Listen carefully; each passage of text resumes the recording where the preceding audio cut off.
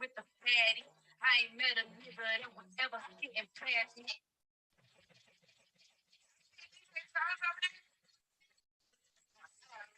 Niggas give me all that I want. All that I want. You can leave me alone. Can't leave me alone. Nasty when I'm off of the phone. Off the patrol. Man, oh man, oh man. I'm downstairs. I'm about to get ready to fry some donuts, and so I can finish this video to post it up sometime this weekend, hopefully, maybe. I don't know. And I decided to find something to talk about. You know, while I was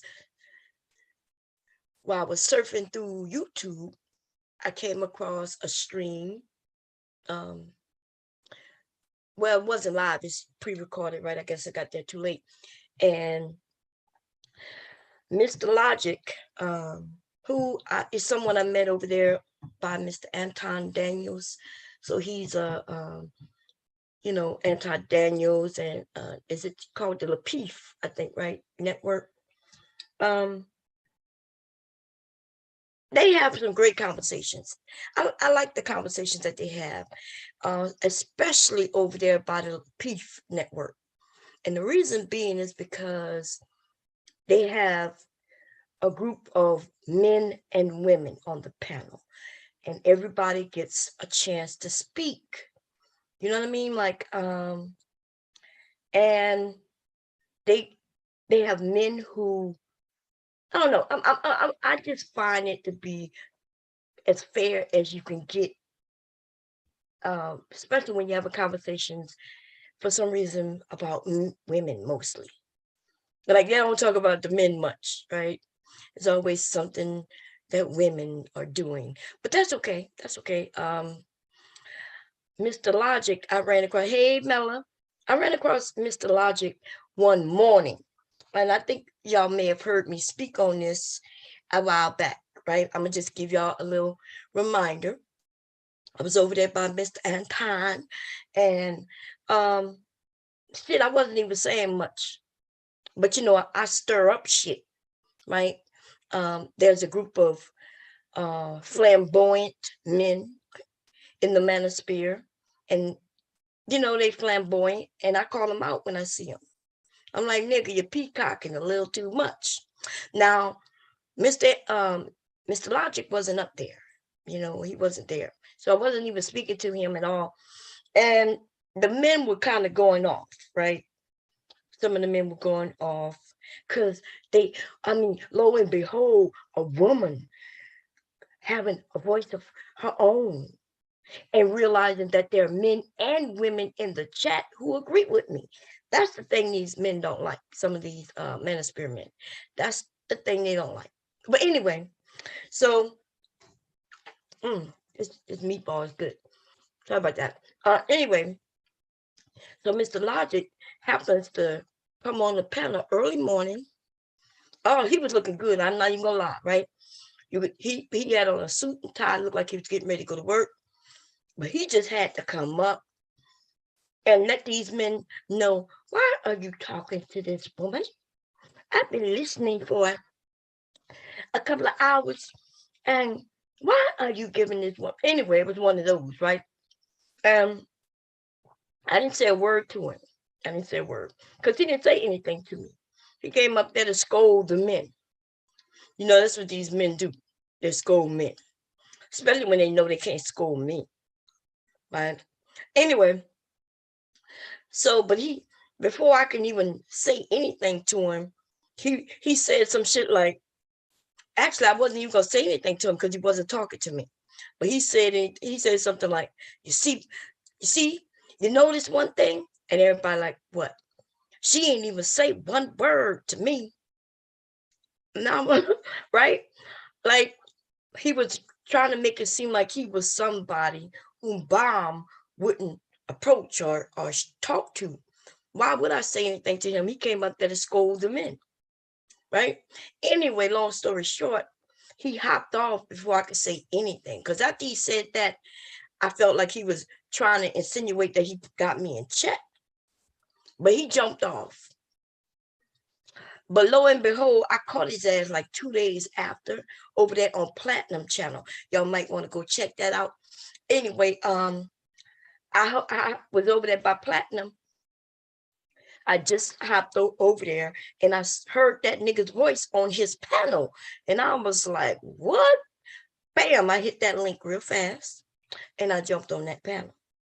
And I started to converse with him. Now, long story short is, he wasn't as confident and as flamboyant as he was 2 days prior. You know what I'm saying? Because see, now I'm there to ambush his ass. But long story short, we end up settling everything. Everything got cool. And it is what it is, right? I don't have no problem with him. I even follow him on Instagram. He's a man with some taste, whatever. Anyway, what's going on, Just Jay? What's going on, Taylor? Okay, now, so I don't have an issue with Mr. Logic. I just want y'all to know that. Okay. We bypassed that. I since have listened to him. He seemed to be a cool dude. Okay, I'm just saying that, just to let y'all know.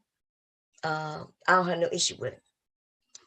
So I heard a stream today, and I'm gonna be honest, I only listened to the very first beginning of it, and I was like, damn, is he telling the truth? Now I'm gonna leave my opinion for later. I'm gonna put the link in. Let me grab that real quick so you ladies can come up. Because this shit gonna be funny, okay? Let me grab this link. But I like when some of the men, when they see things a certain way and they're honest about it. You know what I mean? Because when he said the D don't mean anything, I was like, damn, baby, you right. Listen, anyway, let me grab this link up. It's just funny. The way these men think is really crazy. And I'm not even talking about him per se, right? We're gonna listen to it. But man, like, is there ever do they ever talk about anything besides women? It's what I want to know. Like, what y'all thinking? It's almost like I always have information. I can always talk about the manosphere forever and a day. Why? Because all they do is talk about women, right? Then most of them not acting like men. And then there's a group of women who support them in their I don't even know what to call it.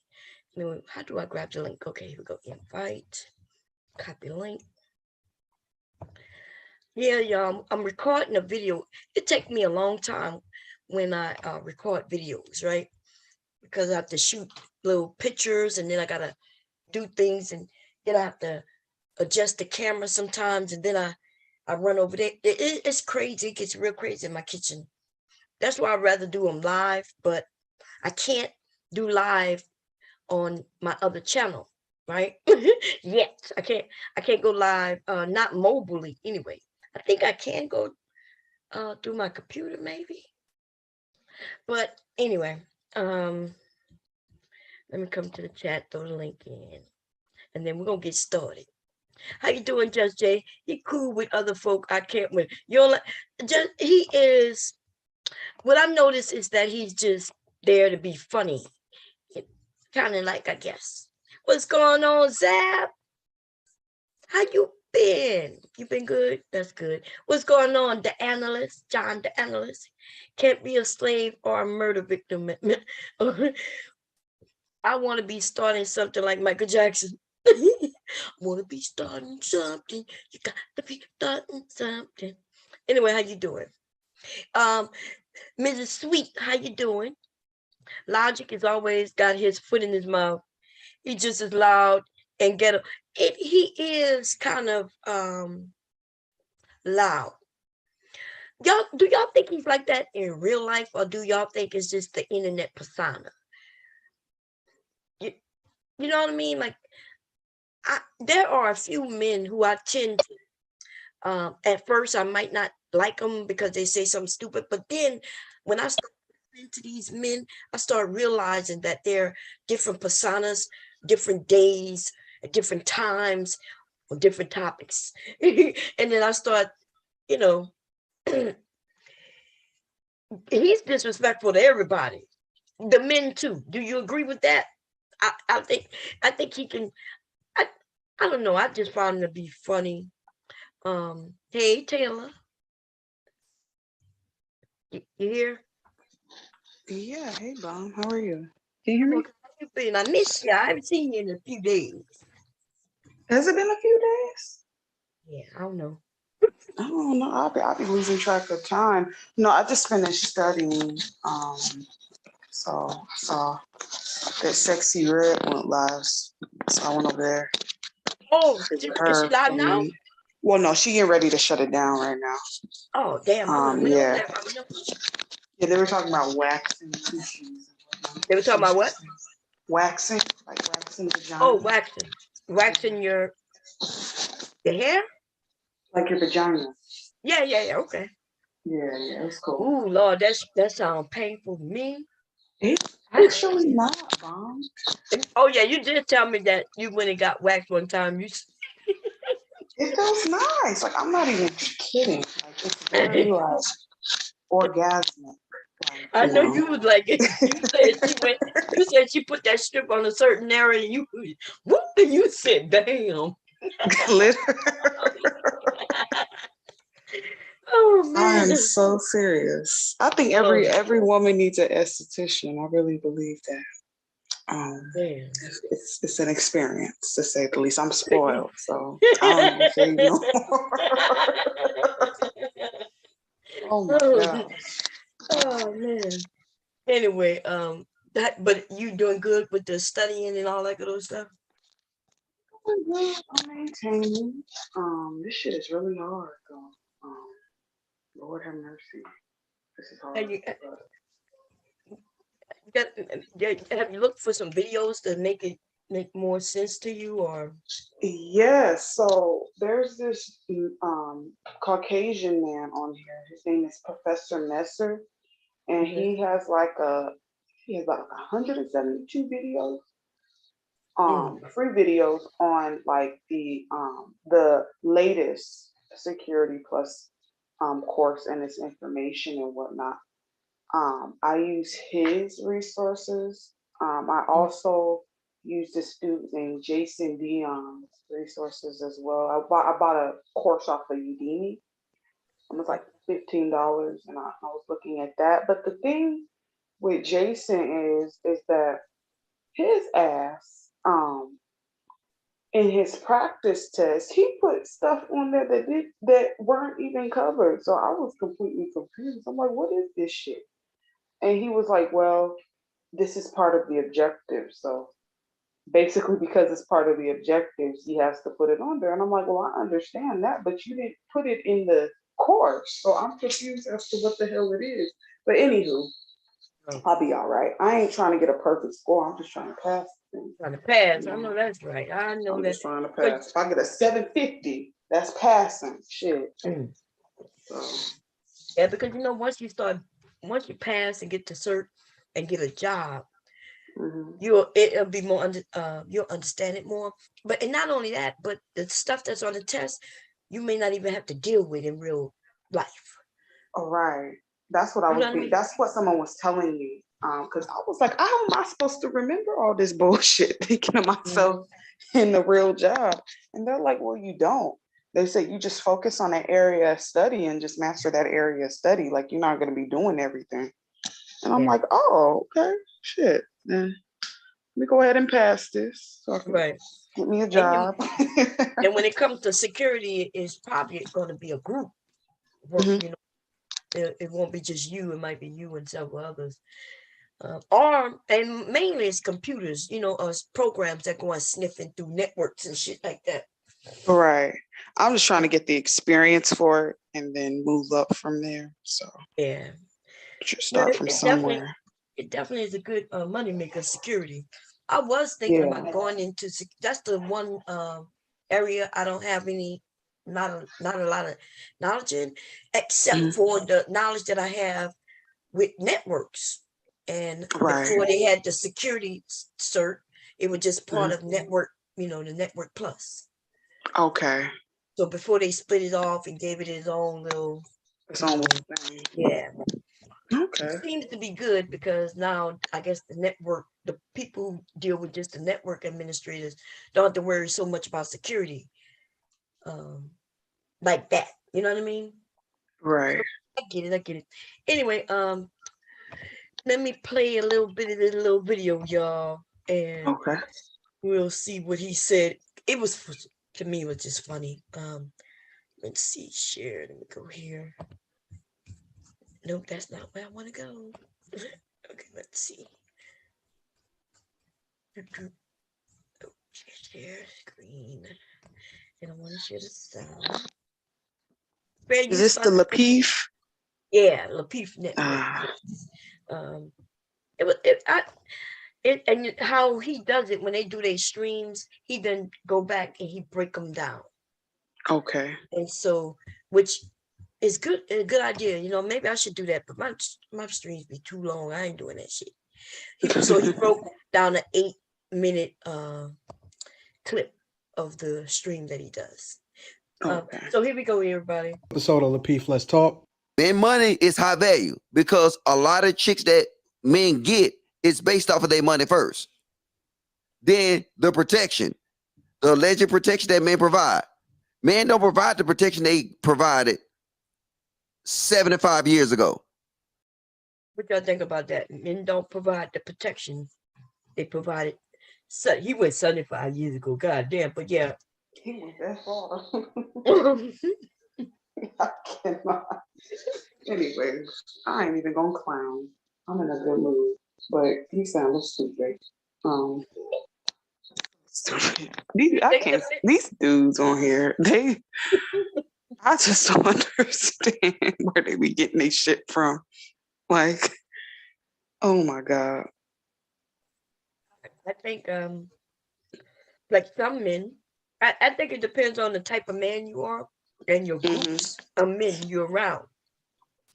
So when he said that men don't provide protection like they used to, well, if you are with the Pookies and Ray Rays or in the manosphere, you that may be a fact to you, right? Because these men are saying fuck these kids and they don't want to protect. They want the women to protect them. Like old dude with his curtains. Remember, he was like, the woman should have chose. The woman should have chose to protect dude. She should have chose us over that welfare. The nigga with the sheep on and no curtain. He's a sheep. So I kind of agreeing with him a little bit that these men don't want to protect now. But I can't agree wholeheartedly about all the men. Because some of these men out here wanting to protect their loved ones. Right. And I'm looking at the title right now, and I'm just, I'm going to let you play the video. Yeah, I'm sorry. Yeah, we about to get to it. I stopped it when you said that, but here we go. Fair use, everybody. Fair use. Because you got 911 and the police. So that's why women feel safe being by themselves, saying they're independent woman, that they can do everything by themselves because they know if they got a problem with you, any other dude, they can call 911. And now dick is little to no value because they can go to Walmart at night at 2:00 in the morning and get some dick if they really want it. So now if you deal with it, Logic love Walmart. Said Walmart. Why not Whole Foods? Why not Trader Joe's? Like Walmart. They say they can go to Walmart. Maybe because Walmart open 24/7. Lord have mercy. You said that the D don't have much value anymore to women. Well, I don't necessarily agree with that. I think the D is very powerful when it's used properly. When it's used for good. And I'm fucking up people's lives and shit. That when the D is used for good, it's very powerful. I agree with that. I think You know, a man who knows how to protect and everything, and he could throw that D. That's a valuable man. He may not even have a whole lot of money. A wholesome man with some good D bomb. That listen. A wholesome man. A wholesome man with some good D, baby. God damn. Okay, let's see what everybody else say. Fair use, everybody. There you go. That is not the meeting place. Walmart got there. The bad chicks got there. But look, I don't go no cheap Walmart. My Walmart is legit. But let's They keep all it. got the same prices. They got everyday low You prices. said cheap prices. He said they got low prices. Shit, that's what I'm looking for. If y'all find a lower price Walmart, holla. I'm gonna make that trip. Shit. Yeah, so you think that, see, that's why I like him, because you could tell he's joking, you know what I mean? It's yeah. But what do you, so you think that the D is valuable? You saying it depends on the man, and if he's wholesome and if he's righteous. Right. Not out there cheating and throwing it to everybody. Oh, right, Bomb. Because here's the thing, like, you know, a lot of people, and I would even concur the statement that they say the men that kind of like ain't worth a damn, got real good dick. I can concur that and acknowledge that the dick within of itself be good, but the thing is that just because the dick is good don't make the person good, you know? And I think as women, if we get some real good dick, right, from a man who is wholesome, a man who got good character, got values and everything, I think there would be a lot more happier women, you know, in situations walking around here. Or, you know, if he ain't slanging it right, or, you know, you think you could kind of like perfect it, you could teach someone as well, you know? Yeah. Stay away from the demon dick. You gotta stay away from, you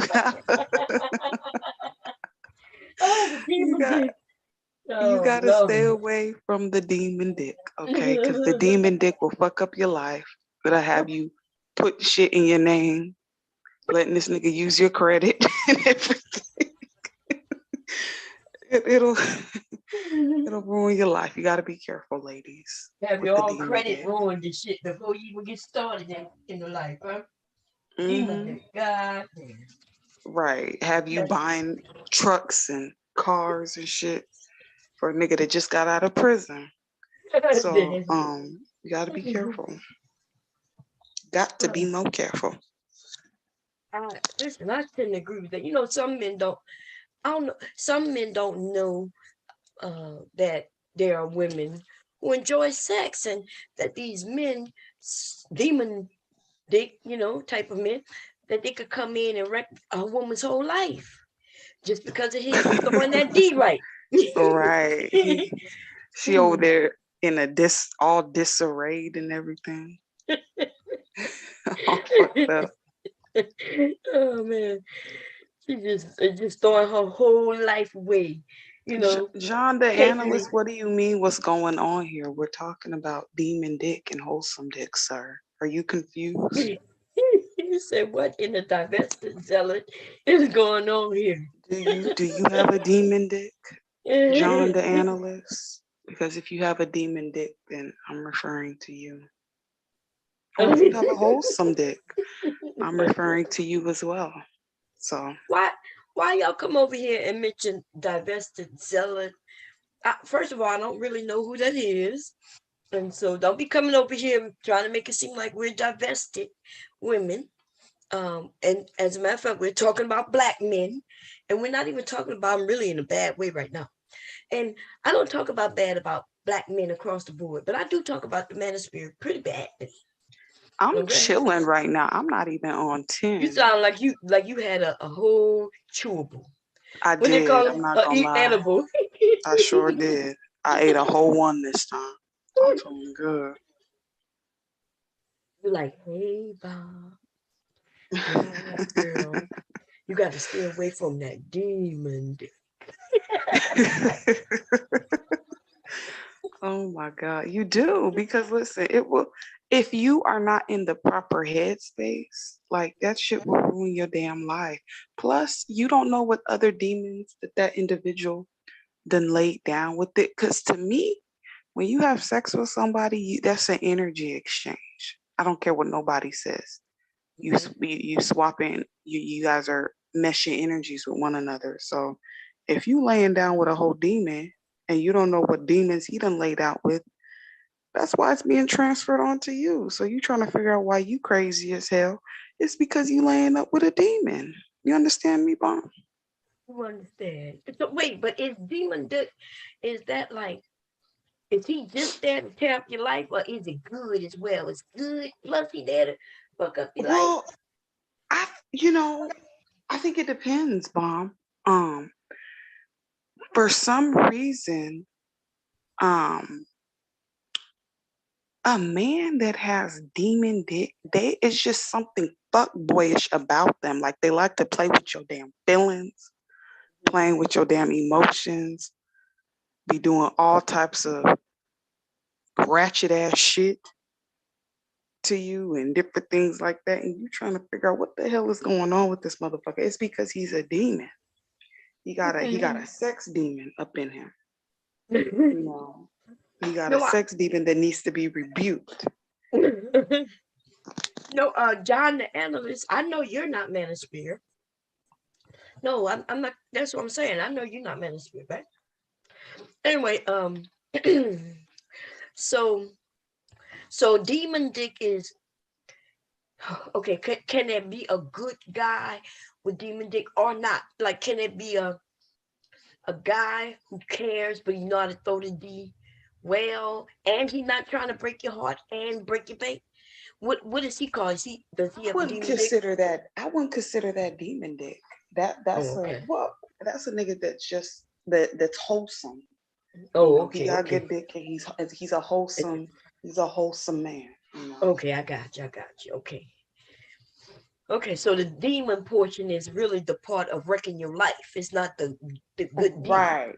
Right. Okay. Well, it's still good. Like it's okay. It's like a forbidden fruit, Bomb. Like, listen, it's like a forbidden fruit. Like you know that this shit is bad for you. You know damn well that you shouldn't be doing this, right? Right. But it just feel good at that time, and you just like fuck it. I'm just gonna go ahead, and it is what it is. And then you tell yourself.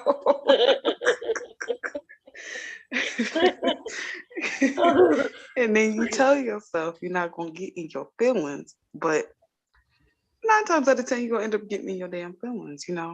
Listen, Yeah. I've been dickmatized before, by a demon motherfucker. Like, and and and it was what it was. Like, never again. But yeah. Yeah. John the analyst, what is your problem, John? I'm confused. Did I ever do something to you, John the analyst? See, these niggas on here, Bomb. You know what? I'm not gonna go there. I'm not gonna go I there. think you know what I think it is. I think the way we're talking, and for men, some men, right? They don't like. I listen to some of these men and some of these women on here, man, and Would it y'all shocks rather? I me. mean, would they rather us be dragging niggas and talking about They how horrible first they are? they shocked that we even talk about sex. They shocked when they hear us say that we enjoy sex. I was listening to a stream last night where the women were admitting that they enjoy sex. I think the question was, do women think about being with other men, right? Mm-hmm. In a relationship or any, and the lady was honest, like the women were honest. The young woman was like, yeah, like we think about it. We may not do it, but we think about it. And the men, the two young men up there were like literally shocked. Why are they shocked? Because somewhere in our goddamn society, men think of us as being these wholesome. Oh, baby. That's why they want us to be. They want us to be virgins. They think that if we're not a virgin, then we must be, something must be wrong with us.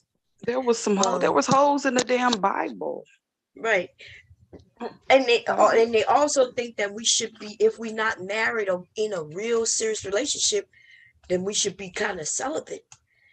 And what the women are saying, and I've been saying for many, many years, is that we enjoy sex just like men do. You know, and so if we don't end up in a real relationship, we still want to have sex.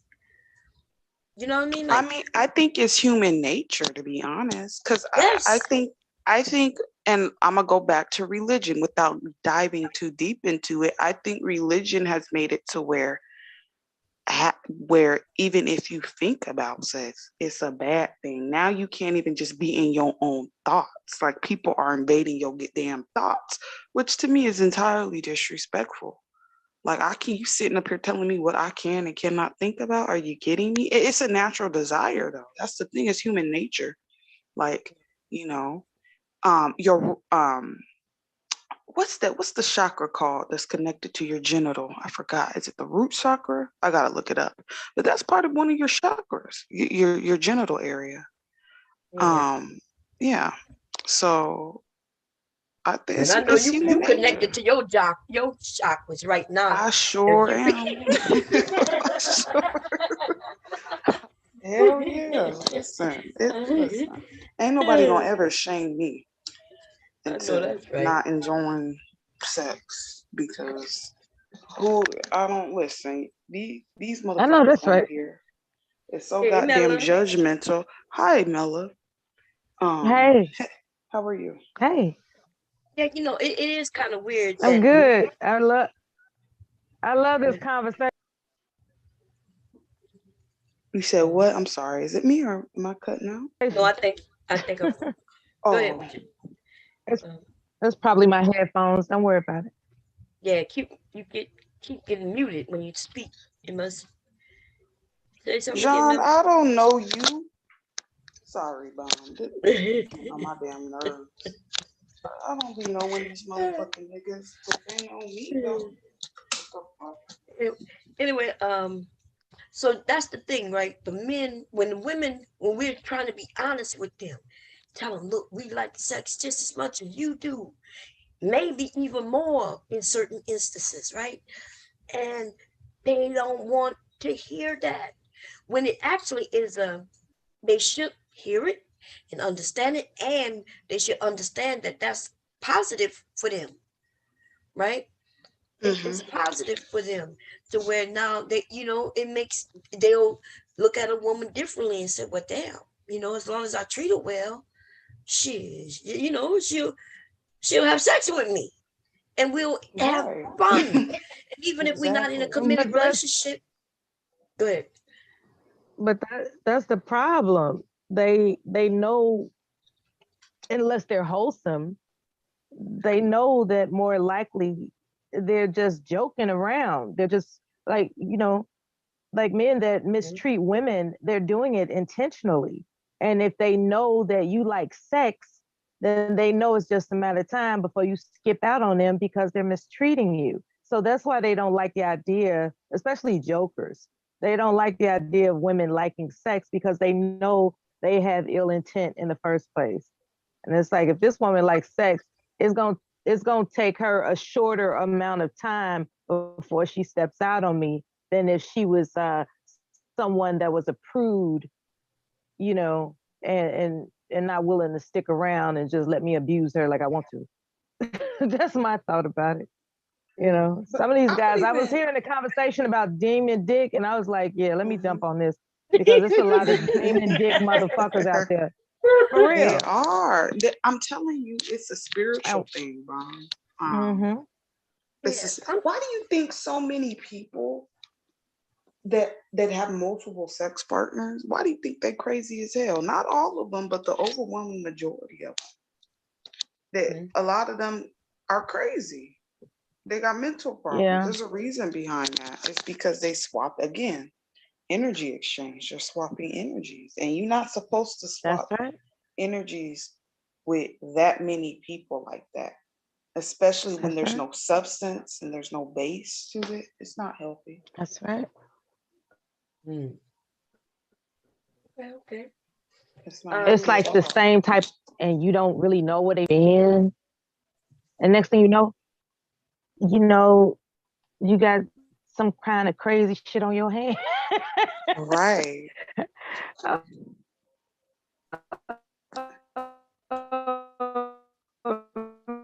Man, because they could just have sex with people, and the consequences of fluid exchange. There are people having sex raw out here. Raw. Nasty. I'm like, who's doing that? It's crazy. Yeah, I don't believe in raw sex unless it's someone that you are in a monogamous relationship with, or that's your Exactly. goddamn husband or wife or whatever. There's too many Exactly. diseases out here. I'm gonna bring the contracts out. Like, look, we get ready to have this motherfucking understanding. Okay. I'll show you my medical history. You show me your medical history. If it is clean, then we can examine each other's body parts and find out if it's mutually agreeable, and then we can fuck. You know what I'm saying? Absolutely. And if that is satisfactory, then we can talk about monogamy. I mean, and I'm saying like having protected sex first. Like, I understand the whole being curious about what somebody feels like in bed, as far as like rolling around together, but just please use protection. Not y'all, but these young people out here are tripping me out. They think they're invincible. I think like, a lot of them do use protection. We got some that don't, but a lot of these young people are using protection. I've heard on your panel men say that they don't like to use condoms. Yeah, they say they don't like to use it. They didn't mean they don't use it. They just say they Right. don't like to use it. If the feeling is different without the condom. But John the analyst is begging in the chat room. What he begging for what? He Begging said, for I see it. He something. said, this Would you blister like to chick come on the talking. panel, John? Who's this blister chick? Who are you referring to? I'm This confused. is Sophia. I don't know who that stuff. is. I don't know who that is neither. Sophia A. No, I have no idea who that is. John came into the channel talking crazy about me, saying that we're just having fun, John the analyst. Would you like to join the panel and talk about demon dick? He's talking about 7 days. I'm gonna pay for a date with him or some shit. I was like, oh, he want to start some shit. Okay. I just might this be man, Mella? Not like that. I don't know him like that at all. Okay. He's having fun. I don't remember playing in the chat. I don't remember playing with him like that. I don't. Right. What do you mean playing with him like that? What you mean? He's just in there chatting it up. Oh, okay. I don't know. Well, I mean, I don't know him like that, so I don't. Is he? Does he have like a dry sense? I'm not angry. Sense of humor. Excuse me. Yeah. No. Yeah. He just. It could be his personality. I remember him being a pleasant person, so I'm not mad at him. I just think that his humor is kind of strange tonight. That's all. Ooh, are these ribs that he made? These look good. Oh my God. Are these pork ribs or beef ribs, John the analyst? Well, John the analyst be over there. Oh yeah, these are beef. Okay. You over there cooking? Shit. He got those yabba dabba do ribs. Wait. Put the link in for me, John, so I can go and subscribe. I need to know. Oh, you just have to click on his channel and then it gives you the option to say to go to his channel and then subscribe. It's like he could cook. You notice they starting to do that again. Remember before they stopped it? Mhm. Yeah. Well, They it's stopped only it for a if you. while. It's actually only if you have if you're a moderator on somebody else's channel, you can do that. But if you're not, then you can't. No, It but I looks be in good other though. people areas, and and I don't be moderators, and so some people you can click on. Remember, I Oh, told y'all in certain areas, the white people areas, they never stopped it. You was always able. They were just trying to stop us from sharing, going to each other's channel. But I see some chicken. I see some barbecue chicken, Super Bowl. mm-hmm. That He look good. cooking. And I see you, John. I see some beef back ribs. John be over there hooking. He be John, over you there ain't never tell me you cooking. was cooking. Oh, he Cooking, might be John. wholesome. Let me Okay. change my tone with you, John, because you may And be a wholesome man with some yeah, wholesome John just dick. in the chat, chilling, having fun. Yeah, he I've never seen him do nothing, say nothing real bad or anything. I didn't know he had a channel though. Mm-hmm. But he'll be over there. No, Huh? I haven't. I don't remember him ever being disrespectful.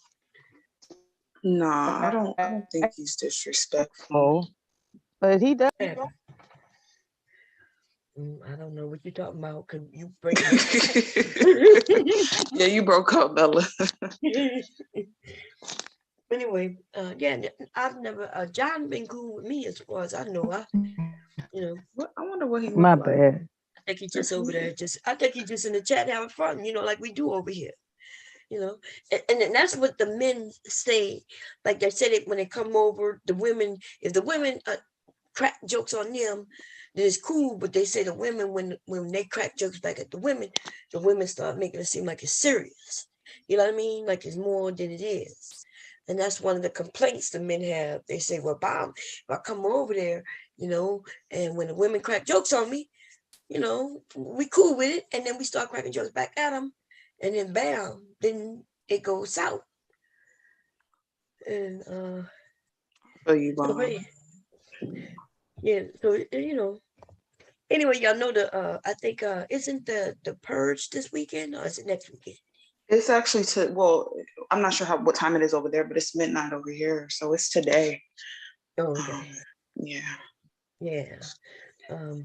Are you purging anybody, Bon? Anybody who up there, and and then they look like that manosphere shit. Everybody can get it. All of them. Everybody can get it. It was, it was. I'm not sure if y'all remember last time. I didn't do the man, but remember I got into it with somebody and his wife. Remember? Oh yeah, that was Cain the God. Yeah.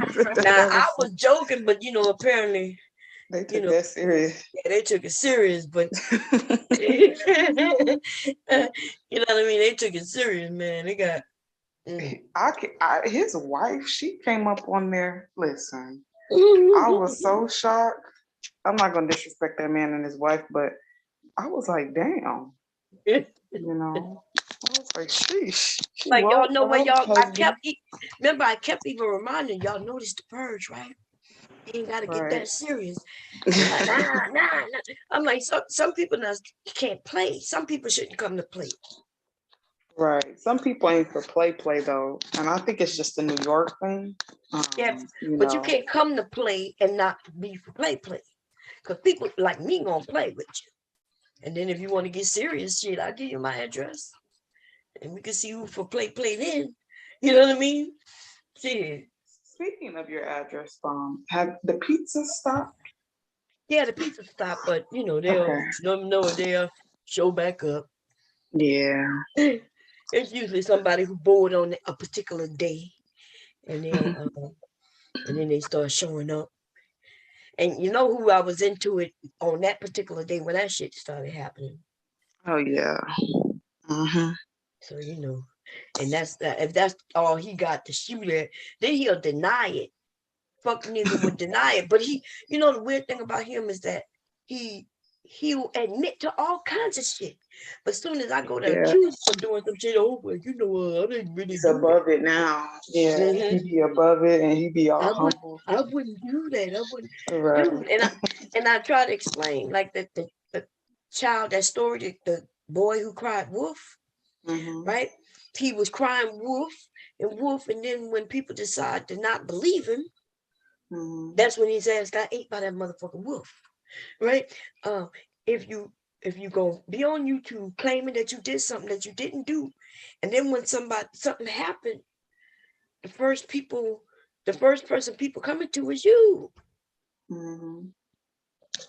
And then it's Yeah. weird because I ain't do that dude nothing None of except us say, did, bomb. yeah, Shit. nobody except say, okay, you can't play no more. And the only reason I did that is because the way he played. Right. Like no one was even really bad talking him, especially when he went over to that white lady's channel. Yeah, that's No yeah. one said anything in regards to that. Like no That one was woman tripping still on can't. you. We're just like you can't come. We like, dude, you can't come over here anymore because you pulled that stunt Yeah, and that no was one did fucked up. anything to you and then he hurt his feelings. So, It hurt his you know. feelings, but he didn't think about, like, come on, dude. Like, everybody who comes for me, you then gonna go over there, run with them and side with them right after you forgot that nigga was just on my panel the day before, chilling, having a good conversation with me. I even asked him, hey, when we talk about the stars, astrology again, I was like, I want you to come, and I was like, that was like the day before, 2 days before, and then some woman comes over, we get into it, and boom, he runs over there and starts, yeah, Mom is this and she's that. And I'm like, dude, what?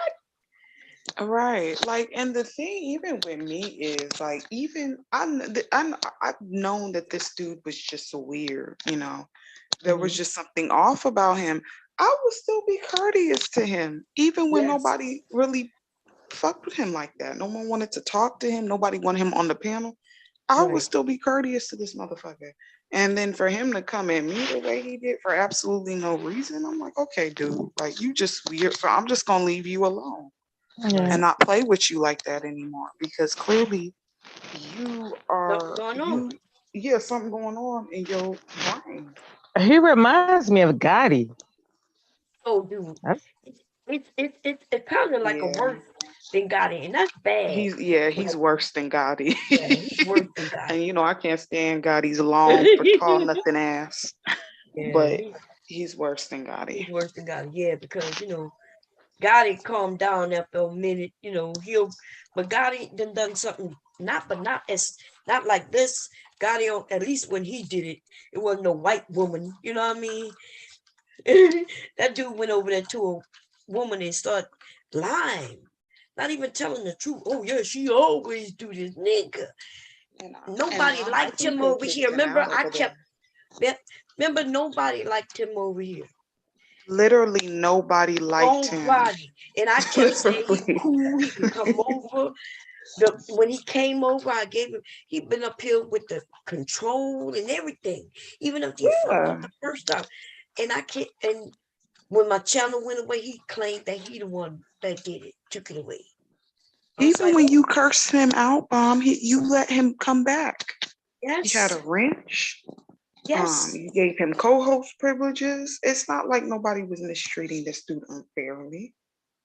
Man, I gave that man so many chances, but going over there to that trash ass white woman though, that to me that's the straw.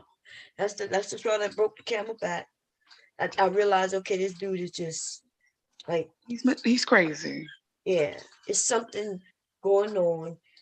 It's one thing when your family, okay, your family fight, but he took that shit somewhere else to a desperate woman trying to pop off her channel, who still can't keep my name out of her motherfucking mouth. She don't even know the definition of feminist. You know, I was gonna put up a little video clip of her, cause and point out to her that she's not a feminist if she's saying these men need to do this. She's supposed to be a submissive woman, right? There's Stand in her nothing lane. submissive about that woman. Nothing. There's nothing. It's a Absolutely few of these nothing. women be faking the funk, right? Her and a few of these women look like, they want to be boss of these men, but they want to come and tell other women that we need to be submissive. You'll get a husband if you're submissive. this lady, security boss, I still ain't seen her motherfucker husband yet. Who? Unsolicited security boss, the one who kept, she kept trying to take a video down. Like, YouTube put the video back up and then she put a claim on it again. Oh, I know who you're talking about. Like, goddamn. Like, you don't know the game? If I use fair use is fair use. Like, YouTube told you to produce your information showing that that's your content that is trademarked or copywritten. And they don't do it, but then they turn around when the video come back up and put a claim on it again. YouTube needs to stop this shit from happening. Right? As it goes, I don't have no strikes on my channel because I'm fighting everything, every motherfucking thing they throw at me. I'm not letting my shit go like that no more. These bitches want fights, and I'm gonna fight them. Shit. They want fights, and I'm gonna fight them. Fight them, bomb. Beep, bop, bop, bop, bop, all up in their head. No, I'm confused. You know what? I'm not gonna say it out loud. Somebody just tried to strike me a couple of days ago for bullying again. Who are you bullying? Girl, no telling. I gotta think of the video. You know what? I don't even care. It didn't even, you know what I mean? Like, and then they're like, and they just come up with the bullying. They don't tell. They did show me a sector, and I think if I'm correct, it was what his name over there? The one who Baller just put up against him and going against what you call him, Foster, Tabitha. Are you talking about The Saucy Village Santana? No, yeah, the Village Idiot. Saucy, aka Saucy Santana, y'all. And what's weird about this shit, right? He was dragging somebody else. I played it and then I dragged him. But then he come put a claim on me. And I'm like, so I wrote, see, that's the thing, you only get 500 words. And I'm letting YouTube know, look, first of all, this thing is called roasting. And I said, and he's roasting someone. How is it that they can do exactly what they claim I'm doing wrong? And then they can do it. And then when I do it back, because I won, right? I dragged them harder than they dragging. Then they report me and I'm the one in trouble. And so I told YouTube, if this thing called roasting, isn't allowed, then they need to stop it. And I say, if it's because of the language I use, right? Because they're not giving me particulars and what's wrong with what happened, what I said. So if it's the language I use, then now I'm telling them, well, you got to take away all videos using that type of language, including movies and music. Mm-hmm. Like they got to come up with rules and stick with those rules across the board. I agree. But our community, we could lose challenge. Like if I wanted to, I could go and start reporting everybody who's cussing and shit and claim harassment and bullying. And they're not going to take down nobody in nobody else's community. But over here, we'll start losing our channels. Right. That's not fair. That's not fair. It's not. And especially if you're bullying somebody, how can you, how can you report somebody else for bullying? And it's not even he wasn't even on his own channel. So how could he report it? That's what I'm confused. That's right. He was over there by what you call him? What's his name?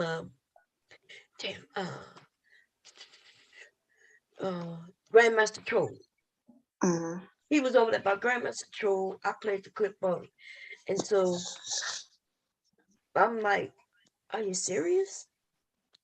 Yeah, he'll get over it. Crybaby ass niggas. And this is why we know men, these type of men not protecting nobody. These niggas crying bullying from a woman on YouTube where they can easily turn off their computers. But more importantly, I could see if I was doing this to a child, right? I can even see if I was a child, they was a child, and they say, okay, we want to stop this before we go too far. But no, he's an adult, I'm an adult, we're all adults. I'm like, this is entertainment in our community. These people just want to come in and tell us how we should be acting. I'm 52 years old. What the fuck I look like? Needing somebody behind a computer telling me that I'm acting incorrectly and I'm bullying some grown ass nigga who's on here calling women all kinds of fucking names. And when I get in his ass, then he wants to cry about it. Boo hoo, fuck you, you little nigga. He mad because I told you all about Pell Talk. He mad because I told you all that he's a pussy over there and he's been getting slammed for years. And I've been one of the ones mainly slamming his ass for years. Right. It's crazy, Bones. It's crazy out in these YouTube streets. Look, listen, y'all, in areas that I don't think I want to play in, I don't go. In areas that I don't want to play in. When I see people doing things that are way too far, then guess what? I opt out.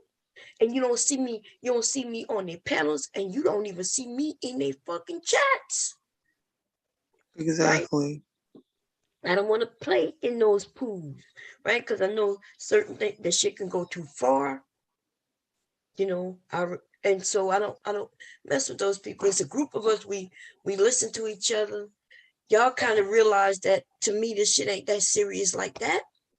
And if you don't know, I say it all the time. This shit is not that serious. I'm not talking about beating nobody up. You know, Right. We're not threatening nobody.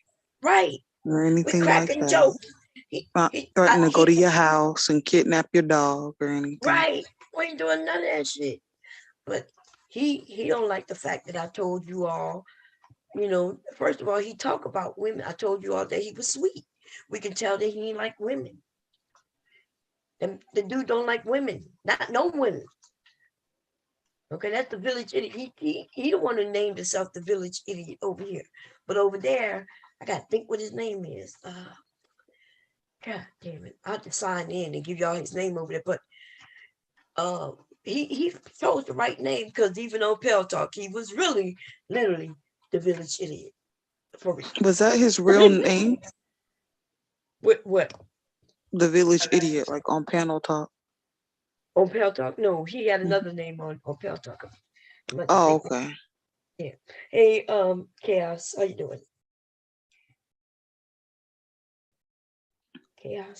Chaos likes to come on panels and not talk. And go to sleep. Yeah, I know. He like to come on panel and go to sleep. Remember he used to come on. I'm here. I'm not asleep yet, man. Not yet. I know y'all want. I know most people want me asleep, or I remember one time. Hold on, let me turn this light down. I know my phone messing up. I'm not. I come here. I lay my presence, say what I have to say, and possibly keep it pushing. Well, thank you. You're welcome to come over. You know, I ain't never had no problem with your Chaos, but you have come up. And I remember, before I lost the other child, you would come up, you would speak a little bit, and then your ass would go straight to sleep. Yeah, it's late night, man. I'm not gonna sip all night, man. I never sip all night in like the last few years, man. I did a one nighter, and it felt all right, but I'm not accustomed to like all night and until the sun rises up. So the day begins. I ain't get no sleep. I'm glad you up here because I would like to know what you think about your girl. I know that's your girl. You know what I mean? What you think about your girl being outed like that, Jessica? I was on a panel on Game Changer, and she came up, and I told a person, said she gotta get this under control because she getting people that either it's her or not getting noticed, and people are just calling up, harass them, and possibly getting their jobs lost and shit. From what I'm noticing, I don't know if it's true or not. That because this you're doing right now, a lot of females hating you. They really go out the way they just want to know if you really are on that picture. So I told her personally that she had to get this under control and get ASAP. Tell her how she could do that. Did you tell her how she could do that? And she told me, she said, well, I can't have no control of that. As these women gonna do, they're gonna do this. All right, they're gonna continue doing this type of bullshit. Mhm. I never seen, mind you, wow, I never seen this type of investigation.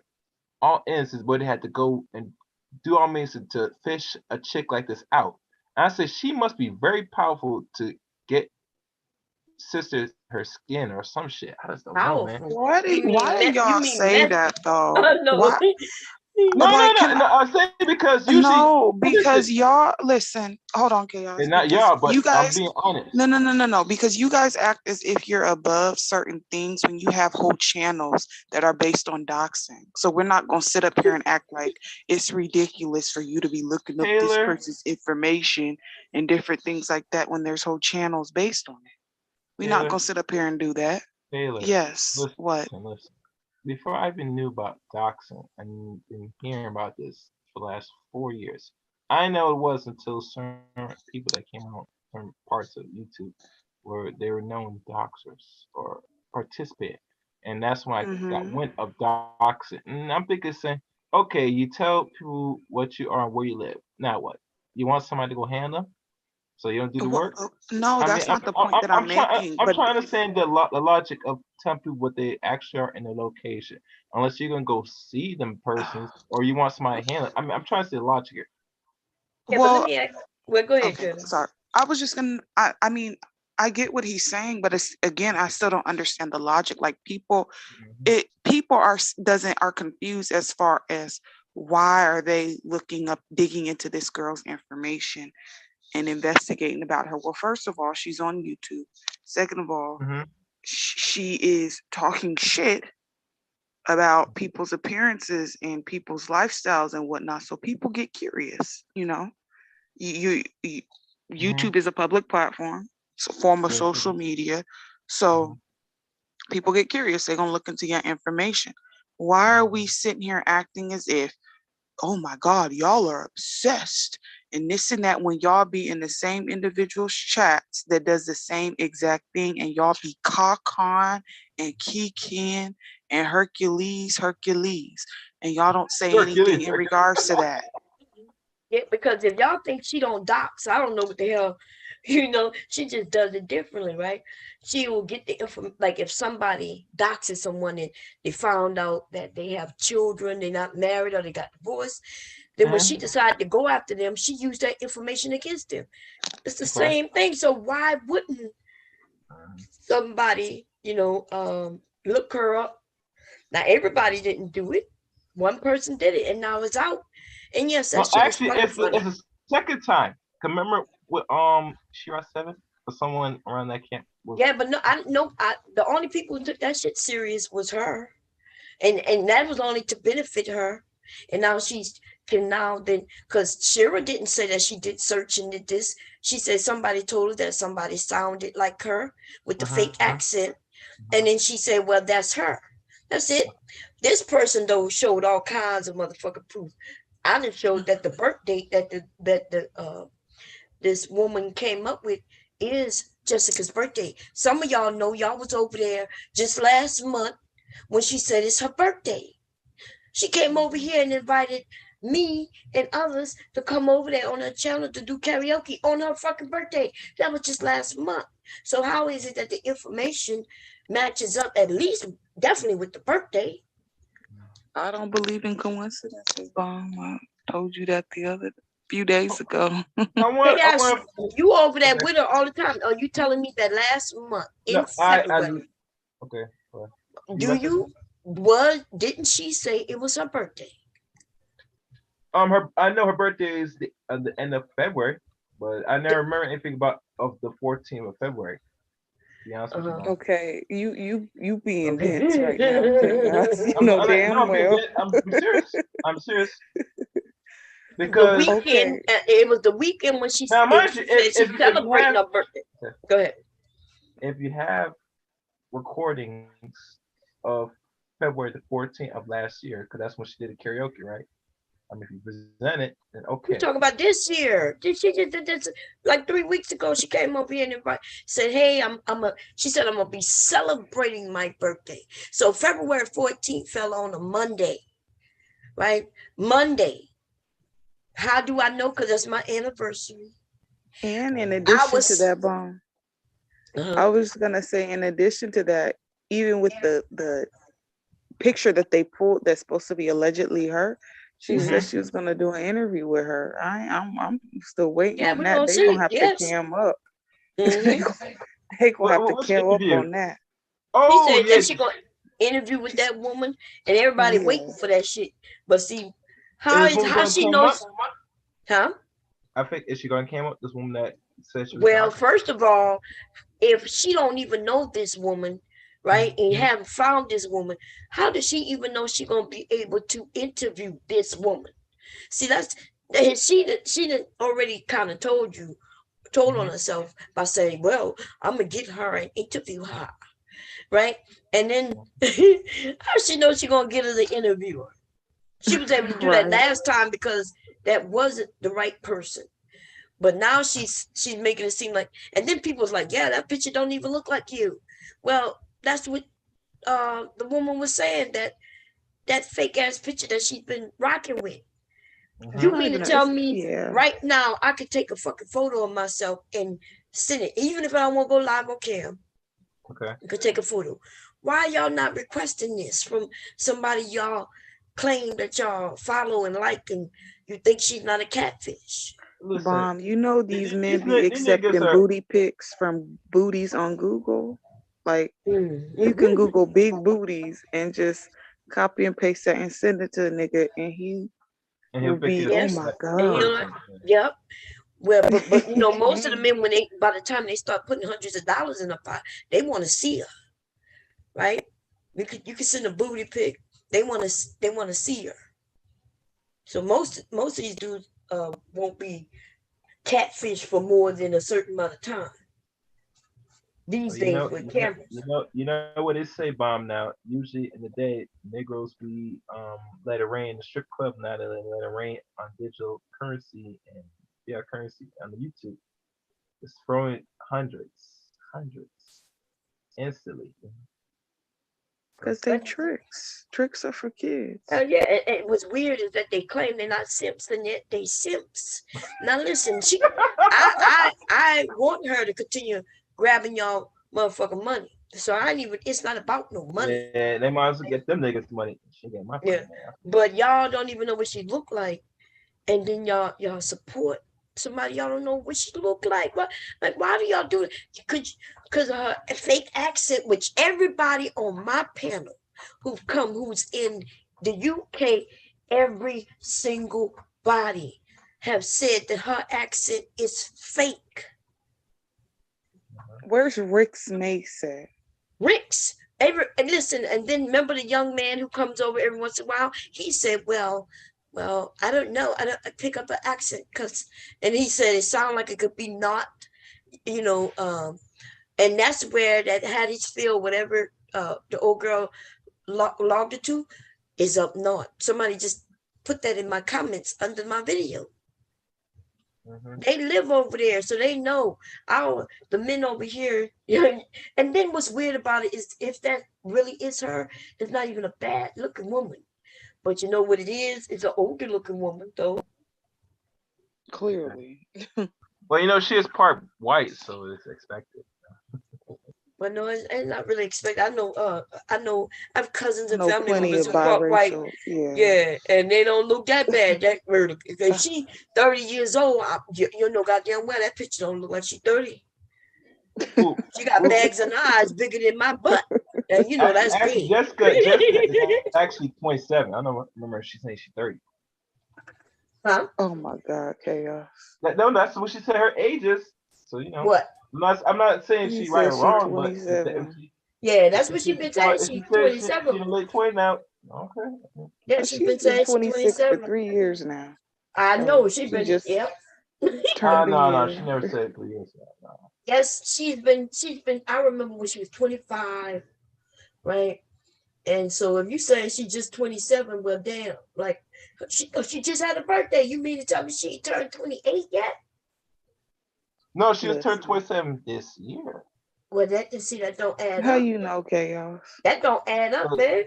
She already revealed. I could pull a video Years ago. out where she told me she was 25, and that was 2020. huh? 2020. No, she told me she was 25 in 2019. Before my mother passed away, we was over there on Whichcomb Street. My mother hadn't even passed away yet. Okay. So we talking 3-4 years damn here that she's been on here, and she's only aged 2 years. 25, you notice 25 is that sweet spot. Being 25 is where you ain't hit the wall. Yeah, it makes me stop. They got stop. Oh yeah, they moved the wall. Age, man. Yeah, The wall went from That's 27 not to no wall 25 age. Like now. 25, that's too sudden, man. yeah. I remember when the wall was 30, then it went to 27, and now it's at 25. Well, you're approaching the wall, Soon but the when you hit the wall's wall, gonna be 35. 20 bomb. So where the wall for the men? Where y'all wall at? Who knows? These niggas running to the wall at 40. I'll tell you one thing. A man will hit the wall when he's time to be productive. That's it. That's the wall. See, y'all keep saying that, and I really wish y'all would stop saying that. I mean, as far as think it about just I is heard about women money, say, I and heard it isn't females say about money. that when a man Johnson don't work, he hit the wall. So I said, okay. Yeah. No, because it's the narrative that women don't like men that look good. They just want the money. That's a lie. Right, that's a big I mean, lie. yeah, a man has to keep himself up. I mean, come on. Man. So you don't think we like good-looking men? I mean, one man. They know that's a lie. They just like to repeat it. But it makes it seem like a lot of dudes out here like butt ugly out here. They got a lot of dudes that's butt ugly. Right. I mean, well, let's be honest. When women was supposed to be prettier than men anyway, so that's what it is. Well, duh, because we're women. Like, what the Yeah, I mean, you want both the sex to be pretty? I mean, come on, man. Well, we something don't want the nice to men to look be at. pretty, but we do want them nice. But like I said, a man's gonna be just regular, but ugly, possible. All y'all are regular. Like, y'all ain't Man, supermodels. I can show some pictures of some ugly dudes just here on But YouTube. I like cute. Like, I mean, look, if dudes like, what do they call those Books things? is a good-looking man, okay? Books is nice looking. Yeah, Books nice. He's very good-looking. They got I mean, there's a few good-looking men in this space.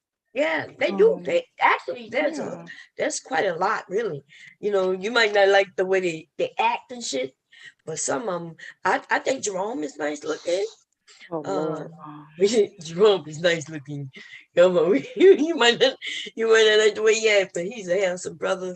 It's a No lot. comment. They got a lot of handsome men.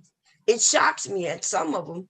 Like when I see some of them and realize they're either slow or this, because they could be nice looking and still be kind of slow. Right. Like, let me give you an example. Before he started gaining all that weight, I haven't seen him in a while neither. But what his name? He might be over there with Razorback Eye again or something. With the slow one, y'all know what I'm talking about. Are you talking about Jalen? Yeah, Jalen is not a bad looking man. Lord, Jalen. I have a cousin. I have a cousin that's that looks like Jalen, so I can't. See what I'm saying? Is he bad? I'm not saying that he's good looking, but he's not bad looking.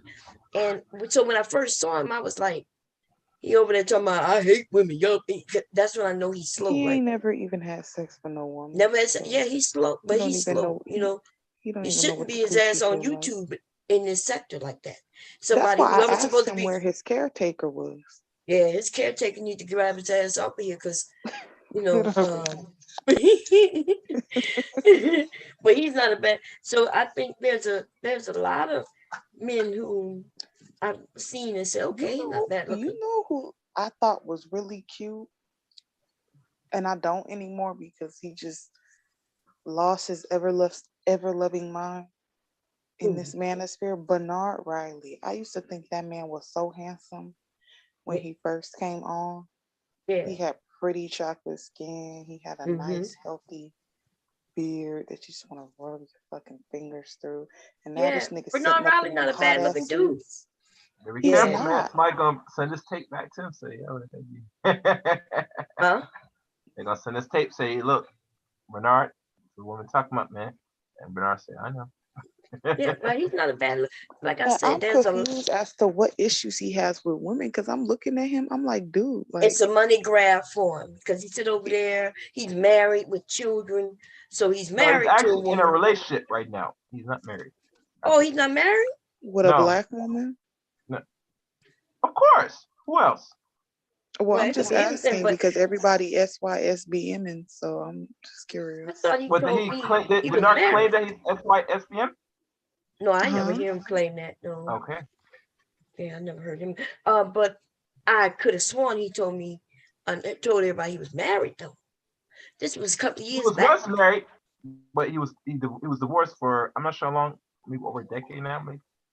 But yeah. Oh, okay.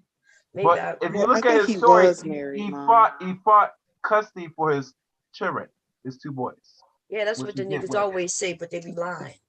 No, Right. actually, So he he fought custody. he did Huh? eventually get custody of the boys. How you Did you know? see any court? Did you see any court paperwork? Did you see any court orders? I mean, go to Chaos. his channel. He tells it all.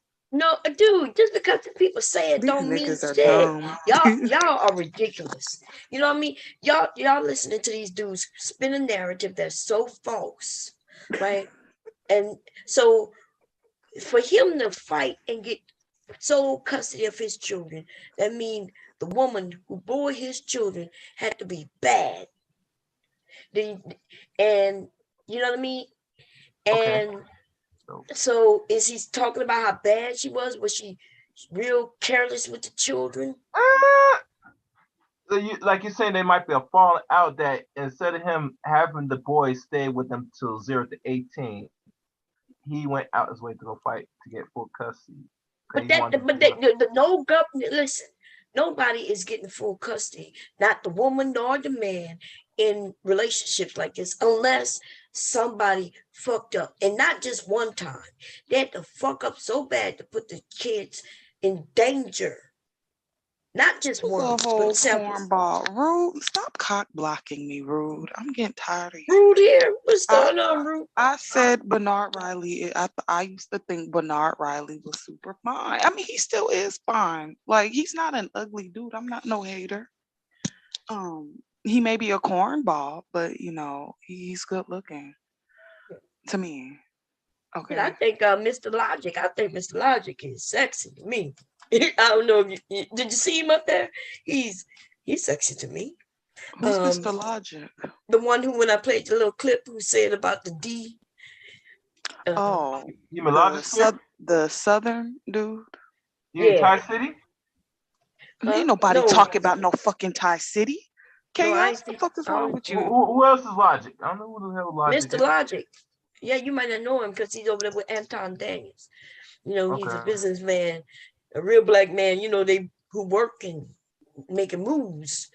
That's a different sector of the manosphere. I think I don't even know if they claim manosphere, to be honest. It's confusing.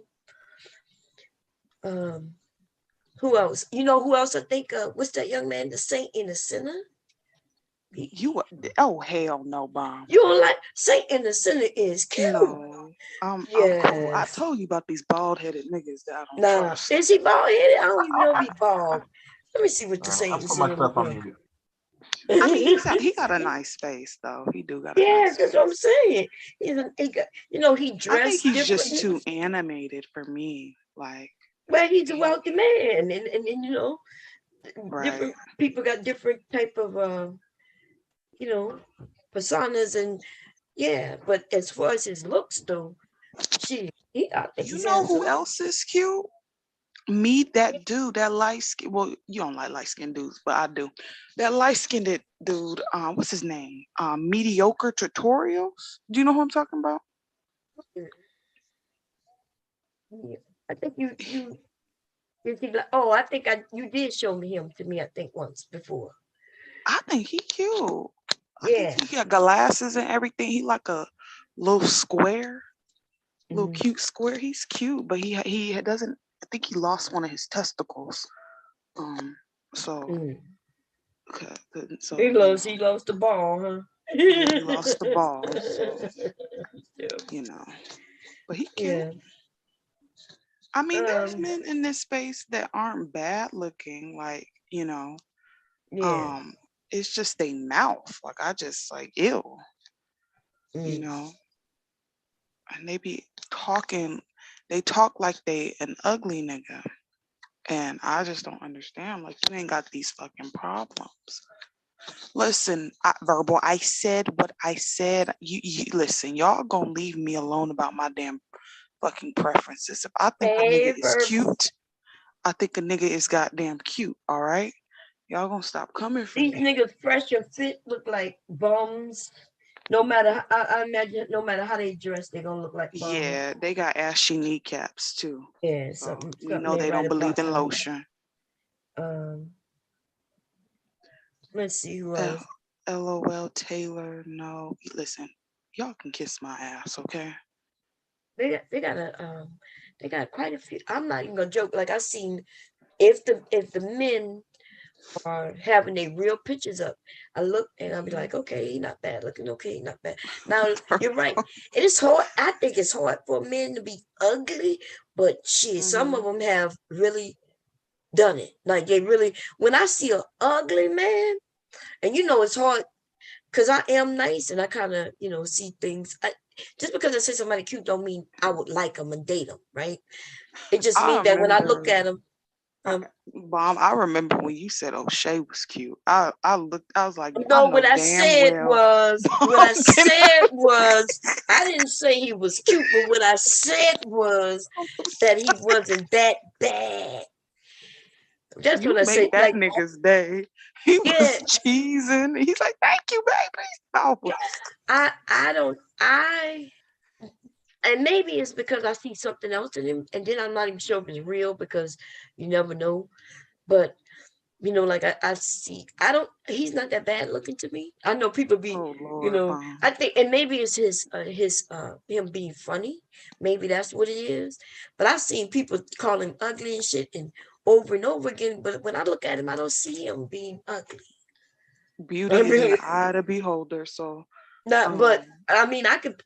So for you to be, that's what I'm saying. For me to call you ugly, you got to be busted, right? You got to be busted. And I can think of one person right now, who's just busted? busted. He used to be over here, but he not no longer busted. Who? Like it's like toothless. You know what I mean? Like Oh, buck he ain't had no teeth, teeth. buck tooth. Oh Yeah, I ain't damn. gonna say his name, but because I ain't gonna say his name. Okay. I could But just imagine. to me, I wonder how he got on the motherfucking children. I'd be like, damn, like who but cries a lot and shit. I ain't even gonna say his name. Don't say his name. I know you're gonna know what I'm talking about. I don't know who you're talking about. Cries as a grown man. Oh, You know what I'm talking about? yeah. Am I right or wrong? What you thinking? That nigga toe up from the dance floor up, Bob. He look a hot ass mess. Oh, it's bad. And I be Oh thinking, my in this god. day and age, everybody getting their teeth done, you know what I mean, and braces and like I've never seen this before. Y'all people are really this shit. I'm looking at people in their 40s getting braces. And I remember cracking a joke on somebody. She was like 40 and she had braces. And I was like, bitch, aren't you 40? What you doing braces? She's like, cause I'm getting my teeth fixed, bitch. And I was like, snap. Verbal, bring Yeah. your black ass up here. Hey, I'm tired Rude. of you talking shit. I was like, it's never too late to fix yourself. Old dude shit is so fucked up though. It's gonna take 20 years to straighten them teeth out. So you That's why you gotta saying? get Invisalign. So y'all saying? Hold on, y'all saying that mediocre tutorials and reviews, he actually dropped the ball for real. That's what y'all telling me up there, man. that nigga dropped the ball. Like how do we say them old people be dropping the ball and shit, fumble the ball, man. Nigga fumble one of his balls, man. He lost a testicle. So yeah, I think that was money grab. I think that was a money grab, man. You know what I mean? Some sympathy, some pity and shit, man. I remember when I was young, one of my friends who lived across the street from my aunt, he had an accident and lost the ball. When he was, and we probably was like 12, 13. I forgot what happened to him. And he was running around the neighborhood telling us that, yeah, he had that surgery, he lost the ball. I was like, you lost the ball? I guess you only need one. You just got to be healthy enough so you can still have some children. But I couldn't. Can you imagine sex? I'm not talking to you men, to the women, right? Can you imagine having sex with a man with only one ball? Like, but they look like there's one ball anyway, in a sense, though. The sack make it look like it's one ball, but until you jiggle them and you can feel the two of them. Yeah, but one of them will go up. Hold on. This is what y'all may not know. If we not careful, one will go up on our ass, man. Like for real, it'll go up. We gotta kind of push that motherfucker back down sometimes, man. Like it just depends on how it is for you though. Sometimes your shit get too tight, man. One of your testicles gonna go up. Yeah, I'm gonna go up.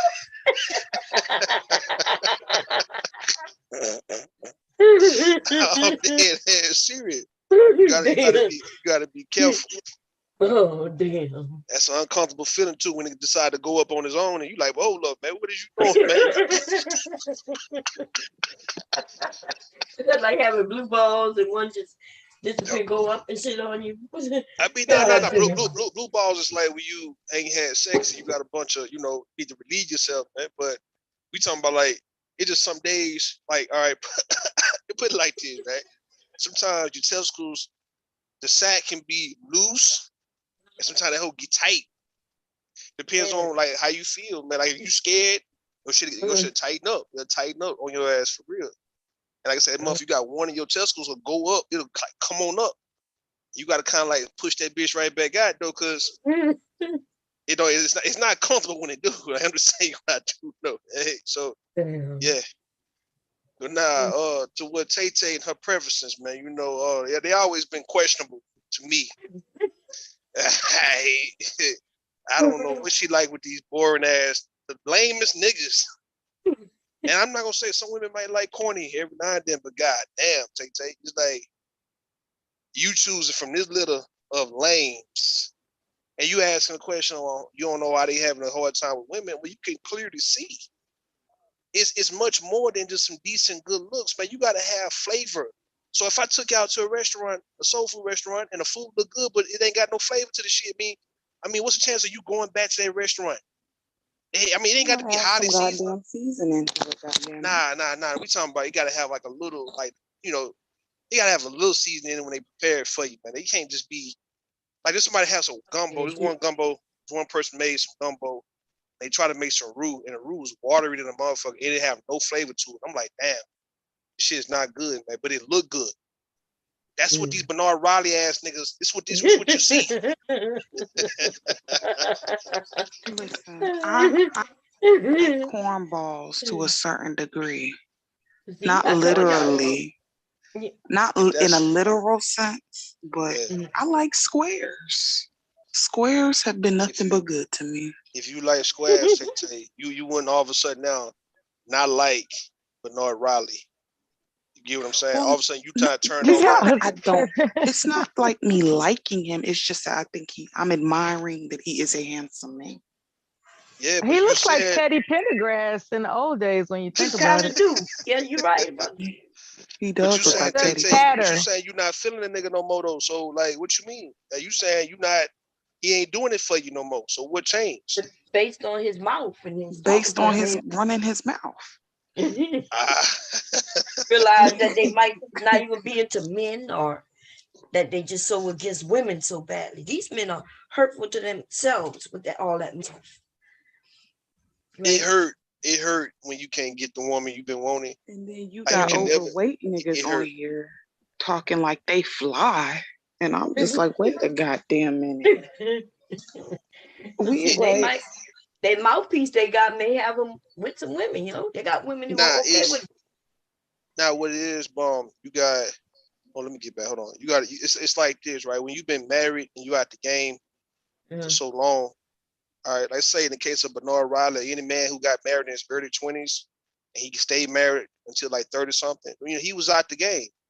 So now he's trying to get back in, and he just missed so much. Cause like during them years, the 20s is when you now learn to sharpen up your skills on how to talk to women. Hey, you pretty much learn in high school for the most part, but really your 20s is when you become a master at the shit. And when you was married, you never really had a conversation with other women like that. You never fraternized with other women, so you was all about your wife, and that shit didn't work That's a out. good point. Yeah, That's a very good point. You got to know how to talk to women. Well, depending on your job and shit, right? You might not have to finesse them, but still. I'm talking about seducing them, like making them like, you know, pretty much like making them turned on, get them turned on to where they want to talk to you. They find you kind of interesting. Like you could be a square. I mean, you ain't got to be the livest nigga in the world, but we talking about just like breaking the ice, being charismatic to where a woman. Does anybody know what his previous job was? Because I'm trying to figure out if he ever had a work wife. Oh hell no! I think he was in IT, if I'm not mistaken, or something. So with those office jobs, it's possible to have a work wife. So he should have learned some damn social skills. It's not like he was on a Well, they work construction around a site bunch of men all his damn life. Well, IT is heavily dominated by men still. That's right. What the fuck? That's right. We talking about is. real relationship. You talking about some work wife. God damn. Yeah, I've been a wife work. is not a real wife. You know, a work wife is just somebody you work with that you clown with. That's the sexual. slang.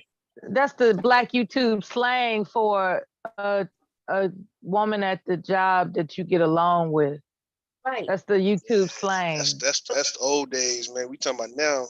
The work wife and the work husband, they very much date. Well, yeah. no, I'm not implicating people cheating on each other. I'm talking about like people, you know, like you got somebody of the opposite gender that you get along with at work.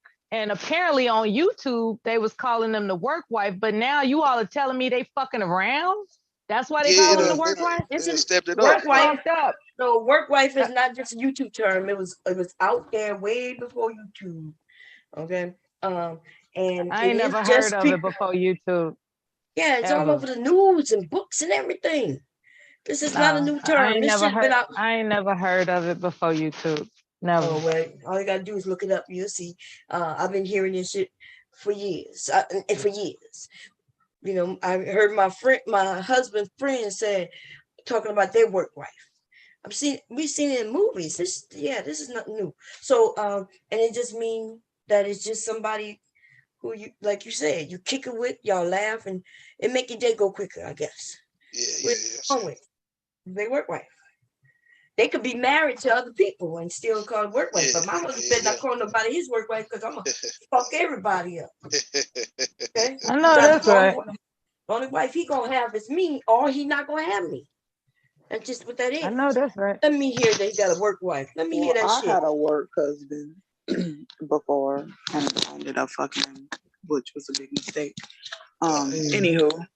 Ends up being bad, huh? Big mistakes, huh? It was a big mistake. Messing up shit at the conversation at the job, everything. Did he have the demon dick? Me. Huh? Did he have the demon dick? No, he didn't have no demon dick. He was just very I ain't going into detail about it, but he was okay, but he was just it didn't work out, but he was okay. Yeah, he was just weird for me. He was a nice guy, but like, anywho, I'm not getting into it. But he wasn't literally married. I call him my work husband. Because I got to put a disclaimer out there before people be like, Taylor's a homewrecker. Nah, the nigga was single. I was single. We just refer to each other as work husbands and work wife because we worked in the same pod. And yeah. Yeah, that's a whole new term for me. It was like 3 years ago. I heard it 3 years ago on Black YouTube. First time ever. I was like, damn. That's crazy. A long time, yeah. I got to throw away, man. You got to get out there more, Miller. I know. You gotta get up YouTube or Yeah. at least we talk about work Yeah. wives that on the news. I mean, that's where I first heard it many years ago. Yeah, he had his work wife. On the A work news? wife. Now, come home. If my husband were to come home talk about his work wife, listen, I'd be bound to put rat poison in his damn spaghetti or something. And Yeah. then I also heard somebody say they got YouTube boyfriends. Now she's a married woman and she's going around saying she got YouTube boyfriends. Oh, that's my YouTube boyfriend. You know what I'm So saying? messy. Like, oh, I know who you talking about. Yeah. I like this So black YouTube messy. shit is a trip. But it's funny how that nigga he can never have no YouTube girlfriend though. I always wonder. I'm like, nigga, why can't It you get a is YouTube? funny, isn't it? Yeah, nigga. You want me to believe that nigga you ain't been taken care of, nigga? Hey, that you ain't a homosexual, nigga. You can't get you a girlfriend on his own. I'm just saying. She told that motherfucker, you better not think for yourself, you motherfucker. Yeah, that's it, bitch. That ain't part of the deal, nigga. Oh my God. Haley Adams said work husbands buy you lunch and help you with your job and etc. I don't know about all that, about buying lunch and shit, but they are fun. I ain't gonna lie. Let me say this. Listen, I sometimes be wondering, how would I react if I find out my husband buying people lunch?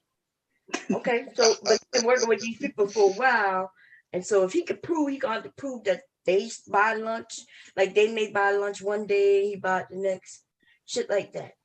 But Now, see, what we I should need do, to see receipts. what we should do, like, all right, in my like when I was working at this plant, and like whoever I'm working with, if it's a woman, or like if it's really a woman, right? If I went to Wendy's, I just get chicken nuggets, a whole bunch of fries, and I bring it back for me to eat. So if he going to Chick-fil-A, that's not the same as buying like an intimate, you know what I mean, Olive Garden type dinner, and they eating it at the table. So like I don't want you to get mad at your husband if he buying everybody I will Chick-fil-A. bash him in his fuck. Let me tell you something. My money is his money mine, and we ain't sharing it with no bitches that I don't know. And so that That means bitch to buy her own chicken nuggets, mom. we talking about Chick-fil-A. We talking about Chick-fil-A platter. Okay, so you know how many men will come over and bring me some Chick-fil-A and some dick? Bring me Chick-fil-A and dick. You know what I mean? They would love to come and bring me something as simple as Chick-fil-A, and they will offer me some dick too. Now, what you think? You think he got? What you think? You think my husband be okay if I say, oh, he's just a neighbor and he just decided to bring me some lunch? You saying so your Hell husband no, would he your wouldn't be husband have cool a with that. problem? Would he have a problem if I brought some food? Like if I was over there, I brought you some food. Would he have a problem with me bringing you food? I'm not trying to get no dick though, but you being you, he know that no, we cool on internet. Okay. And I'll be like, Rue coming over. I let him know ahead of time. Yeah. But if some neighbor who we don't really know like that and showed up here and he see the package and he'd be like, how you get McDonald's? And I'll be like, oh, your neighbor brought it. Shit, my husband is about to go out that door and knock at that neighbor's door and ask him what's going on. Yeah. Like, what made you bring my wife some lunch? He want to know why. What makes and so if he, Well, you talking about a home cooked meal? You see what I'm saying? But it's a little different than Chick-fil-A, McDonald's. Like, listen, if you talking about a woman, if your husband was cooking up a meal and taking it to work and he's feeding women probably what you cooked, and he taking it to the job, I can see you probably get mad. But the Chick-fil-A, I wouldn't get mad at that. I wouldn't get mad. See, if I cook it, I'm cooking it. I know I'm cooking it for everybody. Yeah.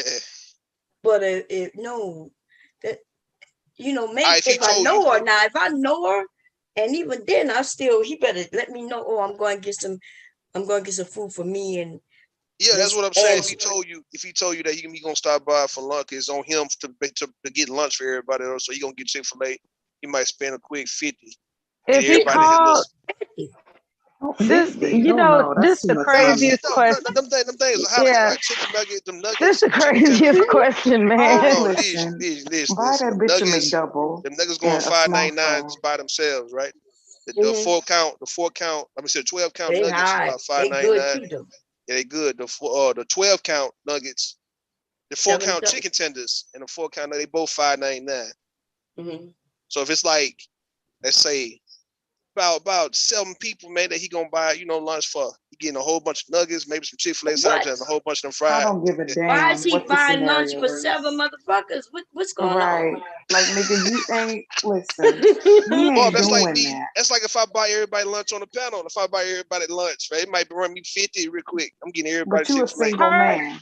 Personally, That's I right. think if a man buys a woman food, he wants to fuck her. I would be hell no. uncomfortable. I don't really think that, but I do think a married man spending $50 on Right. some bitches that I don't even know. His wife See, don't I know. understand And where he you're didn't coming run from, it by Bob. you, like if he didn't Like, run it by you, Taylor that's some was crazy saying shit. something. Yeah, no, No, you're right. I was just gonna say I understand where you're coming from, Bob. For you being a Scorpio and my Venus is in Scorpio. Oh, here So we go with the astrology shit. I Okay. understand. Listen, I will go from 0 to 100, coming back talking about you buying 7 hoes some lunches. The fuck? Oh no, Like, Rue, you who the hell single, you so think you you thinking are? as a single man. I get that. Yeah. But if you was married, you think you gonna go tell your wife I bought some hoes at the job, some Chick-fil-A? Chick-fil-A, hell yeah. What you mean? I'm like, look, it was about 5 or 6 women I bought lunch for today. She want to know how much you spent. $50. She can go get her nails done for that. What the fuck are you spending on other women? Married men don't get to do that. Single men though, y'all get to do that. What if your husband gave the money to a single man like me for me to go and get the food, and I bring it back so he'll never be a paper trail on him? Hey, then what? Hey, he can then say, we're gonna still have some problems. And then now you involved in it and you might bash in their head too. What if he say, look, I gave it to Rue. He said, I gave it to Rue. Hey, I didn't go do it, baby. I gave it to Rue. Rue went and got it. Now that's when I know something is up for real. You giving a man money? Did you give him that? No, hell no. You giving a man money? He ain't giving me money. He gave me the money to get the food for everybody. That's right. Mm-hmm. Listen, if I go in my bank account and I start looking, I see $50 came out for some lunch, it's gonna be some issues. Cause I want to know if and then he said, well, everybody gave me the order, I went and picked it up and they gave me the money back. And then I want to see, well, where's the money? Like they gave me cash. Okay, where's that? I need to see it. We ain't playing no games. Listen, and I'm know not the they one to think be you crazy as hell, bro. And no, they don't know me. Remember, I told you I stay away from his job, and that way everything cool because I already know how women are. Women play games, and they when a woman would decide that they want him just based on me. Like, oh, how he get that light skinned woman? Ooh, he must be doing something right. Your bomb ass, she'll go down, she'll catch a Uber or a Lyft down at that workplace so fast. Girl, I've been had to jump in my own motherfucking car and go get his ass. Me, that's when like I hide out. But yeah, because in the Uber, I can't carry the weapon. Get out of here. Yeah, man. No, married men and single men, y'all are different. Y'all, a single man, a single man you can buy all the lunches you want. You can have all the work wives you want. You could do what you want. And you can handle your money the way you want because it's just yours. But if I can't go buy lunch for the neighbor next door, then he can't buy no lunches. If suppose I decide I'm a cook and I'm a cook for the neighbor next door, what you think my husband's gonna have 100 questions? Who? Why are you cooking for him? You gonna say that meal's supposed to be for him and only him. Mm-hmm. Now that's a soft spot for Rue because he does not appreciate his woman cooking for another nigga. He does not appreciate that. So do you understand where she's coming from now, Rue? How you speaking for me?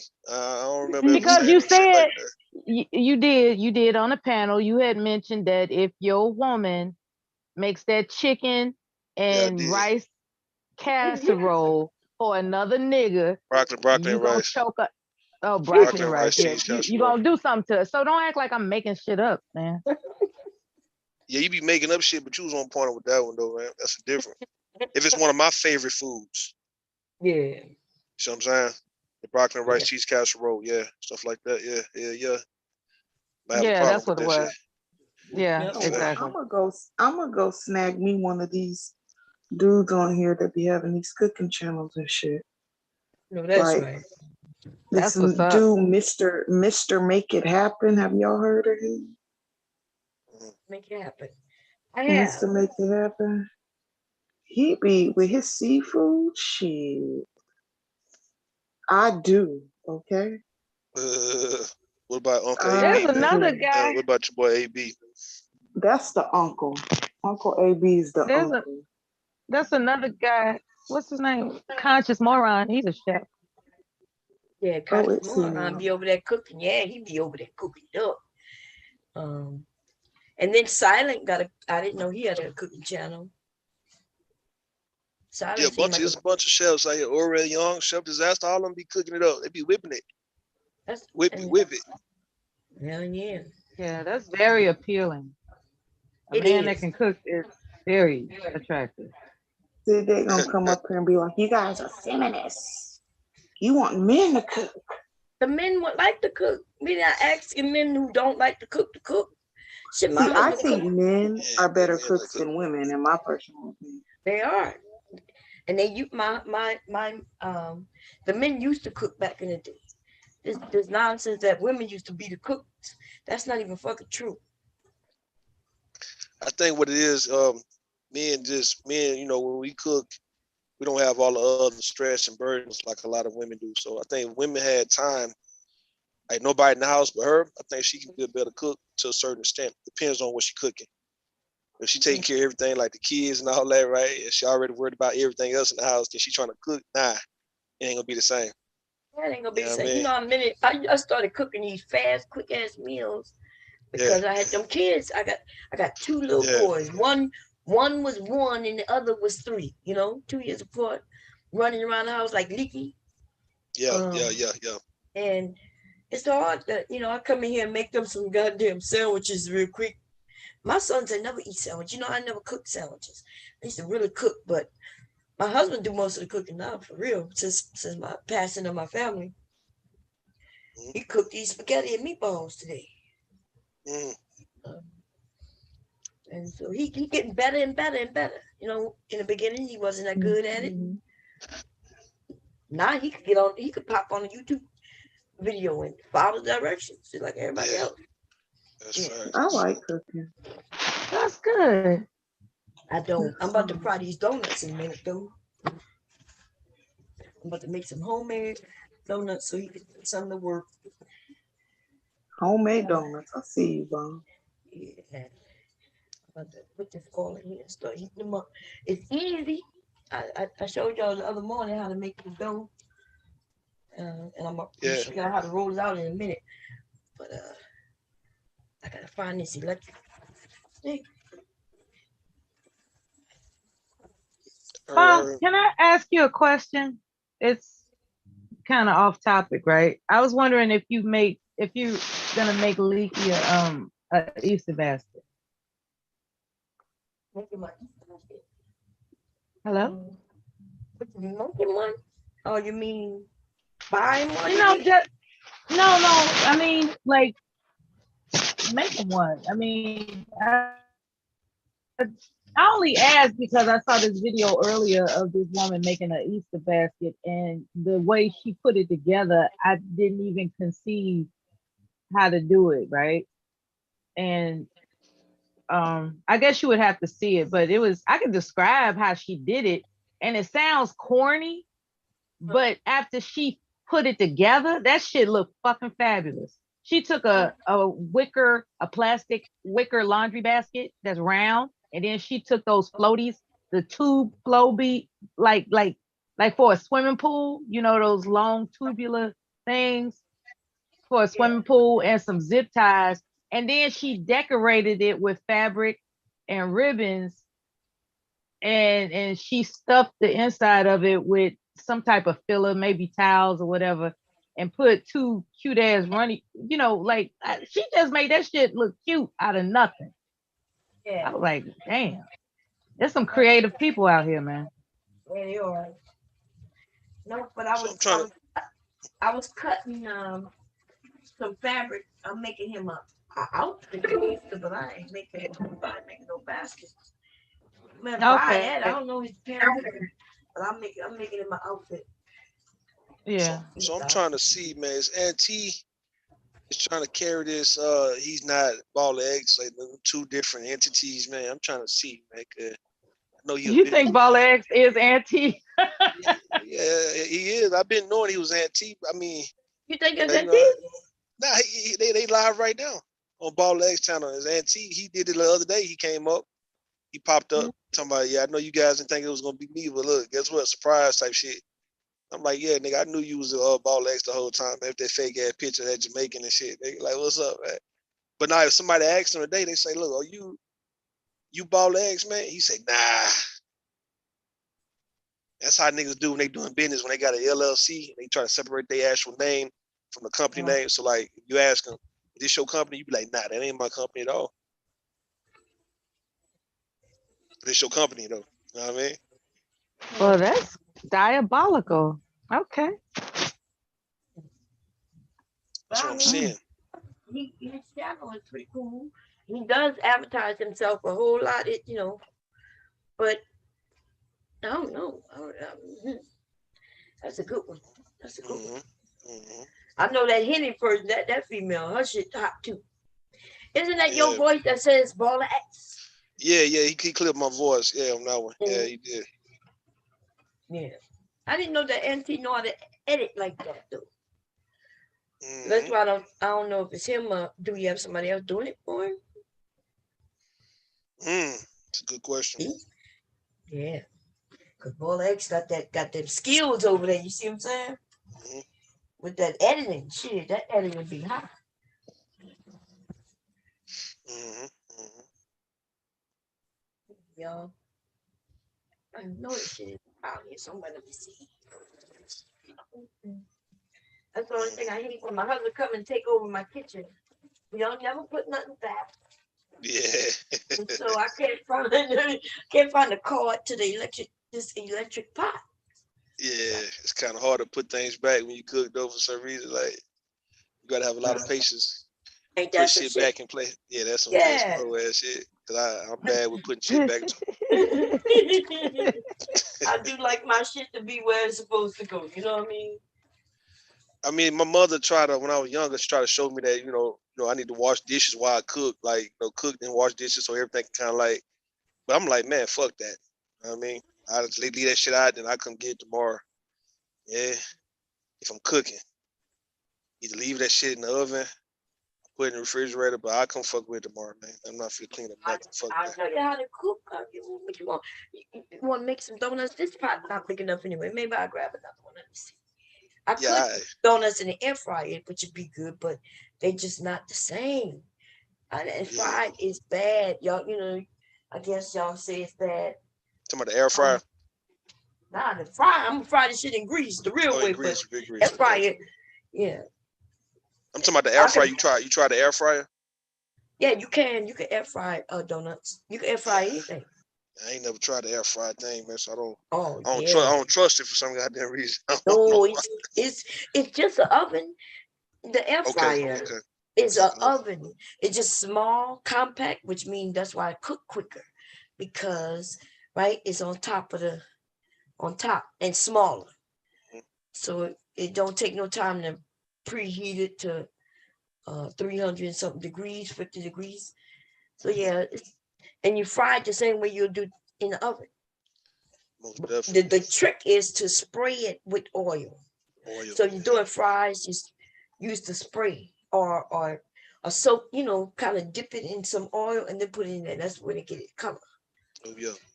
Yeah, so that's how you Now, I do want to ask you this question, Bum. I didn't get your opinion. I tried to get it from RBR. He didn't want to give me a direct answer. But in the case of this Supreme Court nominee, Ketanji Brown Jackson, all right, do you think the questioning, right? to her? Is it fair? Do you think that they asking fair questions, or they being a little too harsh? You think it's a little unnecessary? Yeah, this is unnecessary. They're playing with her. Most of the questions that I heard them ask her was not even real questions that they wanted her to Yeah. answer. They were just trying to make a point about a question that was asked to someone else. Like they asked her about, sexual shit. Because remember that they was accusing Kavanaugh, whatever his name was. Kavanaugh, yeah, Kavanaugh. Remember he was being accused of sexual assault back in the day. And so because he was questioned certain ways, they doing that to her. Even though she wasn't accused of sexual assault. No, they not. They're accusing her. They pretty much grilling her for not giving people longer sentences, right? Like, so she's, that was Ted Cruz and Lindsey Graham was really trying to get on her ass about that. I ain't like how they steady kept on badgering her with the questions, wasn't giving her a chance to really answer. The other ones was pretty fair. The other sentences was pretty fair, but those two, and Ted Cruz, he's not, he got a bad reputation out here in Texas, though. He's not somebody that's well liked. He's not qualified. Man. He's just somebody put in office. But yeah, for him to pretty much be bombarding her with all those questions, but not giving her a chance to speak. To where the chairman had to kind of let him know, like, look, man, you're not gonna let her speak. You're not gonna let her say anything. And then when he wanted her to respond, she wouldn't respond. Pretty much he wanted to move on. But I'm like, the times you've had her to answer, you could have just got it for the record if that's what you wanted. But yeah, you kept interrupting. Like, I see, it's like he was low key trying to help her. That's why it looked like you was helping her. They were trolling her. Questions. It was trolling. They were doing some trolling shit, right? That was some trolling. Yeah, I think it was some helping because, like, all right, well, you asking and then you interrupting like you don't want her to give the answer. And I think that's just gonna get her in. That's gonna get her in because she didn't have to answer some of that shit. So maybe it was a tactic, but then again, I don't think it was cool if it wasn't a tactic, right? I think you was really being a whole ass dude, man. For you not to be a credible senator, and we've been dealing with you for well over 10 plus years, man. Your ass is not. He's not somebody that's liked. People don't like that nigga. Like folks don't like Ted Cruz in Texas. They don't. Right. White people don't like him. Terms are coming up, so they could vote his crazy ass out. Yeah, they don't. They like the other John Cornyn. He's pretty. He's all right. The people kind of respect him, but Ted Cruz, Texans do not like that motherfucker at all. Hey, like they motherfucker want to kill that nigga, dog. Like straight up, they do. And white folks can't stand him, dog. They can't. They cannot.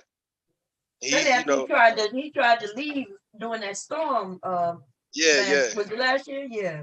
No, he did in 2017 when we had Hurricane Harvey. He did leave. Yeah. He left. He left the city. Yeah, I'm talking about he left and was in a whole nother country. A whole nother country. Yeah.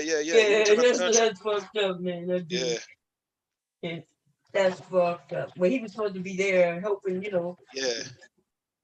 Helping the governor and the mayor. Yeah, he was. And yeah, then, he's not. Yeah. He just had a fight with somebody at the airport just this week. Damn. They had to call the police on his ass. Mm. He missed his flight.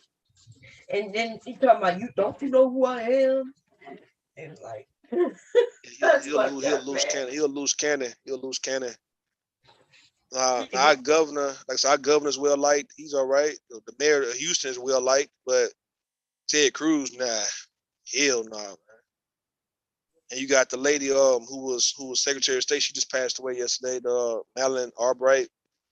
I'm just looking at the news, man. I mean, I ain't been watching news like that, but I really just wanted to focus on the woman, the woman who I think is qualified to be a Supreme Court justice, but was questioning. I'm like, it's like they was getting their rocks off. It kind of reminded me of some of these niggas in the manosphere, how they was coming off like, yeah. That's exactly what it reminded me of. And Cory Booker did a damn good job and really just speaking this piece and appreciating her for what she is, right, and who she is, and how this is a trailblazing moment. And yet, it was emotional. He stole the show. Like I say, the Ted Cruz, the chairman was fair. He was fair. Old white man, he was fair. But I'm looking at the whole, you trying to grill her about this, child pornography and stuff like that. Like, she's not a co-conspirator. She's not in on it. She's not in conspiracy with that to where she might not want to necessarily give people 30 years off no shit like that. So they was comparing her giving somebody 57 months, which is like a little less than 5 years, compared to giving 97 months. Like they want people to throw the book at folks.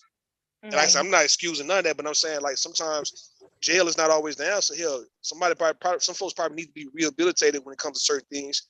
But on top of that, yes, jail is an answer. But then if you got folks registering after that, that's enough punishment right there and now. But you put that on her like as if, you know what I mean? Like she ain't dealing with a whole bunch of cases, you know what I mean? To be, you know, she got so many things she's dealing with as a judge. Right. You get what I mean? There's laws on the books, right? That they tell you how many years to give them. They got some mandatories where they got. Yeah. So if they didn't like the time that she gave, that means they need to change the laws. Mm-hmm. And so she, you know, I guess it depends on the situation, but why would you want to put somebody in jail forever? Forever. Depending on what they, you know. So I don't know, but Now, they was talking about some child images, not videos, but images, which is wrong. But what I'm saying, don't grill you grilling her about that. You see what I'm saying? Like as if she did it, right? Yeah, like if she did it and stuff, like you want it, And even real deal saying in the chat, he's saying she isn't qualified. She can't even define to you what is a woman. Come on, real Oh my deal. God, are you serious? So they asked her what is a woman. She didn't think they were serious about that. Like, and then you got to be careful how you define it these days, right? Because we got transgender women. Yeah. And so she was smart by not answering that. Yeah, real deal. I'm trying to see how you saying she's not qualified to be a judge, to be a Supreme Court justice, because she didn't answer that. Like, that don't make no sense. What you just said, that woman been working in that for other judges for years. Justice Roberts. Yes, everybody there know her. Yes. Yo. So she's very qualified for that, but it just seems like certain and her professional demeanor is impeccable. The way she was able to keep her cool without getting a quote unquote black woman attitude, that was impressive. Because Lord knows, I would have just. No, you wouldn't. No, you wouldn't, Mella. No, you wouldn't. I'm still trying to figure out like what the black woman attitude is. Yeah, what I'm saying, like any one of you ladies would have been in that position. You guys would have known that everybody's looking for you to get pissed off. You would have never got pissed off. That's what I'm saying. Right. No. I'm saying you, Mella. You would have never got pissed off. You would have answered the questions and kept your composure too. You would. Absolutely, because I know what it is to be a professional. I'm just saying that it's not easy to maintain your composure when you're in that environment of scrutiny. When you're in an environment of scrutiny where something you're trying to attain is on the line, it is very, very pressure filled. And I'll tell you how I know she was experiencing pressure, because she kept saying, you know, like she kept doing that. And I know she knows how to conduct herself when she's speaking, because I've heard her previous dissertations. What I'm saying is, if you talking about her being bombarded, when they was grilling her, that's what I'm saying. You talking about her being grilled compared to her being able to answer the question. If she would have had time to answer the questions, she wouldn't have been saying no at all. If you listen to if you listen to the segments where she was being grilled, she was very intentional about how she responded. And she did that by pausing, and in between the pauses, she would let out the word and a lot of people do that when they're nervous. A lot of people just do it without being nervous. Yeah, folks say a lot. Yeah. It ain't got nothing to do with but like nervous. Time after time after time after time. Yeah, no. Understand that the question, like a lot of them wasn't treating her fair. Like they weren't giving a chance to really answer. Yeah, so yes, she was under pressure. But that doesn't mean that it's not. I don't want you to look at it like she's under pressure, like she can't take them kind of like moments at all, right? It was simply, if she would have had a chance to answer it, I don't think she would have ever said I don't think she would never say that. She would have actually answered the questions fluently and kept it moving, right? But they never really gave her the time. And you got somebody badgering her like Ted Cruz and Lindsey Graham, man. You know what I mean? That's enough for anybody to be like, well, goddamn, are you gonna let me answer? It kind of reminds us how we on the panel, we had a conversation. We like, well, damn, you gonna let me answer the goddamn question or what?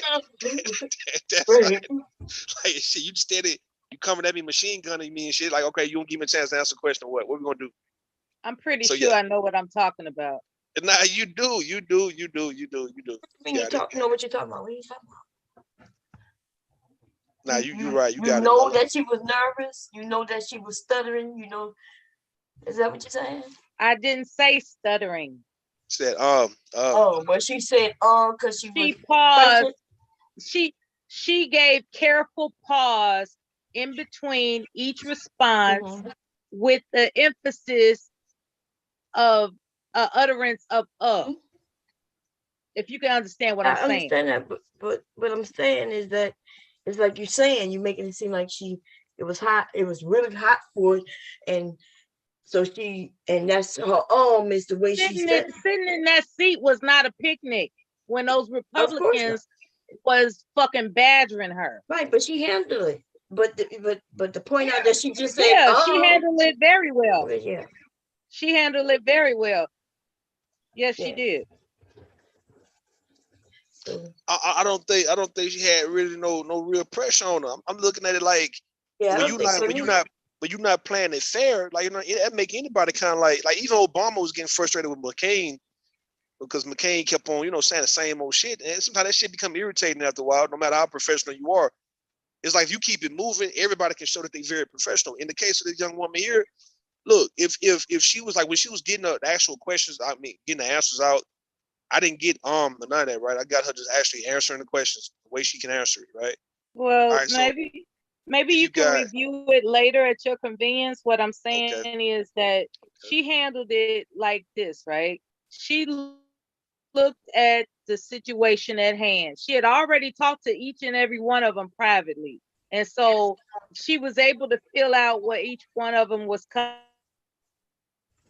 from. And some of them probably gave an indication that they were going to be soft on her, and then they flipped the fuck out. And then others probably gave an indication like, we're not going to make this easy. And then next thing you know, they're giving her extra compliments. So what she was sitting there doing was she was basically handling everything that was coming to her in a way that required constraints.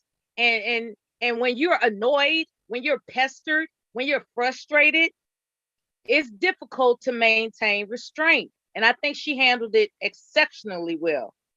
So why you mentioning when she say then? Like what's the point of you mentioning that? I'm just the type of person that knows what to look for in certain things. That's just me. Now, I agree, but like what's the point? Listen, what's the point of mentioning don't say because she gonna think that you on the country. Yeah, what I'm saying, Mella, what's the point of mentioning that she was saying, if you feel she carry herself and handle herself very well, like in that type of pressure, like it was probably it was probably a self-serving reason, to be honest with you, because nobody really gives a fuck. I'm serious, when you point it out, it's like really nobody gives a fuck about that. Like who is attuned to that type of fucking detail when somebody's speaking? Nobody. So nobody gives a fuck. So I was probably doing it for self-serving reasons. You got God damn. I think somebody in the chat want the link, Bomb. Oh, okay. Yeah, Mella, I'm not finna fuss with you. No problem. 356. I'm gonna I wanted to ask Bomb, like, what's when you usually pin the link, if you don't mind me asking, is it a different email address that you have to do that under? I just need to be under the right account. Because if I get Zoom, okay. Yeah, because I'm been wondering about some future endeavors. So you get Zoom what? And I want it to be smooth when I do it. I've been thinking about starting a channel, but I want it to be smooth when I do it. I don't want to be like clumsy and shit on my debut. You know what I'm saying? So let me ask you, Mella, if you was the Supreme Court nominee, right, and Ted Cruz was grilling you, like how would you have handled Ted Cruz when he wouldn't let you answer? What would you have done if he like kept on interrupting you when you was trying to answer? How would you? I'll tell you where I would have fucked up. All right. I tell you where I would have fucked up. I would have never called him senator. I would have never did that because of the type of personality that I have. Like if Ted Cruz is grilling me and I'm pissed off, thinking to myself, you ain't got to do it like this. I would have never said, well, Senator, but she made a concentrated effort to address everybody that questioned her as senator. That's protocol. That's what they titles are, right? Yeah, that's protocol. That's So the way. it's like No. Wait, no, God damn it. No, y'all not gonna do this. If you look at some of the other hearings, the nominee doesn't address everybody as senator unless they think that it's a friendly exchange of information. But she addressed everybody as senator. Nah, Mella. Okay. Stop. Okay, That's no like problem. saying, Okay, that's whatever. like just reference somebody. That's like just saying Mr. or Miss. You know what I mean? Like no matter if you mad with them, if you in a situation where you giving them their formal title. I'll give you an example, right? What's up? I get it. That's what I'm saying. She spoke to them formally. That means that her professionalism is impeccable.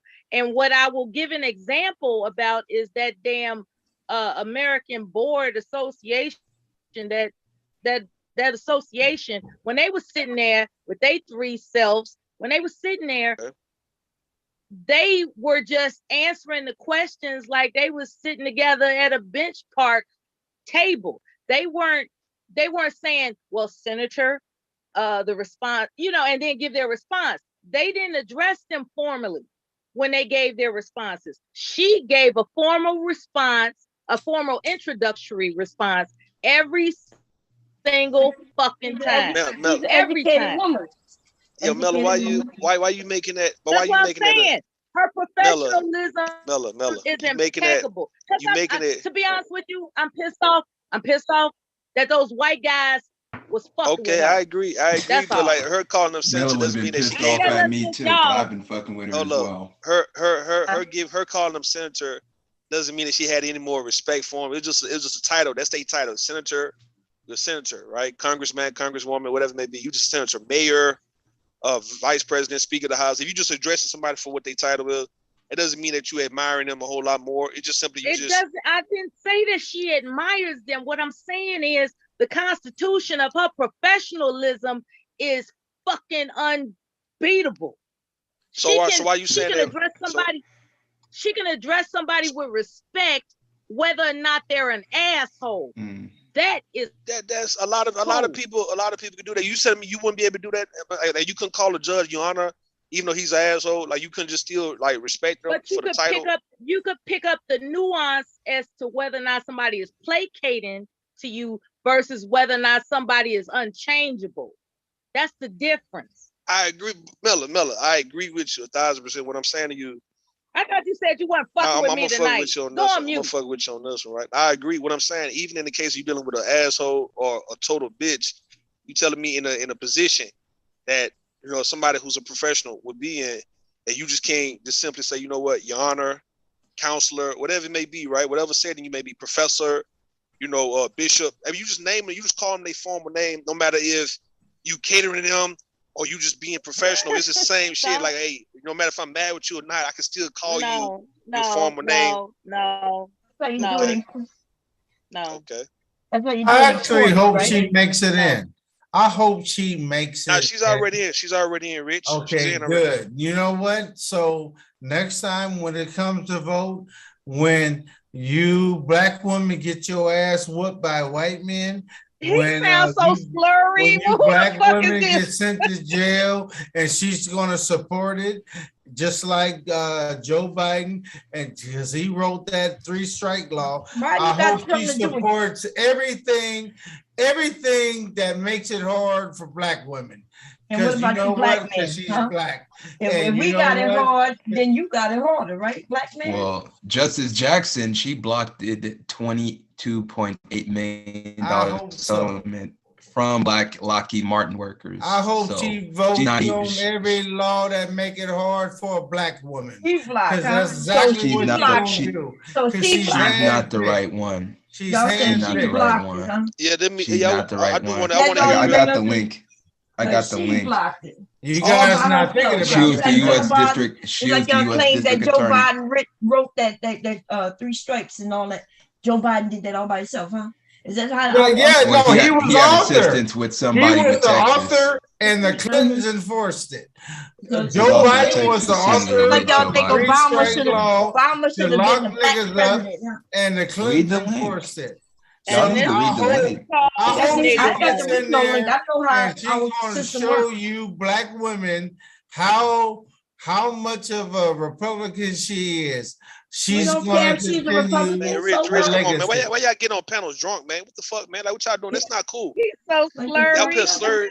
They But nah, it's a real deal, real deal. So, do you disagree with her actually No. being a possible, nominee?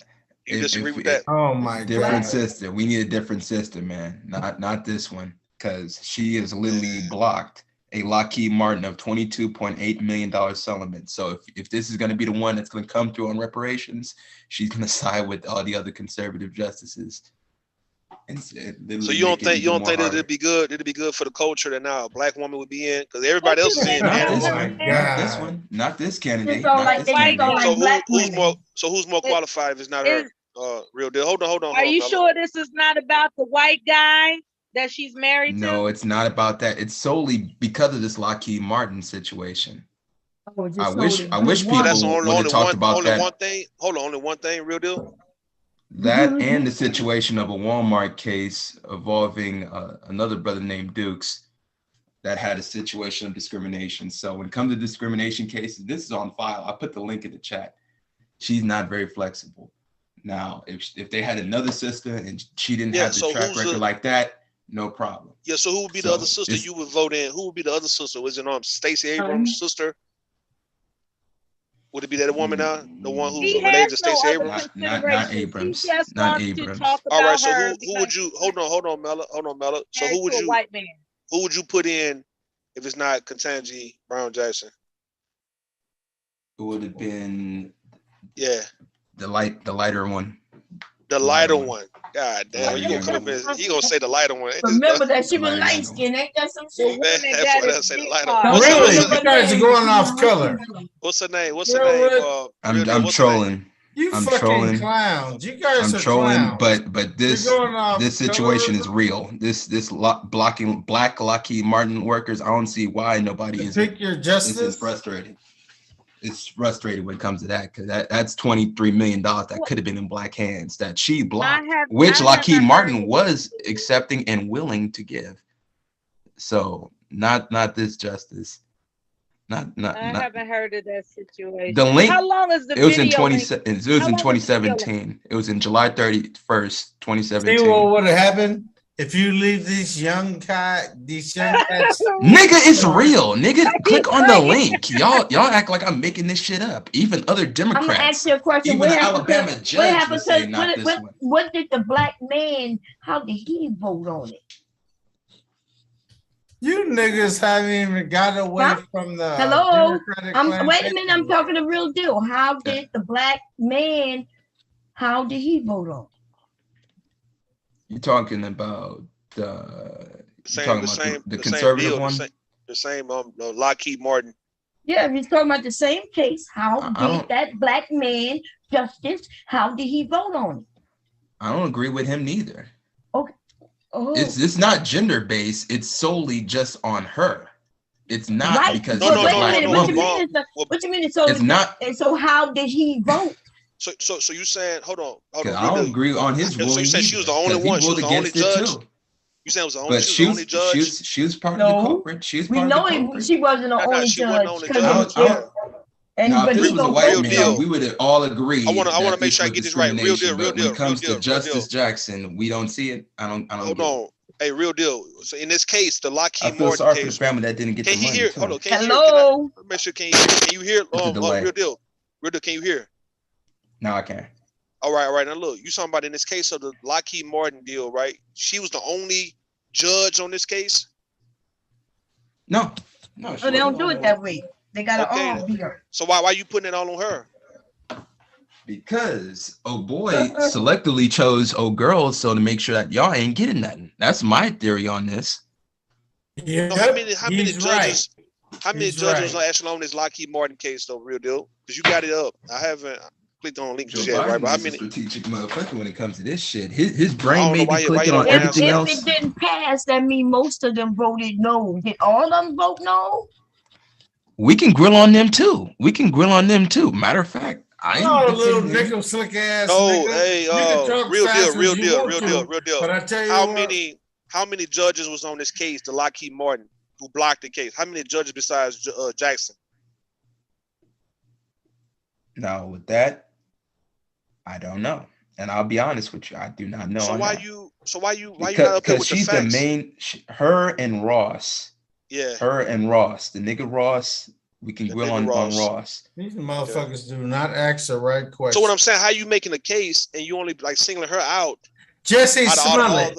Jesse Smollett. What did Barack Obama do for black people? Hold on, Rich. Jesse Smollett. Now listen, No, listen, come on, you real little deal. Jesse Smollett looking motherfucker. No, hold on one What time. Why did can't we Barack have a do for black conversation? folks? You know, we was having a No, conversation you a before. nickel slick motherfucker. Okay. You talk. All right, Rich, you tripping. Rich, come on, man. God damn, bro. You tripping already. Rich, so you gonna have a conversation or you up here to troll? Because we really having a conversation. I'm not here to troll. These motherfuckers are talking. And they're talking fast. So I'm trying to ask real deal. I'm trying to ask real deal. Why you just focus on Justice Jackson out of all the other judges involved in this Lockheed Martin situation? Because she's the motherfucker that's being sworn in. We don't know nobody else from that situation except her. She's literally the person that's going to be sworn in, and she's going to be the one that's going to affect women's rights, abortion rights, situation of racial injustices. She's going to be the one. She is the most important one. But the way you she's the most important one. They got like other justices. She's on the vote right now. No. It sounds real. Because I wouldn't have a problem if it was a different judge that was a black woman. She don't have to be conservative. She don't have to because I'm more leaning of conservative. If you can hear a bias, it's not a woman bias. Can I speak? I'm not speaking on it's a woman bias. I'm speaking more of a conservative versus liberal bias. But even other Democrats that were judges in her area said that this is not a good look. Because they're going to bring up the Lockheed Martin every single time. Yeah, but she wasn't the only one, man.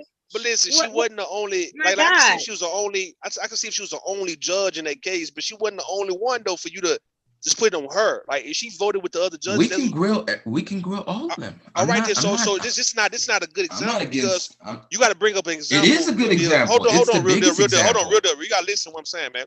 Show us give us an example of her doing some shit like this by herself, not with other judges, man. Get by herself, man, so we can kind of look at you and say, you know what? Well, damn, you might have a point, but not if she got 5 other judges on the same thing with her, and she voted with them. Like I don't know, man. It's just it's not good enough for me to go for why you say she's not qualified. She's not the one to put in. You got to give us some cases where she was ruling by herself. Okay. All right, can you find some? We're gonna find that right now. All right, cool. We're gonna find that right now. Give me some time. I think he just being a hater. No. Mela. We want him to find it. Respectfully. We want to find before you get going. We want him to find it. I need some cases where she was ruling something like she blocking $22 million, $50 million, $100 for black people by herself. I just want to see that, man. Yeah, I might can entertain what you're saying. Because I don't think it's a problem. I think it's about time for a black woman to get into the Supreme Court. Because it's everybody else done got a chance. White woman, white man. I've seen these Italians and Hispanics. My argument is just not this one. That's all. You got Thurgood Marshall. More than qualified. She's more than qualified. That's the thing. She's more than qualified. Now, bomb hit on the head. It's the fact that she's married to the white man. That's it. No. Yeah, that's it, man. That gotta be not with me. No.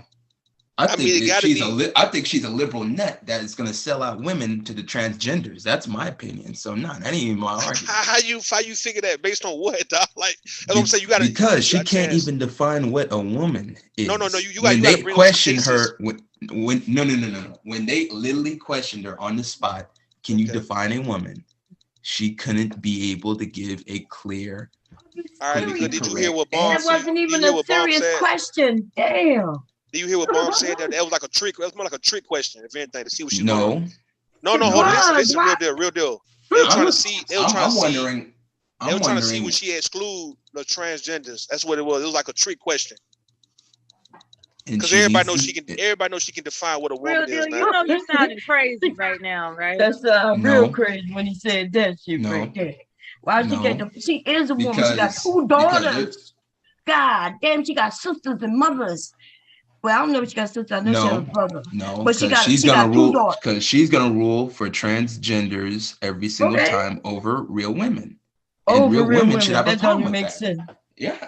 I don't see how nobody else can see it. If we don't have a problem with it, then you shouldn't.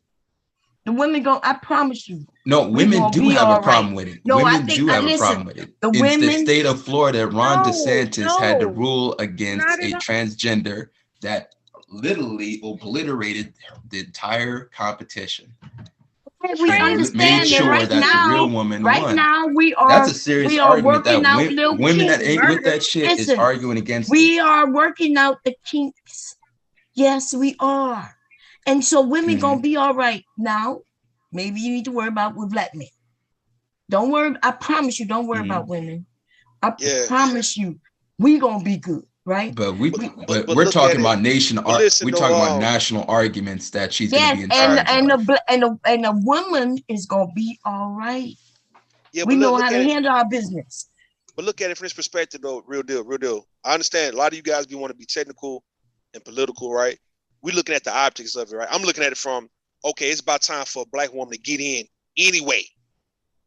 That's what it is, right? Like whatever issue you might have, I might have the same issue with her too, right? But I still would like to see a black woman get in because it's about time, since it's black men have been in, it's about time for some black women to get in. It's just what it is. Now, all that other stuff, we'll worry about that later on. If you happen to be right, we'll be like, well, damn, in 5 years, we'll be like, well, damn, that Real Deal financial guy, he was on point about this Jackson woman. But right now, we want to just get a black woman in because it looks good for her to be in anyway. She's damn so qualified just based on her professionalism and her career, her look. She's qualified to be a Supreme Court justice. So she can't be no more dirty than anybody else on that goddamn roster. Right. Like, come on, man. Like, exactly. If you think she's better than, if you think she's not better than Sandra Day O'Connor and Ruth Bader Ginsburg and all them, and Sonia Sotomayor and all them, you're sadly mistaken. They have done some things too that probably wouldn't sit well with you too. So we just want to see a black face now to go along with Clarence Thomas. And that's going to be, pretty much progress, bro, for people. It's good to see that for young children coming up. You're seeing, okay, black people in the Supreme Court. It's encouraging. Yeah, it's encouraging. So all that you guys be so technical in the details about what these person did. I mean, that's understandable, but look, it's pretty much like, man, fuck all that, man. If we talking about black people getting on these levels and getting to these positions, and we want to see your ass get in that position, man. Whether you judges, CIA directors, FBI directors, man, we just want to see your ass in there. Police chiefs, go on, get in there. Governor, go on, get in. That's it. And it's up to black people to not necessarily do things that's gonna, play into. Yeah. We don't want to play into. Let's say if Kamala Harris was known for locking niggas up, well, it's time for niggas to stop doing crimes. Then black men need to stop doing crimes, so a black woman got to lock their ass up. You know what I'm saying? That's how I look at it. Like, all right, stop committing crimes, then, nigga, because she'll lock your ass up. That's what I'm saying. But it's good to see Kamala Harris as a vice president. Fuck all that other shit. I'm telling you what I do know. The other races of people do not sit around and be bickering about, yeah, man, this is what so-and-so had. This is a track record.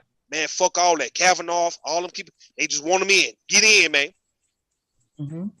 See what I'm at? Right. As long as she wasn't caught for doing something like atrocious. Oh, yeah, exactly. Let her get there. Ruling, and we don't even know the specifics of the ruling. So, so if she blocked something or denied it, she didn't do it by herself. And even if she did, maybe there's something about it that we need to know. That's what Real Deal got to find out. He got to find out the cases that she did by herself that we all could disagree on. But he can't mention a case where it was a whole bunch of judges was on the same case. He can't. Yeah. Well, my little thing right here is, how do you feel about her rejecting a challenge to regulate acquiring labels specifying the country of origins of some meat?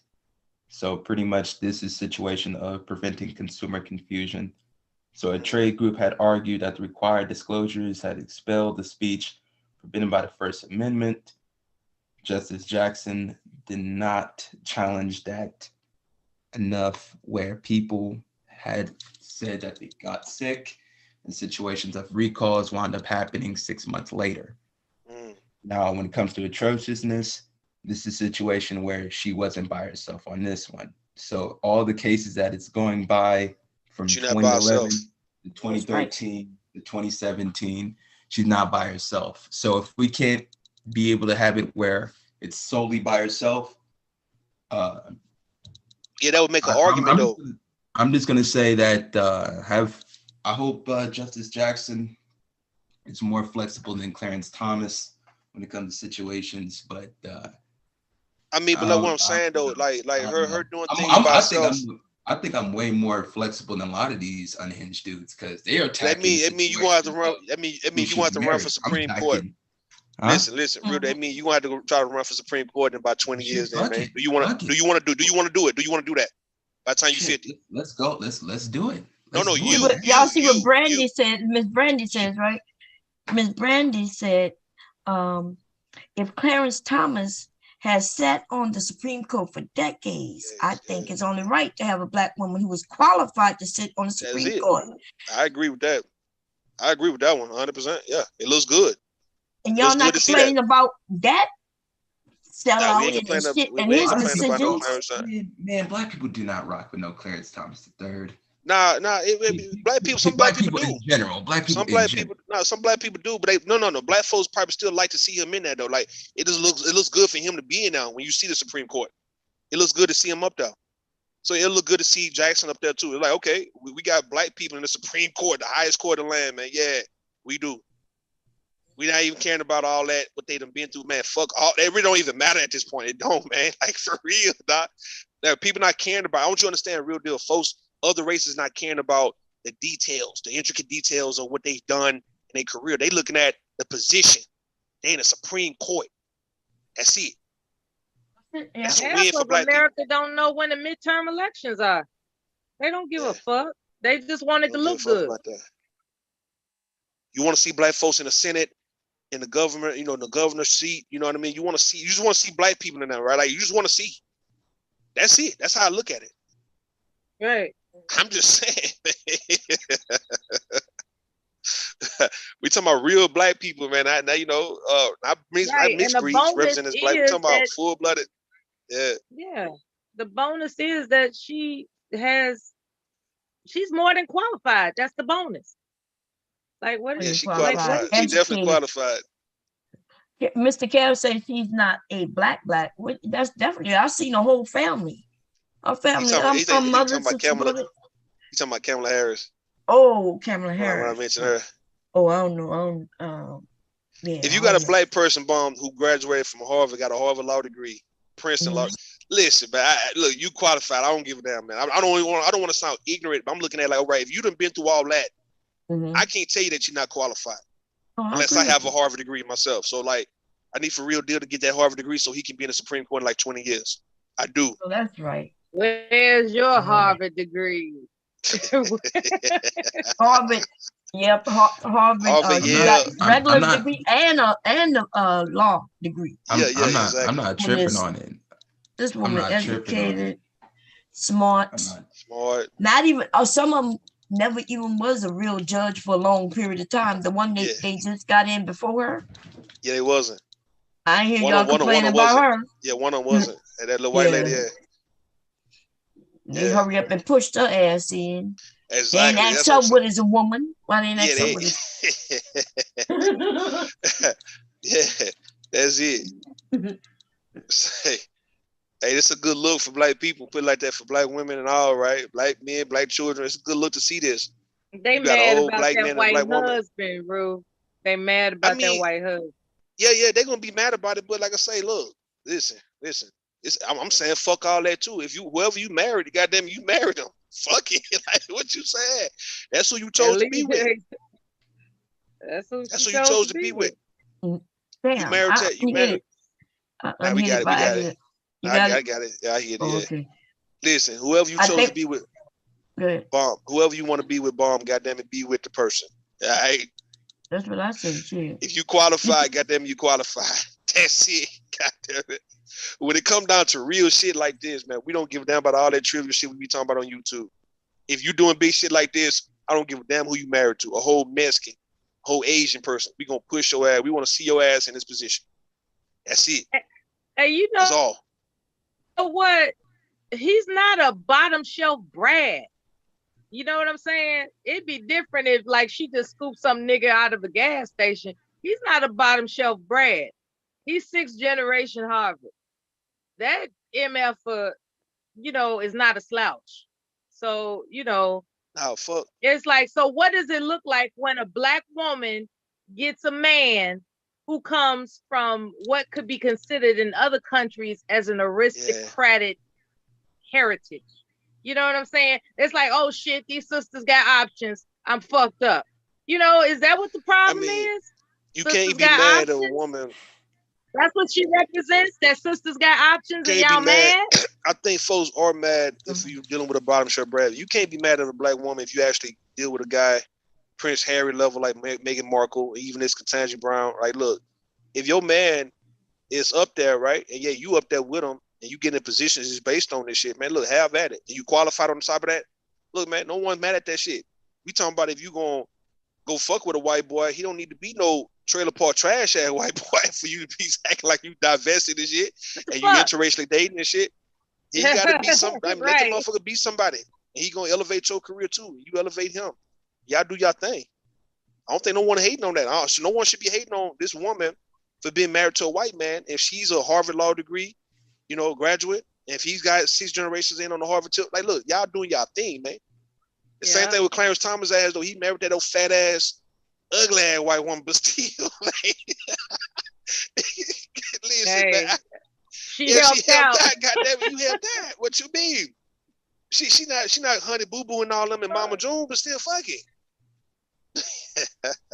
Oh man. I'm just saying, man. Let me upgrade you for real, okay? Hey man, if it's gonna be a lick, if it's gonna be a lick, if it's gonna be an upgrade, man, I don't think no one should be mad at a Black man or woman for dating out. If it's a lick, goddamn it, hit the lick, man. Fuck it. That's it. You know how they say, hit the link, hit the lick. Hit the lick, man. Hit the link and hit the lick. Hey. God damn. Let me upgrade you for real, okay? That woman making history and people hating on her. That's crazy. I don't think Black folks should be hating on this one. Not at all. This not the energy. Get us some good energy right here, right? Ain't no hate for this woman. This woman up here, she doing her thing, getting grilled in front of people. She's not breaking no sweat. She's not up there crying. She's not up there really moving nervous. All right, man, let that woman make it. Let her get into the Supreme Court, bro. Let her get into the Supreme Court, Black folks. And you guys cheer and you clap for her when she gets into the Supreme Court. It's that simple. What the fuck, man? Like, we ain't having no argument about this shit. It's no conversation. It's an easy decision. That's the easy decision right there. I don't give a fuck how much lot of you. In real life, people are clapping. People are clapping. Niggas in the barbershop is clapping. So yeah, in real life, in all unison. So we need you to clap. I need you to clap, real deal. I need for you to clap right now, man. We'll see. We'll see what she does. We'll see what she does. Now we talking about the fact that she already got this far. I don't fuck with Clarence Thomas III neither. I don't fuck with Kavanaugh neither. So it don't even matter though. Listen. It don't even matter, man. Unless you telling us you're gonna go and apply, you're gonna try to run for the Supreme Court in 20 years, man. Then it don't even matter what you're saying about them, man. Like for real. Not right now. We talking about some Black people in the Supreme Court, man. I don't give a damn. I'm not saying we desperate. I'm saying fuck all that, man. If you got Black people making it up to them levels, we talking about like a attorney general, you an astronaut, man. You a motherfucking president, vice president. You a CEO of a company. Whatever it may be, man. Whatever you doing, like I say, police chief, governor, senator, congressman, congresswoman, man, I don't give a damn about all that. If you made it to this point, all that shit. Mayor of the city, man, if you done got to that point in your life, alderman, whatever it is that you are, if you made it to them kind of like them levels, man, we need to push ass on in and out. Fuck that. You in, man. I don't give a damn, nigga. I don't give a damn what your history is. Unless you just on some bullshit. Would be pleased. Yeah, man. We The just pushing you in. ancestors would be pleased. So what's the Yeah, problem? they have it. They have it. You know? Push them in, man. When black people get to them levels, push their ass over the top, man. That's it. Don't even start asking no question about trying to be technical. Fuck being technical. Their ass and got up here, push their ass over that, man. That's what we gonna do. Cause a lot of us ain't giving a damn about being a Supreme Court justice, none of that shit, right? So the ones who are, yeah, we got you, little mama. We got you, young man. You got it. Mm-hmm. That's yeah, simple. I like what you're saying. That's there you go. You know, when they write in the books that somebody is historical and they look like us, that's a win. That's all I'm saying.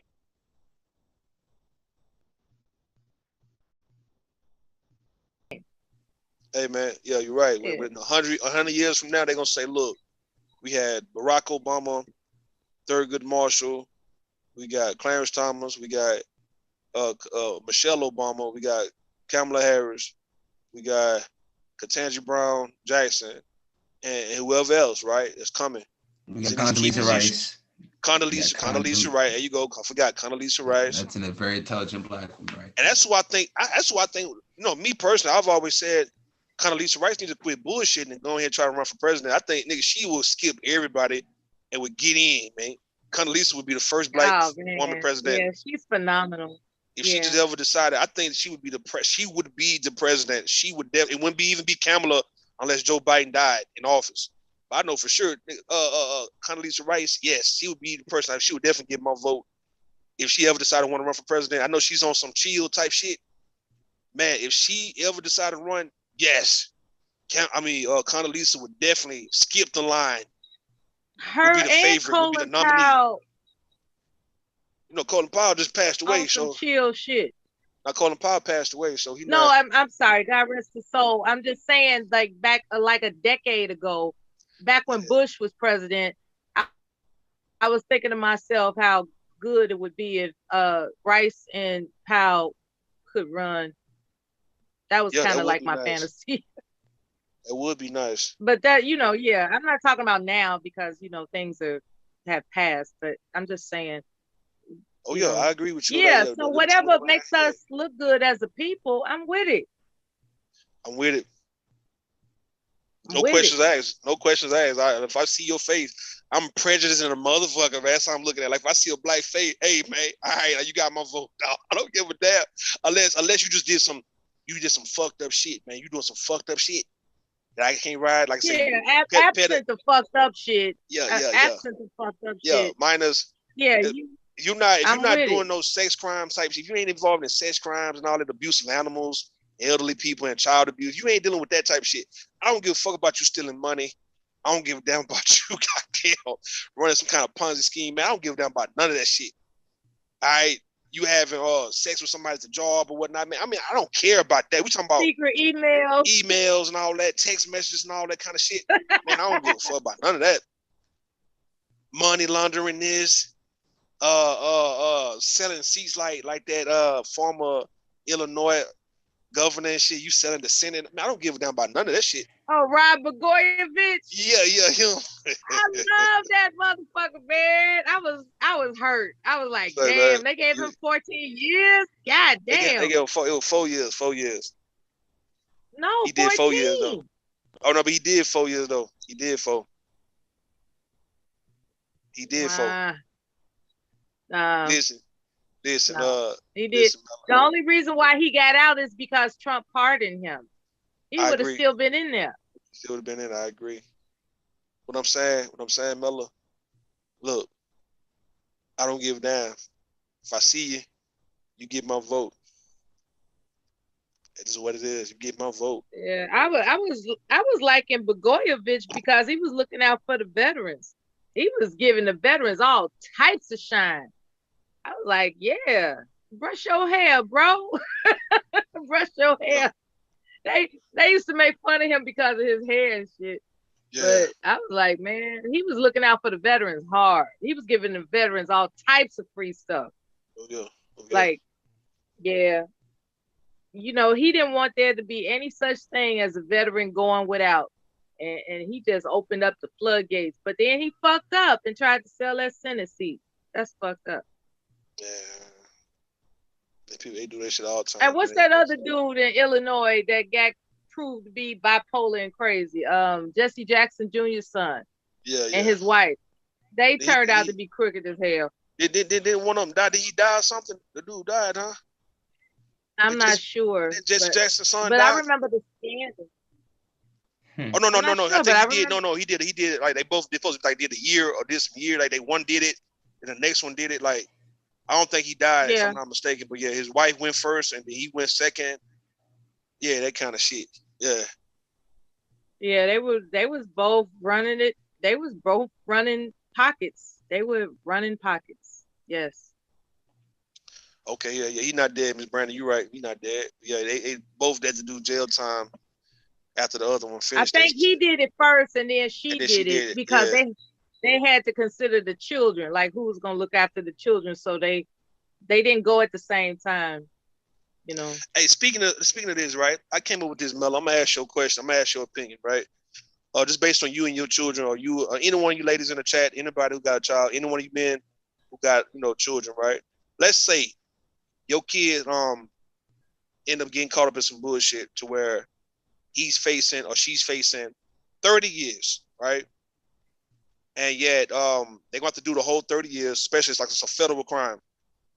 But the judge give you a proposition, tell you as a mother or as a father that, hey, if you were to do 5 years with your son or daughter, they can get out in 5 years with you, and then everything will be dropped. They ain't got to do 25 years probation, none of that shit. It just be dropped. I'll do it. All right, then. Thank you. I'm glad you said that. I damn sure would do it in a heartbeat. Man, I'd be out this motherfucker. Look, I'd be in. I'd be mad. I'd be pissed the fuck off. Say, man. I'd be, look, I'm finna go give me some sleep. Fuck this. I'm about to go give me a rest. I'd be out. Look, I'll see y'all 2028, I'd 2027. Oodles and noodles trading motherfucker. I'm finna get fat. I'm finna go in there, bitch, get fat in the motherfucking carbs swole. all day. Yeah, I'm getting swole. I'm gonna come out this bitch swole on y'all love. You ain't have me back. Yeah. Motherfucker yeah, come back swole.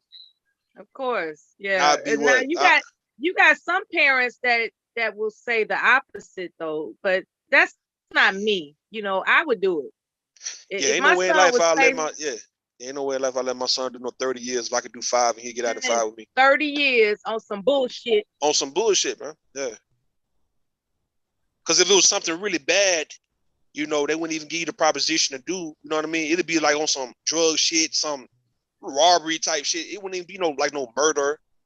You know what I mean? So where he just had to go and do life without parole and shit. We talking about just simply, they just trying to throw some shit at him. And they saying, yeah. You as a mom or as a daddy, if any one of y'all want to do 5 years with him. Selling Senate seats. Yeah, selling Senate seats and all that kind of shit. Ponzi scheme, this, Bernie Madoff shit. Insider trading. Insider trading shit. Martha shit, you Stewart. got Club Fed. Yeah, Martha Stewart ass shit. Club Fed. Club Fed. Exactly. Man. Of course, at your prison. Now, how is it that somebody like Martha Stewart can go to jail? Martha Stewart's getting money on them hoes, man. What you mean, man? She was bankrolling. But she ain't the only one that pulled Melly, that. You talking about She's Club not the Fed, only one that did that. That really in jail though. That really in jail. Sometimes Mello, like somebody can be the fall guy, even though you may be the big dog. You might go sit down. Like, how many years did she do? She didn't do that many years. No, I think it was 18 months or less. I think. Yeah. That ain't nothing. They ain't nothing compared to. They always probably facing 50 years, like Bernie Madoff. 2 years house arrest. Yeah, Bernie Madoff will never get out. What's up, Mr. Kevin? What's up? Hold on. Hey, Mr. Kev. The Gossip magazine said Martha Stewart was stealing spices and ketchup out the kitchen. I was like, damn. Man, they had Martha Stewart in her own little suite. Like, you ever seen the movie Bugsy? You seen the movie Bugsy with Bugsy Siegel? You ever seen the movie Bugsy with Bugsy Siegel? I with Warren saw Beatty? the picture where he had his own like brass bed. His own, yeah. And a table with some linen cloth. Yeah. And I think it's another candle movie. Opera in that bitch. I think it was another movie with DMX. Yeah. Was it X and Wounds? I don't know. It was with Chief McBride. He was in the prison and he was had his own little suite and shit. And he had his bodyguard with him. And he was I think that was, I don't know if that's X and Wounds or whatnot. But also on Goodfellas too. Goodfellas, they showed it where they was had like their own little spot downstairs eating lobster and shrimp and all Yeah, that that kind of was the shit. movie with DMX and Jet Li. DMX and Jet Li. Yeah. That excellent ones, ain't it? Yeah, so the ones who making money, even Pablo Escobar had his own little suite. So the ones who got money, they going to prison. They not living like a real prisoner. They ass got their Mafia own little, families. yeah, the mafia dudes. families. Yeah, them guys not living like they not living in general population, man. They got their own suites. You got Club Fed. That's Club Fed. Club Golf Fed, course. Golf course. Entrees. And they make those arrangements before they go in, especially with the feds. Mr. Kevin, you didn't answer the question in the chat, Mr. Kevin. Mr. Kevin, what would be your answer, Mr. Kevin? What's the question? If you had to do 5 years with your child, any one of your children, so they won't have to do 30. You do 5, they get out at 5 with you. Everything drop. I'll do. It depends on what it is, but if it's some bullshit, probably so. Yeah, it's kind of like, well, it's kind of like Ray Nagin, our old man in New Orleans. Yeah. You know, there was either you go take the charge or you go give up your 2 sons. And he got convicted on 19 counts of fraud and stuff like that. Yeah. But they really wanted the sons, you know, but you know, they had to go through him to get the sons. So the sons are out. I seen one of the sons last week. They go in a little restaurant in New Orleans. So in that situation, that's different. But he had his sons tied up in the shit that he was doing with that granite countertop. And then what was happening was he got the deal from one of these white boys in Texas who pimped his ass, and he put his sons on. The business was in his sons' name. So they really wanted to get the sons too, but he also was gonna get kickbacks of so many thousands a month and a few million after a year. So it was disappointing, man, you know, because he had the opportunity to be a great damn person. Because at the limelight on him after Katrina, he this motherfucker come up corrupt. Man, I told you a while back about this corruption shit, man. Mr. Kevin, if you was a police chief or mayor of the city, and you dealing with people in the city, and they giving you 30 bands, man, a month, just to be quiet, man. I mean, would you view that as corruption if you took the money? I'm gonna say the same thing I said. You cannot play with federal money. Niggas need to learn that. Okay, you're right. Like, you know, federal money in the month, they coming, man. You know, you don't even want to play with that. You know, like not on that scale because it's too easy to track. So we talking about statewide, it's wide open. No, I'm talking about like if you was protecting drug dealers or whatnot, or people who, you know, doing illegal shit, and they give you money to kind of like look the other way. That's considered to be corruption. What I'm saying, like, would you take the money, or would you just go based on your ethics and your morals? I wouldn't take it. It's still because it's still high profile. They can always go back and look at that case. Okay. And then what if you're running for Supreme Court? Okay. Yeah, that. Ain't like I'm beyond doing a little dirt, but if it's gonna be like that, I ain't trying to fuck with it. I just seen too many officials get busted with that same shit. All right, speaking to the Supreme Court, do you think this woman let me ask you a question Brown, though. We had a dude named Oliver Thomas who was on City Hall and City Council. He got convicted because he sold a parking lot. He took a $10,000 bribe for a parking lot, which is right there near the Superdome, which is a lot of revenue, right? He could have did that for anybody. Could have let the boys club have that lot or some, you know, community group, but he sold it to some Indian folks. Now he went to jail, came out, and this motherfucker ran again and got elected again.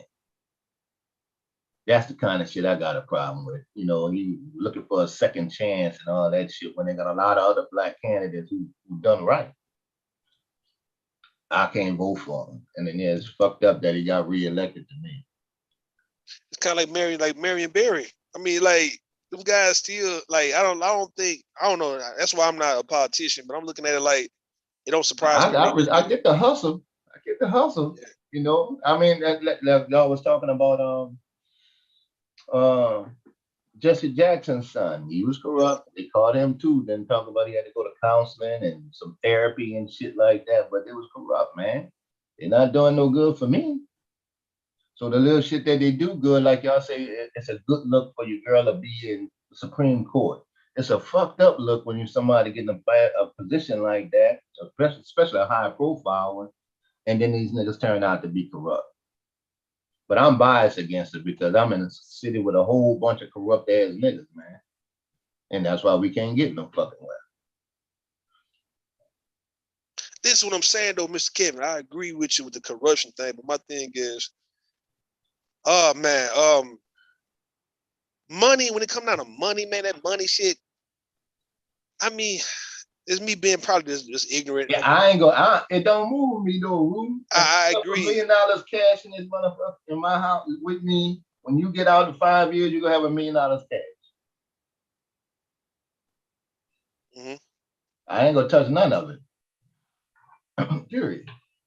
So the corruption ain't gonna move me like that. I guess maybe because I'm older. Maybe in my younger days I'd have took the shit, but I'm older now.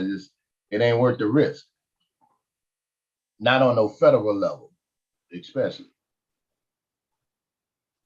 I mean, you doing the right thing. You saying the right things, man. I'm just looking at it. I'm trying to look at it from the people who actually get caught up. Like, hey, it made sense. If motherfuckers was giving you money, bribing you or whatnot, man. I mean, right, come drop 100,000 cash and say going out of court. You know, we need to find a loophole. And judges do that shit all the time, just like they did for Amber Geiger. They was trying to let her get off. You know, they withheld shit. A judge can withhold shit from the jury, you know, decide what to let in. That's why you see some of these cases like, how this motherfucker get off? Well, all the evidence was there. But what I'm saying though, Ms. Kevin, like if it's not, it's how I look at it, right? Like if people are doing corrupt shit, doing crooked shit in the city, if you're not doing sex crime shit, right? Child type, like, you know, just really that type. We talking about if you selling dope, moving dope, man, you know, fraud this. If y'all doing that kind of shit, then I think you guys will owe somebody, man. You need to owe somebody in a higher position to keep them off your ass, though, for one, man. If y'all just out here doing y'all little thing, we ain't talking about harming people. We talking about just whatever it may be you doing, man. Little side hustle shit, man. Yeah, you owe something. You need to have some police officer that you fuck with, man, that you give money to, man. He not extorting you. You just giving him to keep him off your ass, man. Like you shouldn't just think you can do shit like that and making all that money. Yeah, you got folks who are here to protect and serve and all that, right? And they got these positions of power, and they not really making as much money as a so-called quick drug dealer. Yeah, yeah. So I'm saying, in the case of you being a mayor, Mr. Kev, you was a mayor of the city. If you got some people that you knew from when they was little, and now they happen to be, you know, 20, 30 some years old, and they making some real good money. I mean, them guys need to give you some money, man. Like, this is what it is, though, man. Some guys need to stop playing with you. And I know if I was a judge, I wouldn't want to see some of my old partners come through there like, nigga, you put me in a bad position, bro. That's bad position, yeah. Right. They give you some goddamn money just in case if they ever put you in a bad position.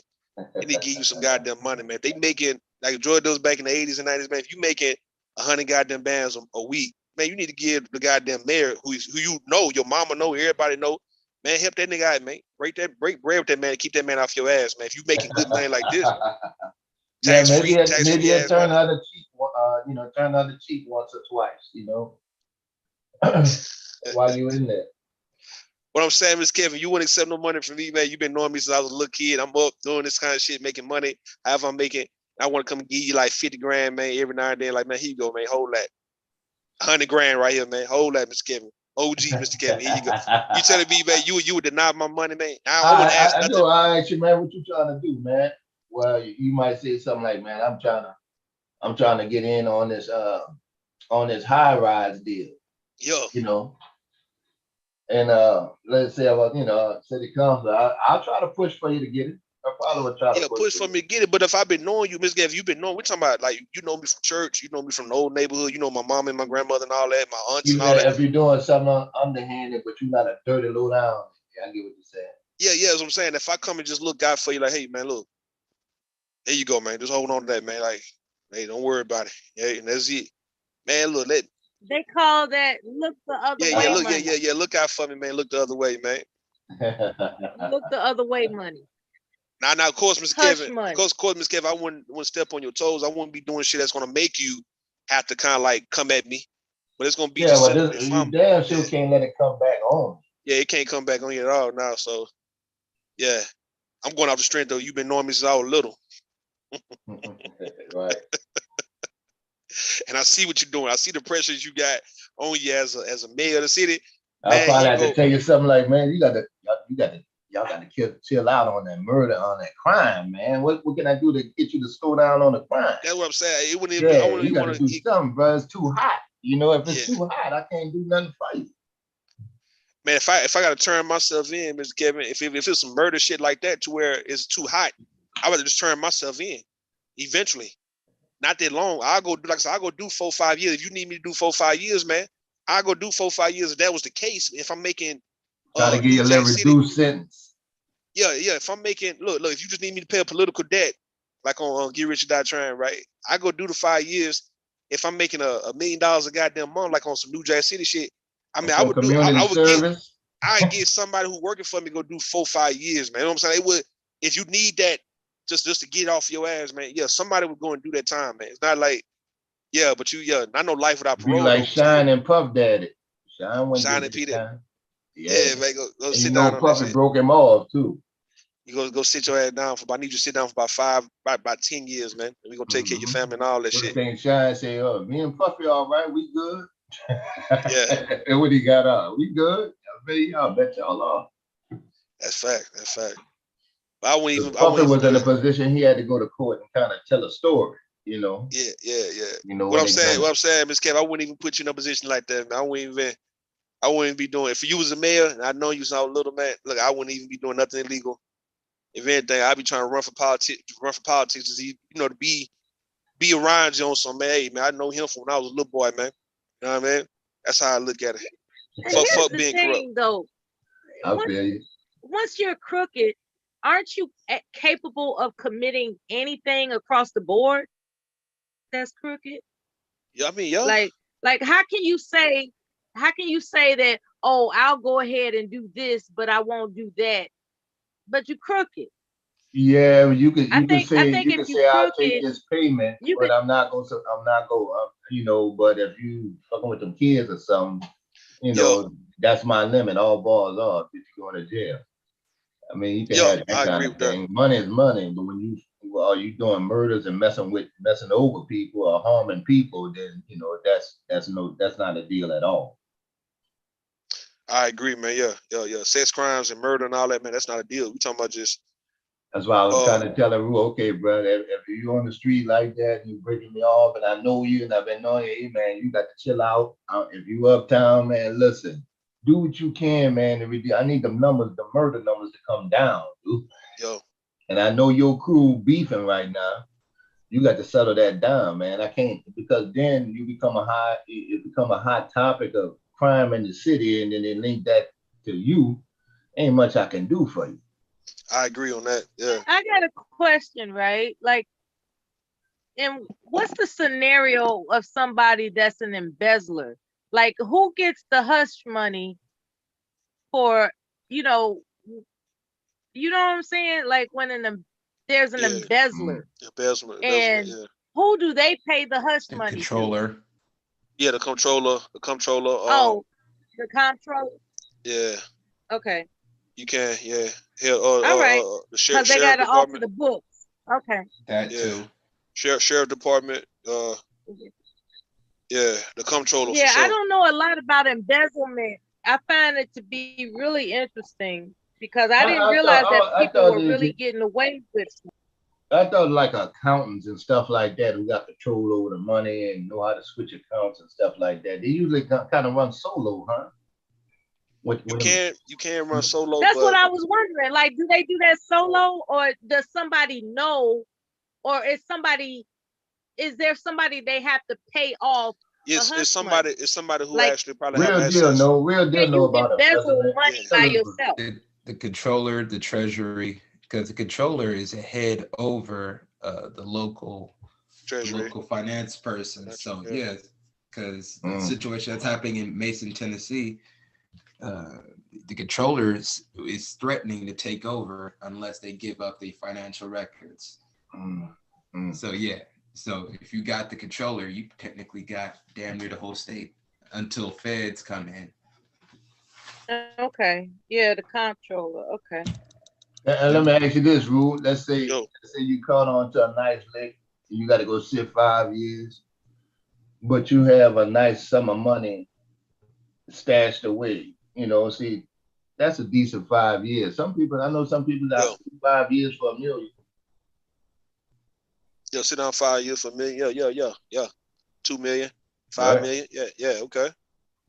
At least a 5 year sentence, because what you gonna do? State time is half, 2.5 years. 2.5 years. 2 Christmases.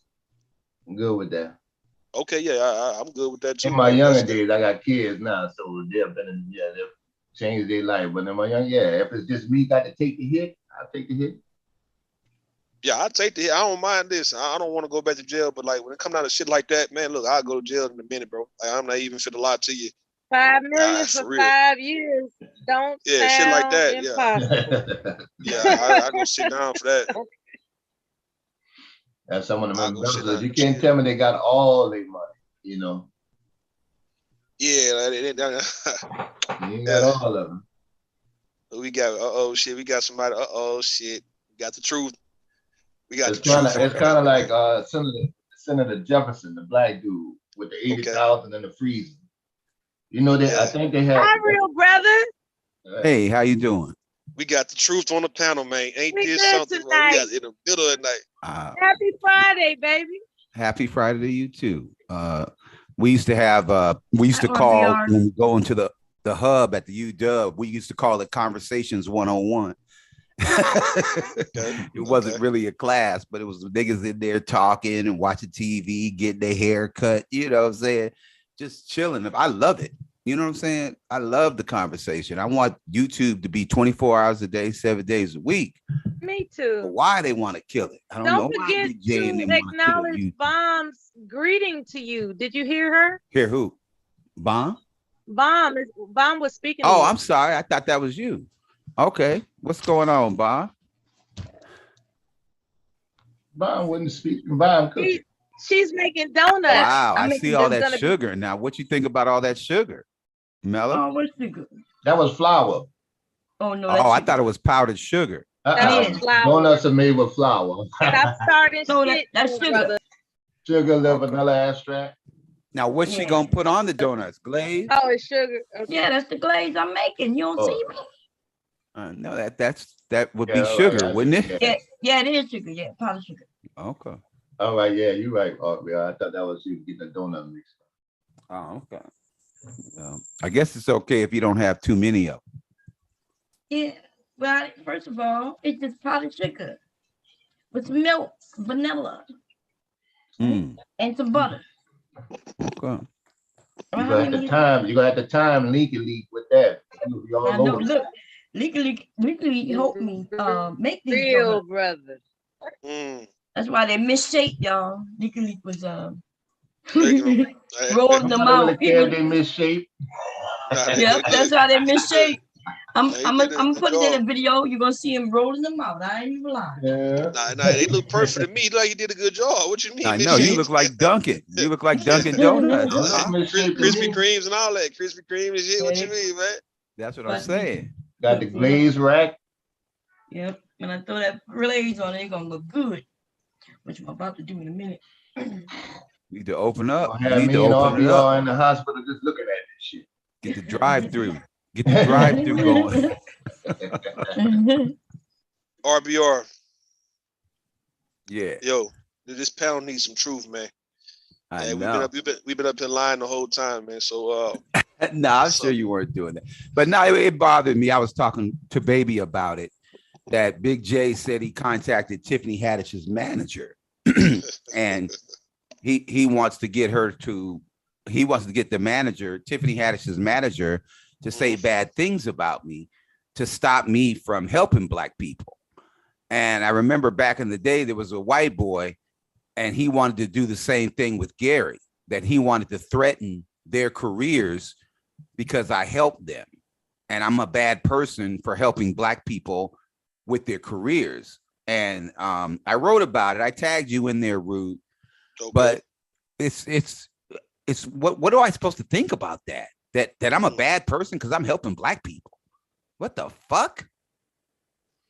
What is that? What kind of hate is that? Nah, they hate you about to get that 100 million though. That's what that was. I think Big J sorry trying to to stop hear that. this.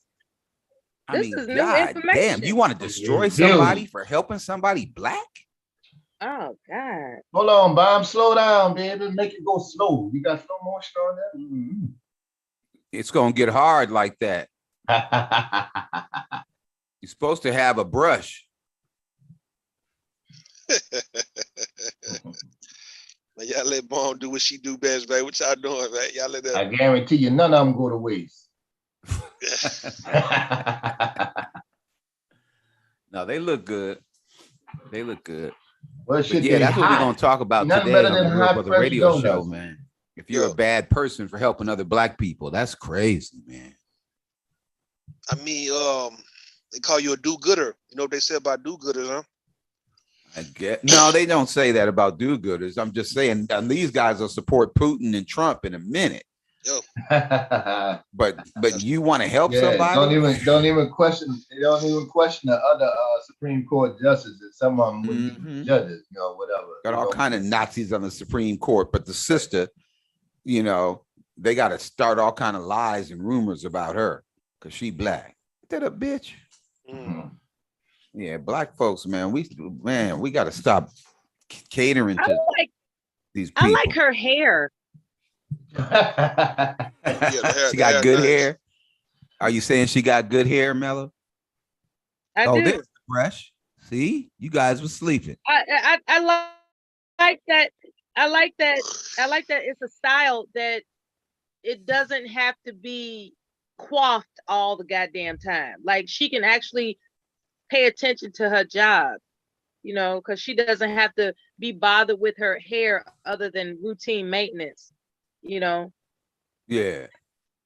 No, that's true. But you know, I ain't checking for her hair.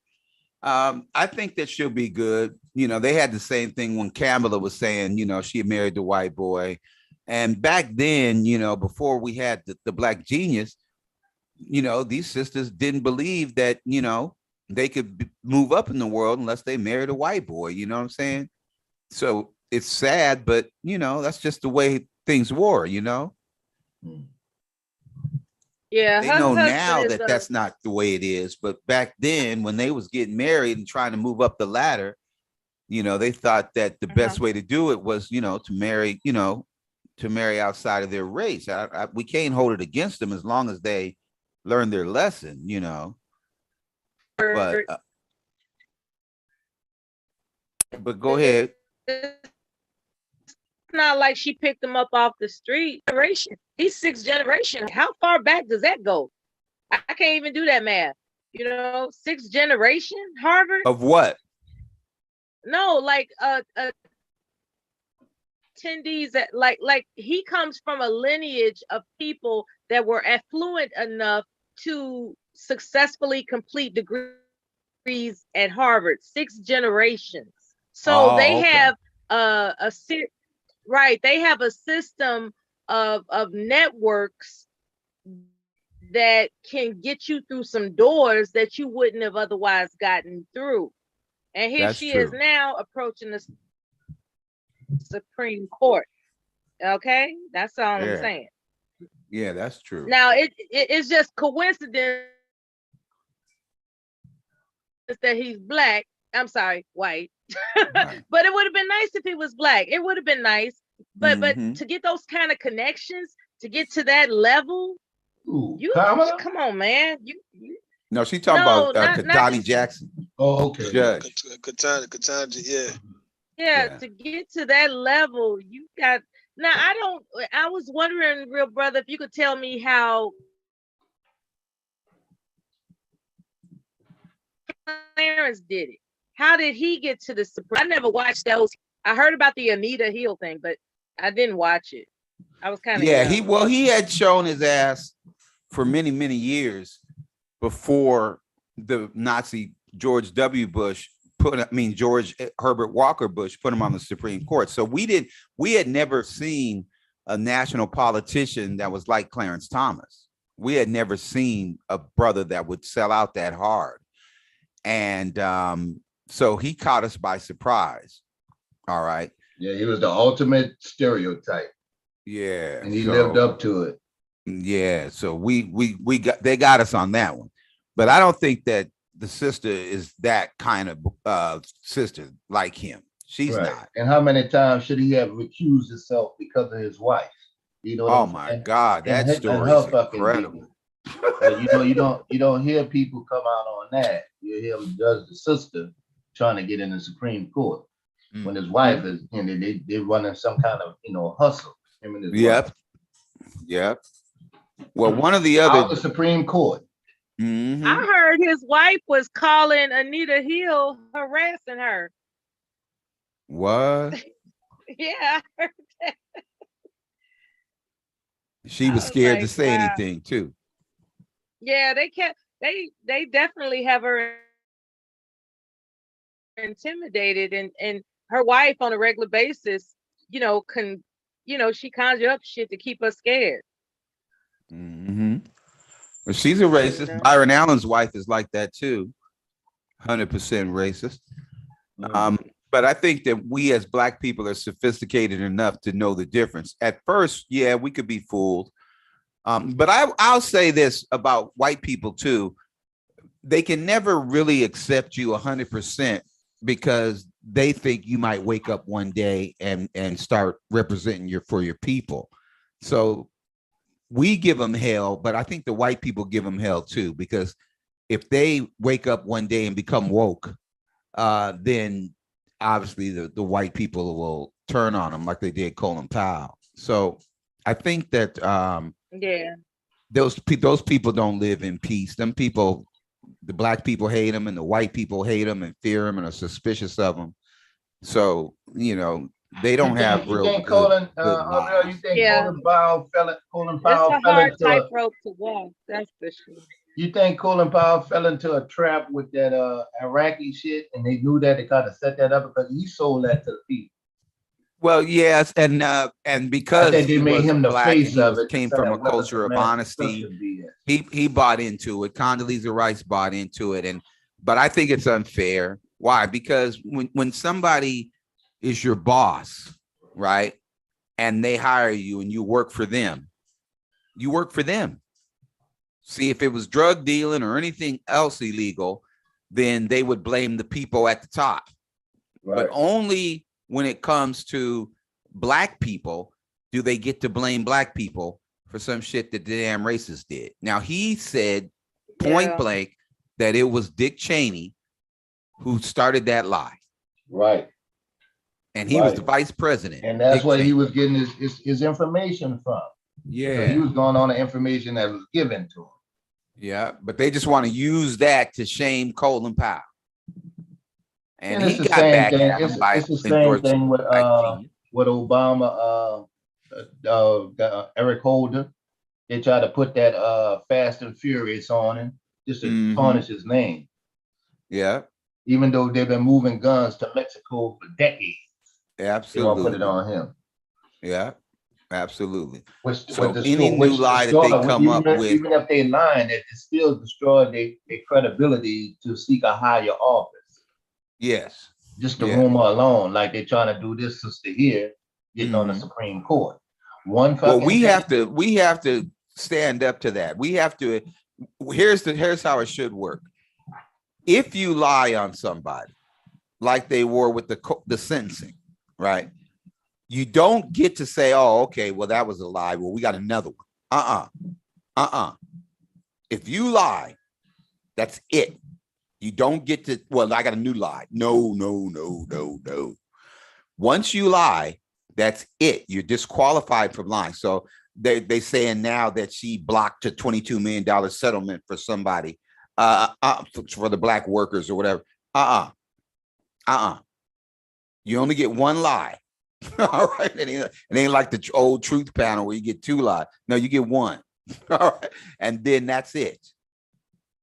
So if you came out lying, that's it. Nothing you say, we're not dealing with it. See, because Black people take comfort. Oh, well, white people don't like just what Big J's doing to me.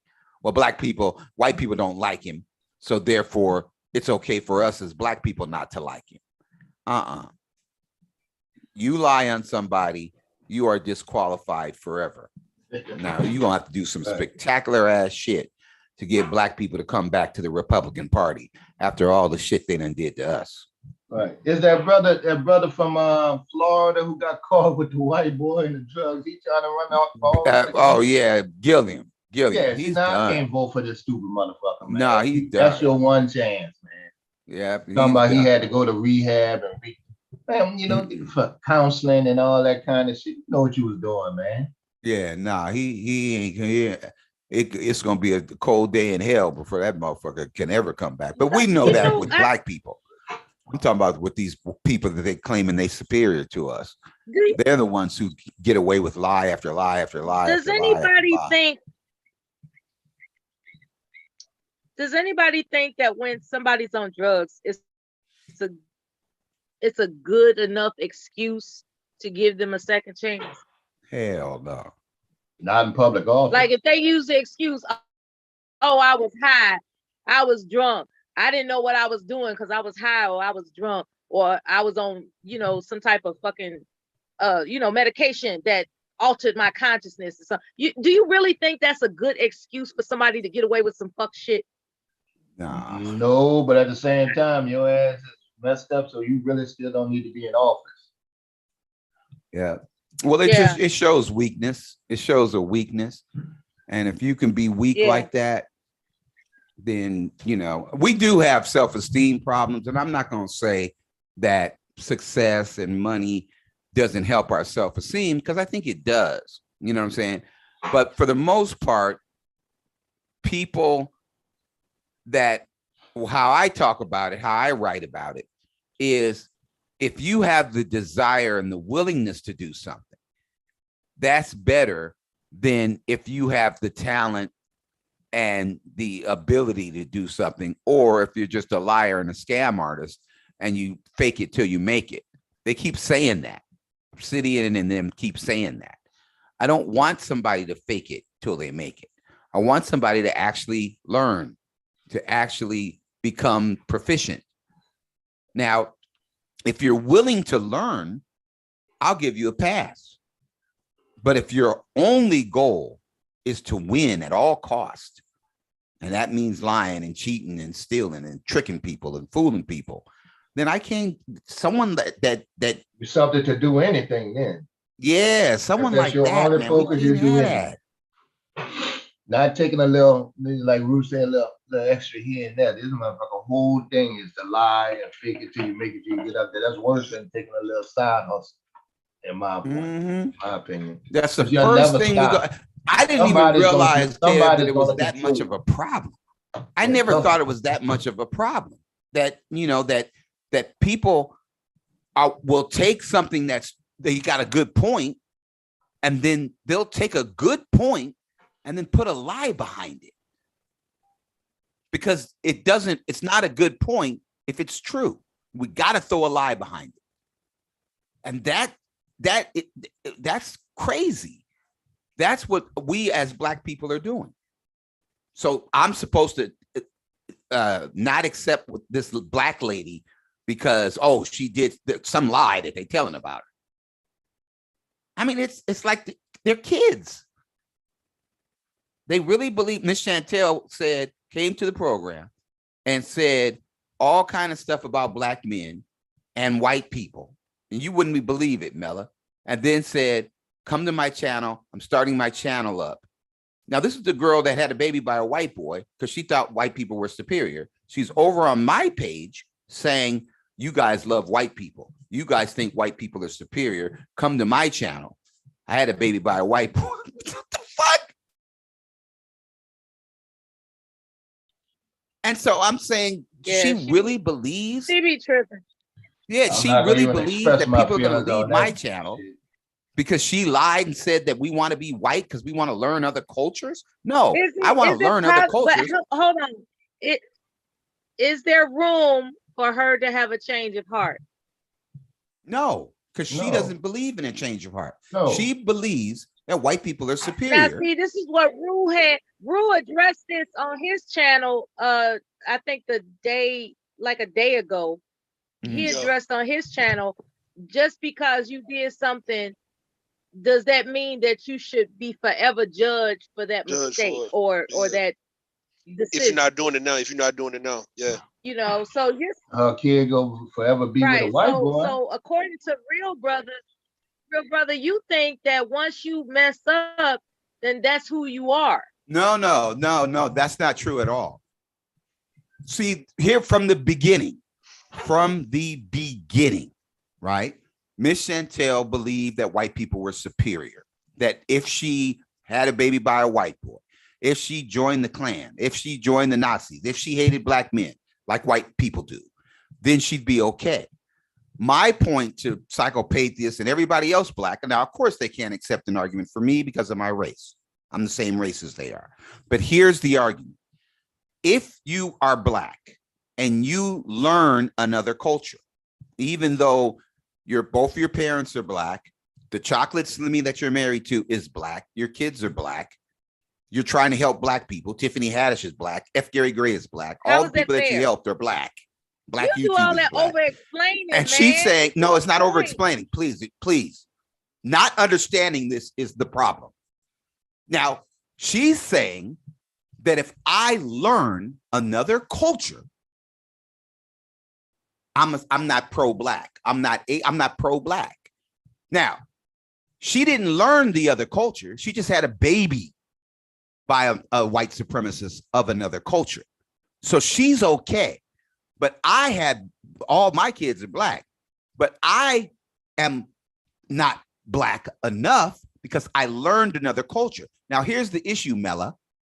Why did I learn other cultures? So I can get paid, so I can make movies, so I can write books, so I could run a media company, so I could get along in a country where 20% of the people, 80% of the people aren't black. I did it because it's better for me and my people, not because I think white people are superior like she did. She's saying I'm wrong for doing that. My parents aren't white. My mother's not white. So why am I learning white culture? My parents aren't Asian. Why am I in Koreatown learning Korean culture? Because I'm trying to get paid. And if you don't learn their culture, you ain't going to get paid. How come? Because they sure in the fuck ain't going to learn black culture. They can't stand black people. That's a good point. So that ain't over explaining it. That's the problem. She thinks if I learn black culture, I'm learning black culture because I'm like her and I think white people are superior. Okay. Oh, bitch. I guess I said over explaining because I was trying to keep up with it. Mm-hmm. What I would say, based on what you had just explained, which wasn't over explaining, I apologize for that. What I will say is that it would appear that her decision is different than those who are trying to expand their value in life. Like her decision was based on something that, like people that expand into other cultures, they do it to seek knowledge and prosperity, but she did it on some dumb shit. Right. On some whites are superior shit, they're gonna accept me. And Psycho's even worse because Psycho's saying, if I separate from black people and do what these white people want me to do, they'll kill all the black people and they won't bother me because I'll be at Rosewood or Black Wall Street. He's dumb enough to think if he goes to Rosewood or Black Wall Street, they'll leave his ass alone. They won't. And I'm only mentioning this because you brought her up first. There, but then then after they kill all the black people that don't go to Rosewood and Black Wall Street, then they'll go and burn down Rosewood and bomb Black Wall Street. So if you leave these people in charge of the government, they are going to do what Putin's doing. And see, this is the problem in the world. You have to tell white people. I just got through telling my wife before she went to sleep. It's race and class.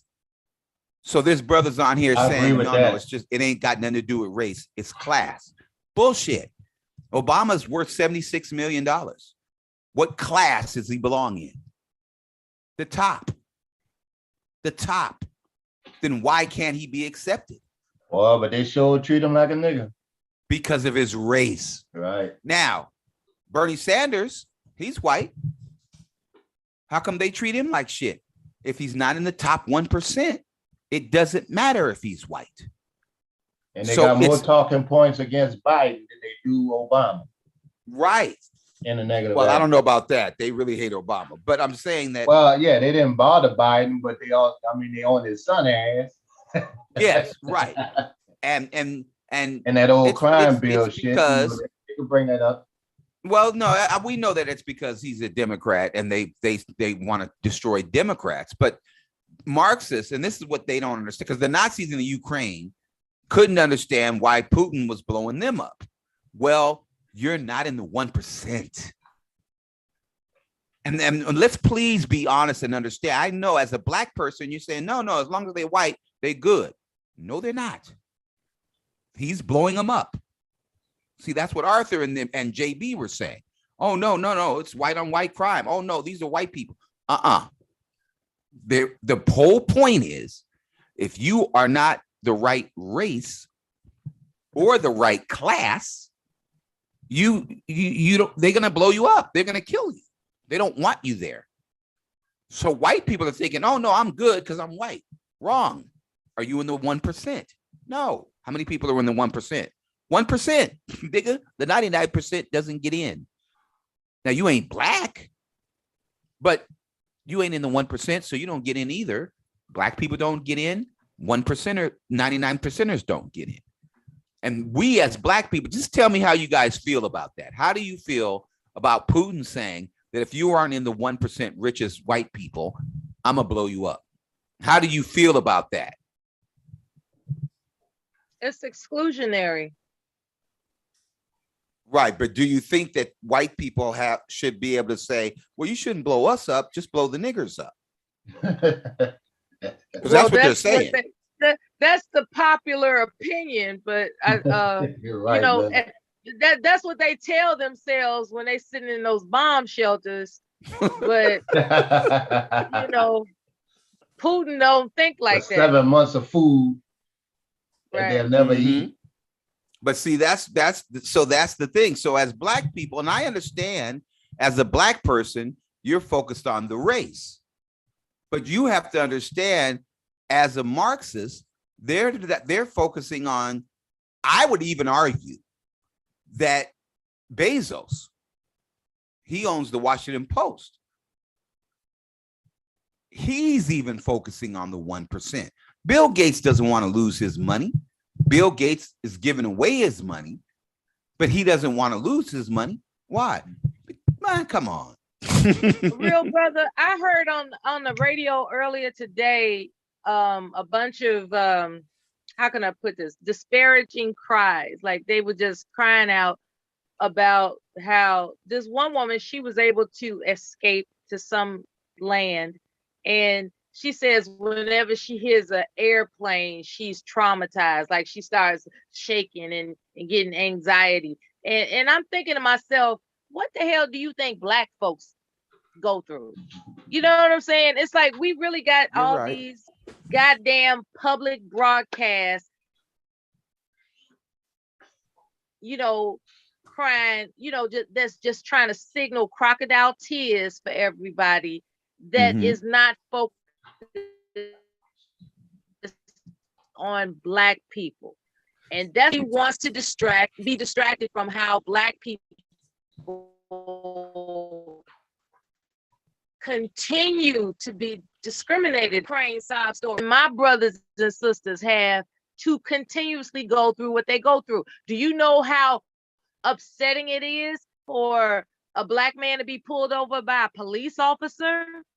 That that's programmed into that brother's mind, like, damn, I hope I go home tonight. You know what I'm saying? So I'm not trying to hear this Ukraine shit at all. They're foreigners. Fuck them.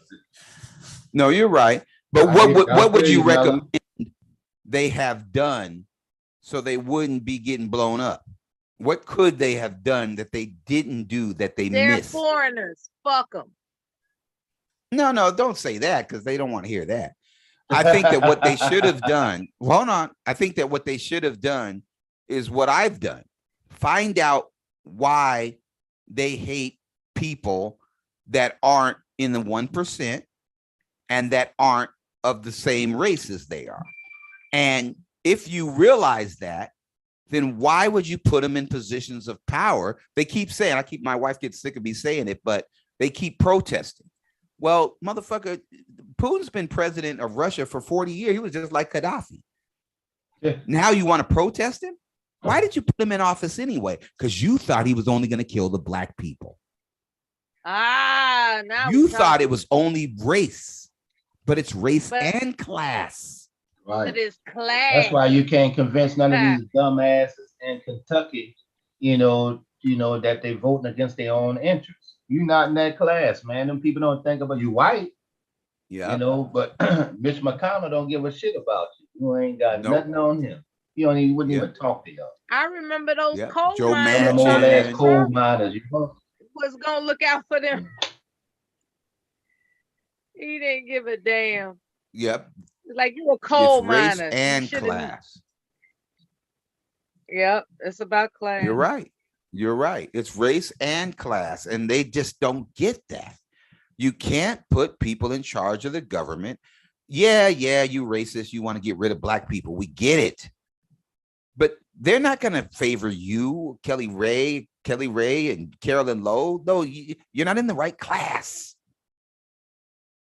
It's not because you're black. Look, you're white. You're not in the right 1%. You're not in the 1%. So I told one of my white friends who was a Trump supporter, I said, listen, dude, you walk up to the door at one of them hotels or something, you and Trump walk there at the same time, Trump go look at you like, you better open that fucking door. What you thinking? Both of y'all white, but no, you ain't on his class level. He don't think. Thank you. Now, what did he say? Working in a warehouse with me at UPS unloading boxes. About class. Right. Did he acknowledge that you were right when you said that? Well, he tried to come up with something else. He kind of chuckled and laughed at it. I'm like, he had no rebuttal for it. Okay. I said, but that's how you feel. And then, I said he feel the same way when I went to same way about you when I went to Delgado Junior College. We went to Tulane at the same time. We unloading boxes. Mm-hmm. That man is not thinking about your ass. He's trying to get up to the billionaires and he's sucking up to them. You don't mean shit. You're a peasant. Okay. That's true. That's true. And see, they can't listen to us because we black. Going back to the days where they, I forgot that lady name, the white lady name, but she said, and she slipped on camera and said, we rich, we don't pay taxes. Other people pay taxes. Oh yeah, that was the lady in New York. Yeah, we don't pay taxes. That's for y'all. That's for the peasants. And that's she wasn't talking about race. She was talking about Leona Hemsley. Yep. Yeah. I mean, just as stupid. Right. Now, if you pull up somebody like Mark Cuban, who's a billionaire, he don't really go on that shit because he's just more of a rebel and, just happen to sell Yahoo and made a lot of money. And he's a little younger, so he's a little more liberal on some shit. But that's the only one I can think of that's in the look, they didn't even Michael Jordan is the face of a whole lot of shit. The ultimate supreme Negro for marketing and shit. They wouldn't even let him on that basketball team. Well, I'll tell you, Mark Cuban, when he voted not to force Donald Sterling to sell the Clippers, and his reasoning was, what if the black players, the black owner, started discriminating against the Jewish midgets with no arms and no legs? So if a white owner like Donald Sterling can discriminate against the black players, what if a black owner was discriminating against Jewish midgets with no arms and no legs? So we couldn't get rid of Sterling for being discriminatory because maybe black people discriminate against Jewish midgets with no arms and no legs in the NBA, the black owners, which was fucking stupid. But that's what Mark Cuban said. And we're not talking about discriminating against Jewish midgets with no arms and no legs. We're talking about discriminating against able-bodied black players. And I played golf for 18 holes of golf happily before with the old manager of the Clippers before he passed away, right? And we talked about it, and he just said, man, the dude was just racist, man. Yeah. He didn't want it. He didn't want to pay him, even as a general It's manager. like Trump's son-in-law. He didn't want to pay Same him. thing, slum laws. Yeah. I said, Big slum man, laws. you know, now he could talk to me like he could talk to someone, regular person. He didn't have to sugarcoat it. He said, man, Donald Sterling didn't want to pay me at all because I was black. Let me ask you and Mel this, and I was having this conversation today. I personally believe that, you know, that upper echelon, good old boy system with the at the top. And when it comes to sports, I personally don't think it's a conscious effort for these white boys not to let blacks own professional teams. And I was, and kind of like what you were saying, RBR, okay, well, what if they have a black owner of professional teams? Who do you think the black players gonna want to play for? Mm-hmm. Just like the brother who got, you know, fired from Miami because the owner told him to lose the next 7 games so they can get a first round pick. And they was gonna fire his ass. Yeah. And, you know, keep it going. But the brother from the head coach from Pittsburgh hired. Yeah. Now, if it wasn't for that one black coach, he'd have never got hired probably in the NFL again. That's true. In my opinion. True. Right, No, because that's he blew true. the whistle on these motherfuckers. That's true. Right, but as far as ownership, I think on a professional team is too much power in these white folks' mind for a black person. I'll give you an example. Like take Texas Stadium. Keyshawn Johnson said, they better not hire me as no goddamn general manager because the coach gonna be black and the general manager is gonna be black and the quarterback's gonna be black. He said that. Niggas gonna get second chances like the old Oakland Raiders. Everybody gonna be black. Right. And that's what they're afraid of. That's what they're afraid of. Fear of a black planet. That's what they're Big afraid J of. calls it race baiting. If you ain't helping the Nazis kill off the black race, that's race baiting, according to Big J Triple X, which is just absolute bullshit. Because it come with a lot of power. You know, a football team literally has their cities on tilt. You know, they can really, you know, they'll throw up that thing where we like Texas Stadium, $700 million of that for Dallas Cowboys was paid by the taxpayers for that $1 billion stadium. They had no choice in the matter. That's just went on your taxes. The owner only paid $300 million, but he get all the revenue from every damn thing sold in the stadium. So your tax dollars really went to enhance his pockets. Right. And if that's not him, the NFL, the league gets. Well, I was talking to Psychopathists, and they said that the league doesn't get any money off the revenue. That is so hard for me to believe. You understand what I'm saying? That they would just give the owner all the money. My understanding, and I could be wrong, but my understanding is. Go ahead. Well, my understanding is they make the stadium because that's what happened in Seattle. So they wanted Starbucks to pay for the stadium. The city wasn't going to pay for it. And I understand what you said. If the city don't pay for it, motherfucker ain't going to get built and you ain't going to have a team. So I understand that. But in lieu of the city paying for it, if the owner paid for it, then the league got to use it for Billy Joel concerts and shit during the off season. How much does the NFL make? Well, see, that's what I was saying. If you I'm researching. If you own the stadium, my mic on. I'm looking up how much they make a year. Go ahead. Well, if you own the stadium and the Billy Joel concert rolls through, it's packed, it's sold out. And then what you said they get the concessions, they get the hot dogs and the soda, they get the parking. So they're getting paid. If the city owns it, then the city's getting paid.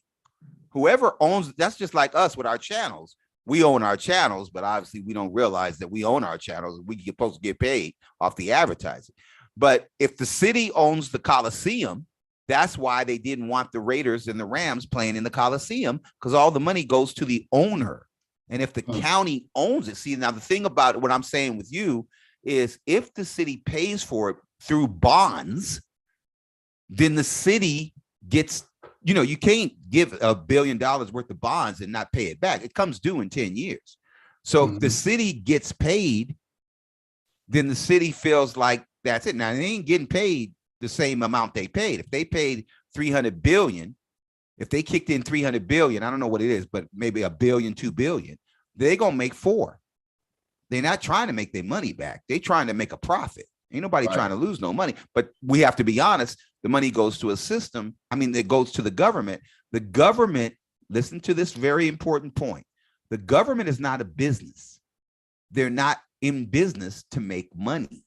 Right. Now, that doesn't mean they're in business to lose money, but they're not in business to make money. A professional owner is. Terry Jones is not in business to give everybody a football team so they can have America's team. Fuck that. He's in business to make money. So whatever he contributed to that stadium, he ain't trying to lose that money. He's trying to keep it going. When Magic Johnson bought the Dodgers, the white boy who sold him the Dodgers kept the stadium and the parking, at least the parking. And then Magic got the team, his group got the team, and they got the concessions. Magic got a hot dog, a vendor company that sells hot dogs and soda pop and all that shit. So he got that, but the parking stayed with the original owner. And if you got 60,000 motherfuckers in that stadium, that parking is probably costs $20, $30 to park there. So that's how he makes money, the parking. And this is on the Billy Joel concerts and the marathon. Baby just ran the marathon. Good, thank God. The half marathon, they run that out of Dodger Stadium. So these things make money. I do not want Black people to believe that these people are working for free, like Conscious Moron thinks I am. No, I'm working. I'm looking at billion. the total revenue for. Well, it's hard to find what the NFL cut is. I think they operate more of a management position. But the NFL last year made 12 billion. The year before that, they made 15 billion, which was the peak of their earnings. But I know does it say what they doing, what they make the revenue on? No, I'm just looking at NFL. I'm looking at a chart. But they do break it down. They do break it down to commercials and television time on one of them. Oh, the television. Now, I was thinking contract. that the NFL didn't make close to that because I think it was 100 million or 200 million. I think they lied. But you remember they was trying to get out that where they was getting non-profit perks from the government. They was operating as a non-profit organization. Right. NFL. Right. Well, they shut that down. How the fuck that happened? Billionaires, non-profit. Well, no, to be honest with you, when they first started, they weren't billionaires. That first Super Bowl, nobody watched that first Super Bowl. They was cutting out of games and going to Heidi and going to cartoons and shit. Nobody was watching that shit. Until the brothers came into the league strong, that's when people started watching it. When the brothers started dancing in the end zone and shit. Yeah, you remember they canceled the celebration in the end zone, then they say bring it back. So that's when the brothers start. That's when the NFL started popping. Yeah, they ain't trying to stop Billy White Shoes when he did it. Right. When prime time was running down the field, that's when motherfuckers started watching the NFL. Elmo Wright. But so you said revenue and merchandise, that's jerseys and shit, right? Jerseys and hats and banners and shit like that. That's merchandise. And then TV, the TV money, that's where they make their money. But I just find it hard to believe that a stadium that holds 70,000 people, that they can't make no money off of it. It's just hard to believe. But if that's the case, that's the case. You know. And we ain't gonna even get into the colleges that have been exploiting young Black men for forever. Oh, that's all day long. Yeah. Do you all know? I waited a long time to see that change, Bella, where some of these dudes can actually work while they're in college. That was a beautiful thing when I heard about it. And market themselves. Now you Ed O'Bannon. Thank you, Ed O'Bannon, UCLA. Right. Oh, he said he was working at the auto dealership in Van Nuys, right? And they was playing the video game, and there he was, number 30 on the video game. And he was like, what the fuck? And he looked it up, and the video game is $60 billion, and he ain't getting one dime, and that's him. Michael Jordan did the same thing. What the fuck? Number 23 for the Chicago Bulls is me. So they sued him, and the league, they just took Jordan out of the game, and then they took Jordan off. How you gonna have the Bulls without Jordan?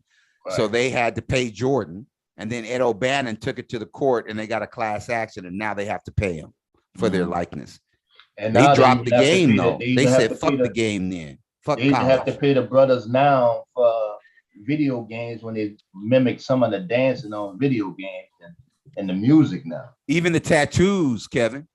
Wow. If you're a player, Wow. right, and you have a tattoo, the tattoo artist gets paid for the tattoo. Ain't that some shit? What? See, that's the stuff we did not know to get the money. And if we don't talk about these things, they did a photo shoot, right, with Allen Iverson, right? And Allen Iverson had all kind of tattoos, right?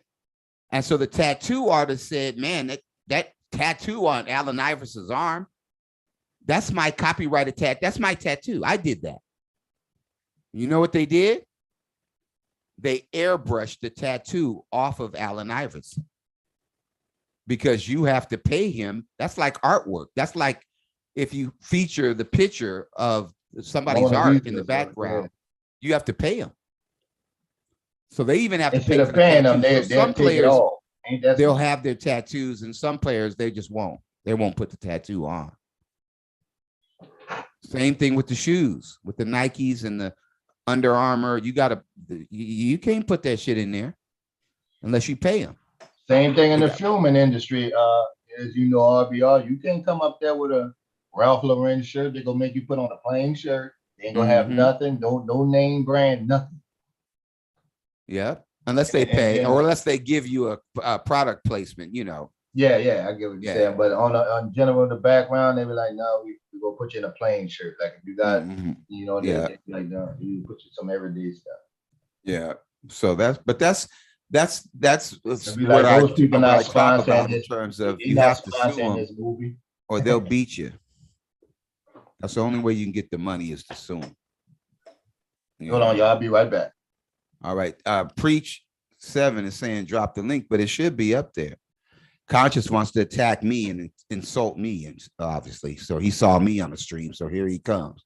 Here he comes with his lies about how dumb I am. Everybody thinks I'm dumb because this idiot is telling everybody I'm dumb, which is stupid. Big J says I'm race baiting because I don't want to help Putin kill off the black race. So we got black fools up in here. Big J, I hope you read my community post. I did tag you in it about how I'm helping black people get rich and famous. I have to be stopped. Which I just don't understand, Big J. I just think it's stupid. Why? Am I a bad person for helping black people? I don't get it. Well, you're race baiting. That's not race. Helping black people is not race baiting. But I'm willing to talk about it. You're not. So you're saying that white people don't want black people to be successful. So by making black people successful, I'm race baiting? Big J. Well, what do you think of that, Mella? Do you think that that's the definition of race baiting, that black people aren't sleeping in their cars homeless? I don't know if Mella's on. Let me see who's on the stream. Because that's crazy, man. We're race baiting if we don't help kill off the black race. It's just absurd. Kev's still here. Is Taylor still here? Bomb. Oh no, Chaos Rain. Oh my God, he hates me too. He thinks I'm a detriment to the black race because I'm helping black people too. No, I don't think it's race baiting. I think we got a bigger problem. I think we got a bigger problem with Marx. Yeah. I think we got a bigger problem with Marxists. With moths? What did you say? I said, I think we got more issues with Marxists that come into the black community. Oh, okay. Yeah. Now, are they black or are they of a different race? Well, I'm talking about the black ones that come in and, you know, just use the black community, all the white ones too, you know, that come in, use the black community and gain some steam. Kind of like that BLM group, same thing. Okay. Yeah. I'll agree with you on that. I agree with you on that. But I think that the key with all of these groups is if they can't get into power, then they can't be effective. Now, I'm not saying that Dylan Roof can't go into the church and kill 9 people, but If he's president, then he can kill 6 million people with the coronavirus, and he will never go to prison for that. But if he's not president and he kills 6 million people, then he will. So I think that no matter what the group, whether it's left or right, if we put them in power, and they are telling us that if you're not in the right race or the right class, then you better look out, you better duck. I think that we have to understand it. See, the thing about Carlos Ray and Big J Triple X is they'll never get into power. First of all, because they black. Second of all, because nobody will elect them because they want to kill everybody who's black because they hate being black and think whites are superior. So we don't have to worry about them. But I think that the white people like Trump and Kyle Rittenhouse, we do have to worry about them and Vladimir Putin because they will get into power. They have a chance to get into power. I don't think that white people think like black people, where if you put them in power and give them what they want, they'll leave you alone. I know that white people don't think that way. They know if they make Barack Obama president, he's not going to kill off the black race. If they make his vice president president, he's not going to kill off, he's not going to invade the Ukraine. But if they make Trump president, he will. He'll make Mexico pay for the wall and shit. So I think that if the stance is, whether you're on the left or whether you're on the right, if you believe in 1% white rule based on race and class, you shouldn't be anywhere near that power. So the issue is not, well, they get into power and there's nothing we can do about it. The issue is, don't put them in power no matter what lie they tell, because they're going to say, oh, it doesn't matter whether you put us in power or not. We're going to kill everybody. Well, you can't kill everybody if you're not in power. You'll go to prison. All right, let the other people preach. If you wanted to weigh in, brother, go ahead.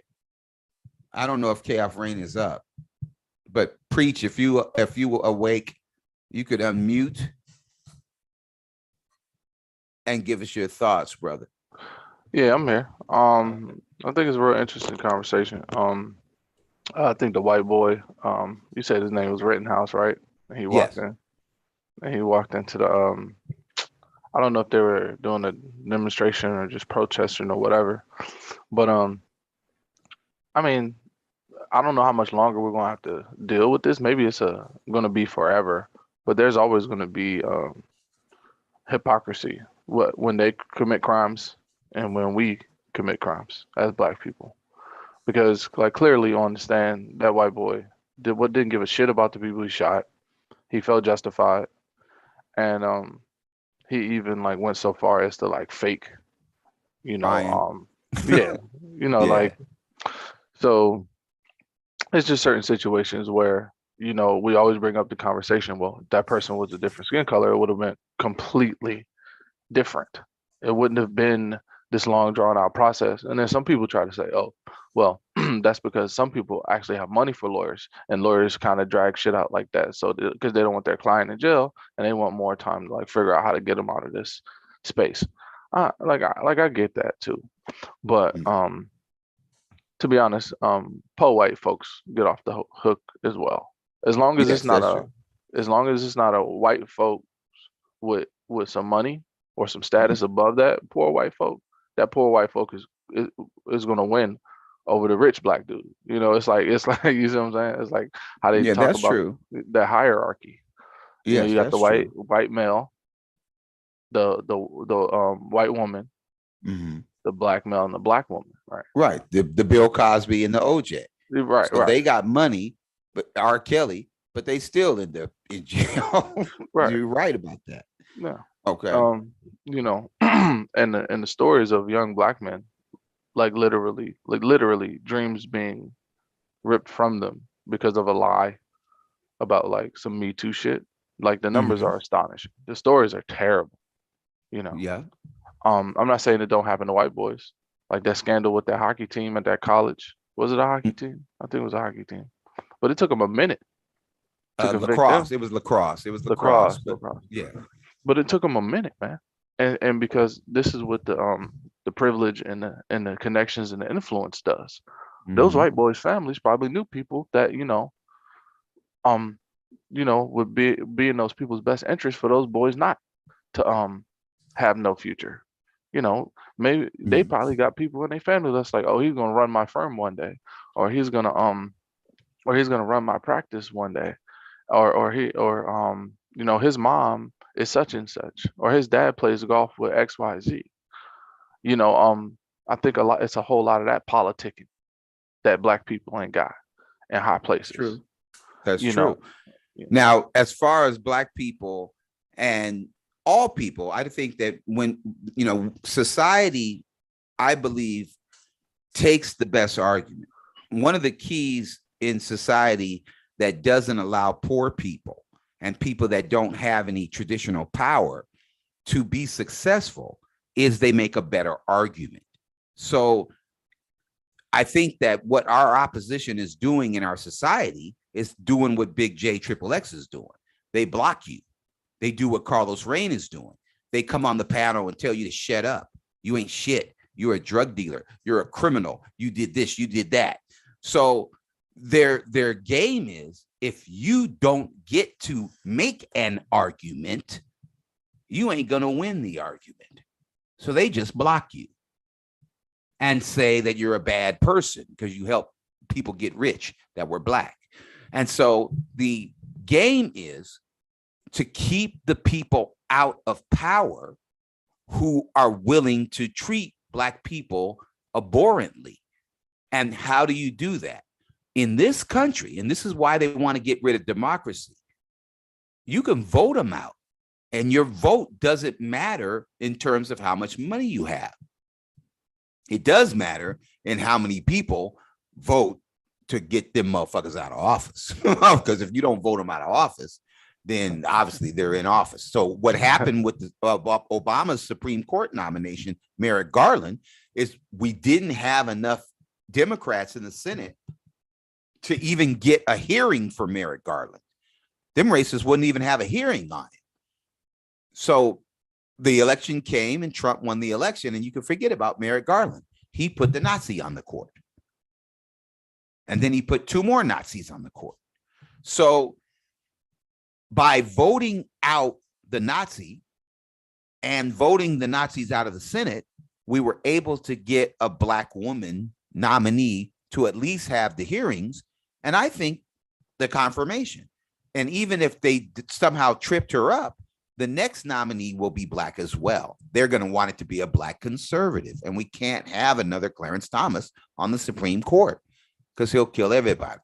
So I think that the point that I'm making is the political solution is the only, but I'm going to ask you, Preach. I'm saying that we have to do this politically. There's an alternative to political policy. There's war, there's violence, there's riots, there's burning shit down, there's invading the Ukraine.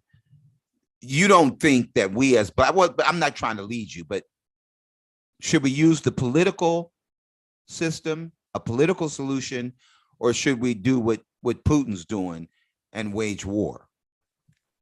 That's a great question. And I like this. I think this is a really important talking point that we should have. And also, I appreciate you being courteous, respecting my mind. But you ain't got, don't worry about leading me, man. Just say what you got to say, because look, I've been soaking up game since I was little. Okay. I enjoy speaking to people that got more years in life than me, especially if you black. So that means all the shit I done been through. Not only have you been through it, but you probably been through it twice. Yeah. So I just understand it. I understand that. Now, I look at these spaces that we're in, right? Any space that's saturated with black people. Now I'm not trying to lead you, right? I'm just gonna ask you a pretty much like a hypothetical question. In the places that we frequent and we're saturated in one space, particularly places that are public where people can see what the fuck we're doing, what are we doing? We're cussing, infighting, yes, finding flaws in one another. Now in my brain, I'm a critical thinker. I'm autodidactic. I figure it out, right? Like one of those like throw me on the island type ways of thinking. Like I'm gonna figure it out. Like give me some like dental floss, I'll be all right. You know, Okay. and then the clothes on my back. You know, as long as the place got trees and water, we're gonna figure it out, right? So Yeah.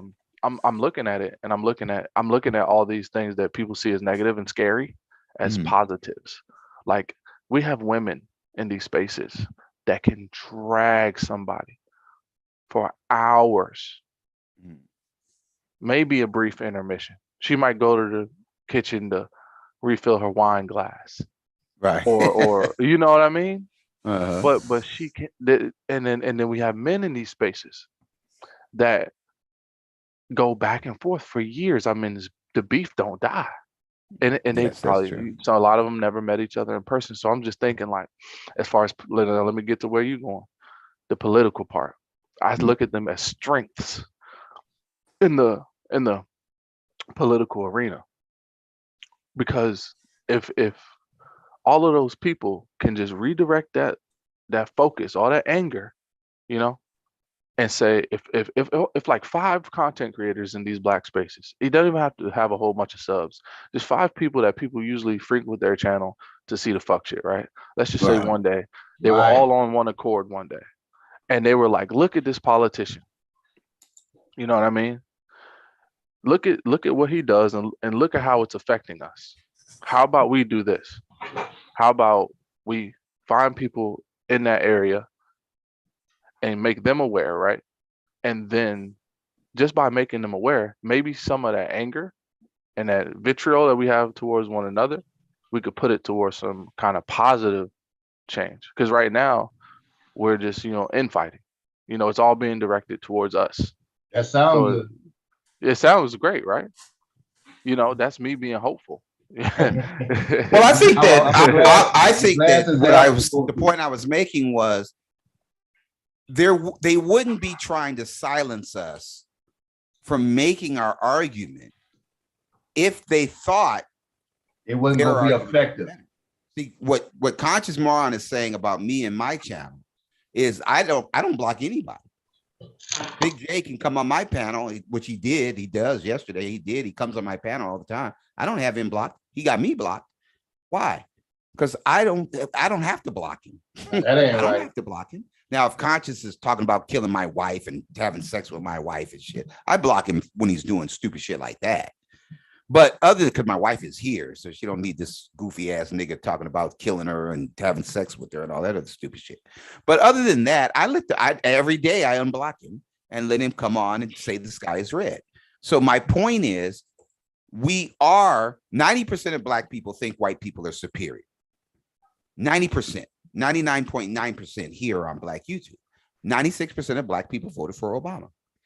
Why? Because he made a better argument. Now, your boy talked about Andrew Gilliam. Andrew Gilliam didn't make it. How come? He didn't make a better argument.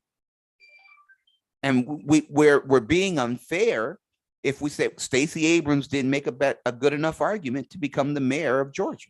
I mean, the governor of Georgia. But you can tell me how you feel about that, but I think that's the answer. I don't think we should be looking, what you're saying, Preach, is we shouldn't be looking at a negative situation as a negative situation. We should be looking at our situation as an opportunity to make a better argument than the people who oppose. Hey, you know what? You said something earlier, RBR, with the voting power, and yeah. you did too, Preach.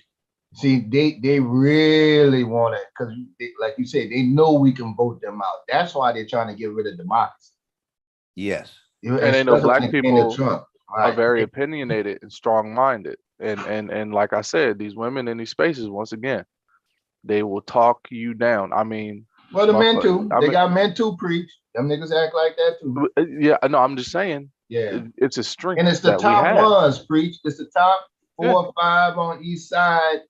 And we gravitate to that book. A lot of us gravitate to that bullshit. I'm getting tired of hearing about niggas wanting fucking sandwiches and baby mamas. That's some dumb shit, man. It's the same thing. It is. Right. I get sick of that. That shit get old.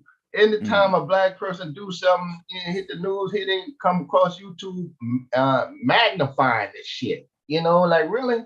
All y'all got to do, all y'all doing is digging up the worst case scenario on the other gender and putting it on fucking YouTube. That's counterproductive.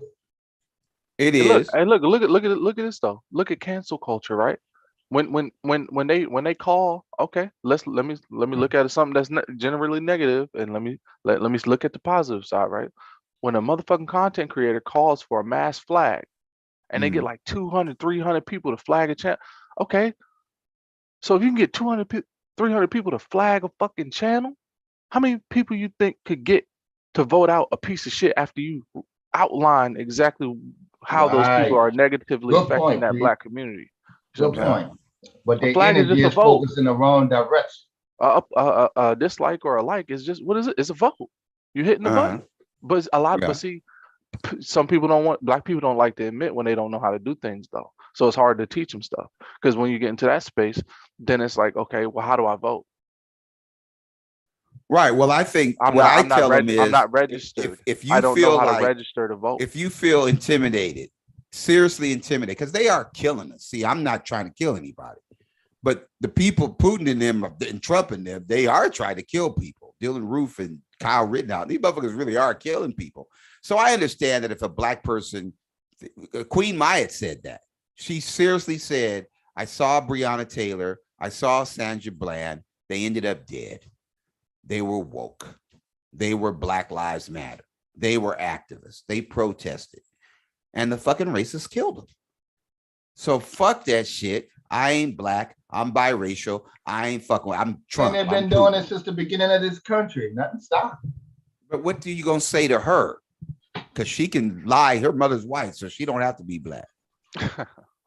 Right. Yeah. If one of your parents is white, you could automatically just flip that card anytime you like. You know what I'm saying? But see, they don't flip the card, don't preach. They want to stay on the niggas. They don't talk about the white folks. You know, No, even they if don't they got do white that. kids, white daddies, white grandpas, white grandmas, they only focus. See, we easy soft targets. It's easy to point the finger in the mirror, you know, than at the other people. And they see what's going on. And these are educated people who know their history. Can I just give a life experience on just how we are versus like how them from, like, I had a job, bro, where I was doing transport for a funeral home, right? So I'm transporting dead bodies. Let's just get past that real quick. So sometimes we got to make house calls and we got to go to people's homes. It was a very big difference between the black folks that lost people and the white folks that lost people. And you know, and because that's such a that job is such on the side of one spectrum as far as jobs like people wouldn't want to do. You know, those experiences are rare, and not a lot of people have them. You know what I mean? So what's the differences you think? Okay, so the differences I've noticed, right,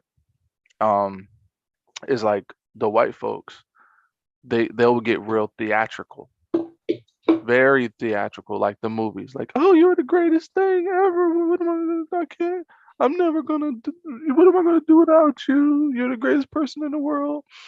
And I'm thinking in the back of my head, you know, they have families standing around them. So what are you saying to the rest of your family? Like, why are you being like, you being dramatic is really showing when your they true colors. die, I'm sure they'll do the same thing with them. Yeah, They can't give them no love while they're alive. But while they're standing there, you downplaying. I'm talking about this person that has passed on that can't really hear you. Let me not be insensitive. They can't really hear you. You're giving them all the praise, giving them their flowers now, but you got a whole family standing behind you. But anyway, so with black people though, we pulled up to this one crib, and it was a little, I'm not gonna lie, it was a little bit in the hood, but you could tell it was black folk. Right. You know, you got niggas, you got there was black folks. I mean, I'm talking about cars packed in the driveway. We had to park on the side because, you know, with stuff like that, you be courteous. You don't be asking them to go the extra mile. Especially when the elder passed. Exactly. So I was expecting like a grandma or something like that. It looked like a damn, like they was having a little it looked like they had a party while the man was, because they had him like on one of them special beds, because it was almost like an in-house hospice type situation. Yeah. So when we walked in, we walked up, this beautiful black girl with this curly hair, was like so polite. She walked up to the van and she was just asking me how the process was going, and her cousin was standing right next to her or something like that. I don't know. But it was a bunch of black folks, you know, talking outside. There was black folks sitting on the porch. They, they just chopping it up. As black folks in the house standing around, and it was only maybe like one or two people like that was visibly upset. Then we walked in there. Man, this man was dressed to the nine. They had that boy fresh. He had on he had on like I think he had on like a polo sweat. So he was an older dude. Like you could tell he was like, I'm gonna go how I want to. Yeah, you could tell he was like, I'm gonna go how I want to go. Put me in something fresh. You know what I'm saying? And it was cool. Like the vibe was different. You know that's what I mean? true. I think Same that's thing. true. Same thing with my mom, man. They had about when she passed at home. So right, they might have had about 9 people in the house and about 8 or 9 people outside from the church, man. When they came to actually get her, because we was there the whole time. But it was more of a respect thing. But it's a passing for us. It wasn't no real dramatic thing, Right. But we go ahead on and pray, and New Orleans respond to death a little different. We appreciate having those people in our lives the time that we did have them. Yeah. Well, that's a good thing. Get those bots. Somebody get those bots. Those hot girl bots. You gotta block those bots. Please block those bots. I know the Big J and Conscious Moron want to let the bots tear the channel down so people won't hear me. But please, somebody get those bots, block them. But yeah, man, niggas, they want the bots to stop your voice from being heard. Ain't that a bitch? Have you noticed? Because I don't have a really, really huge platform. I'm at like 367 subs or whatever. And because I just be uploading whatever, be talking sometime, playing video games, and sometimes I'll see these weird comments. It'll be like X, it'll be like ZYX or BF something something, and then I'll look at like the name and it looks like foreign. So I'm like, I know it's a bot, but where is the bot coming from? Because a lot of people, do you know how bots work? It's Russia. They still have about that's 2,000 Russian. Exactly. That's what I was getting at. Yeah, that's what I was getting at. Because they know how they like to do that shit where they inject those bots into certain spaces. And what people don't know is I don't see how black folks get fooled by that shit. But listen though, if they're able to leave a comment on one of your videos, that comment being left has now created a little it already passed the step verification. So now they have a connection to that space. Yes. And with that, that's all you need is a little back door. Just that conversation, because now it's in there. That comment was sent over there. So if it was sent over there and accepted and landed on that page, there's a record of that. So if you're smart enough with tech, if you can send a message and it sticks, you can send something else and it'll stick. Yeah. So yeah, well, that's what they're trying to do. And I think that my response has always been, like I said, don't believe them. And I know it's hard because if you think white people are superior and they tell you 2 + 2 is 7 and the sky is red, you're going to believe them. But we have to look at both arguments. Who you trust is really the determinant of where your success was. So in the conversation you guys were having earlier, where you said, I'm sick of it. Why they keep doing this? They're just talking about the women and they're the same shit every day. What you're really saying is it's not working. You're not going to help make me hate black women. You're not going to hate me hate black people. I'm not going to start rooting for Putin and studying for Trump.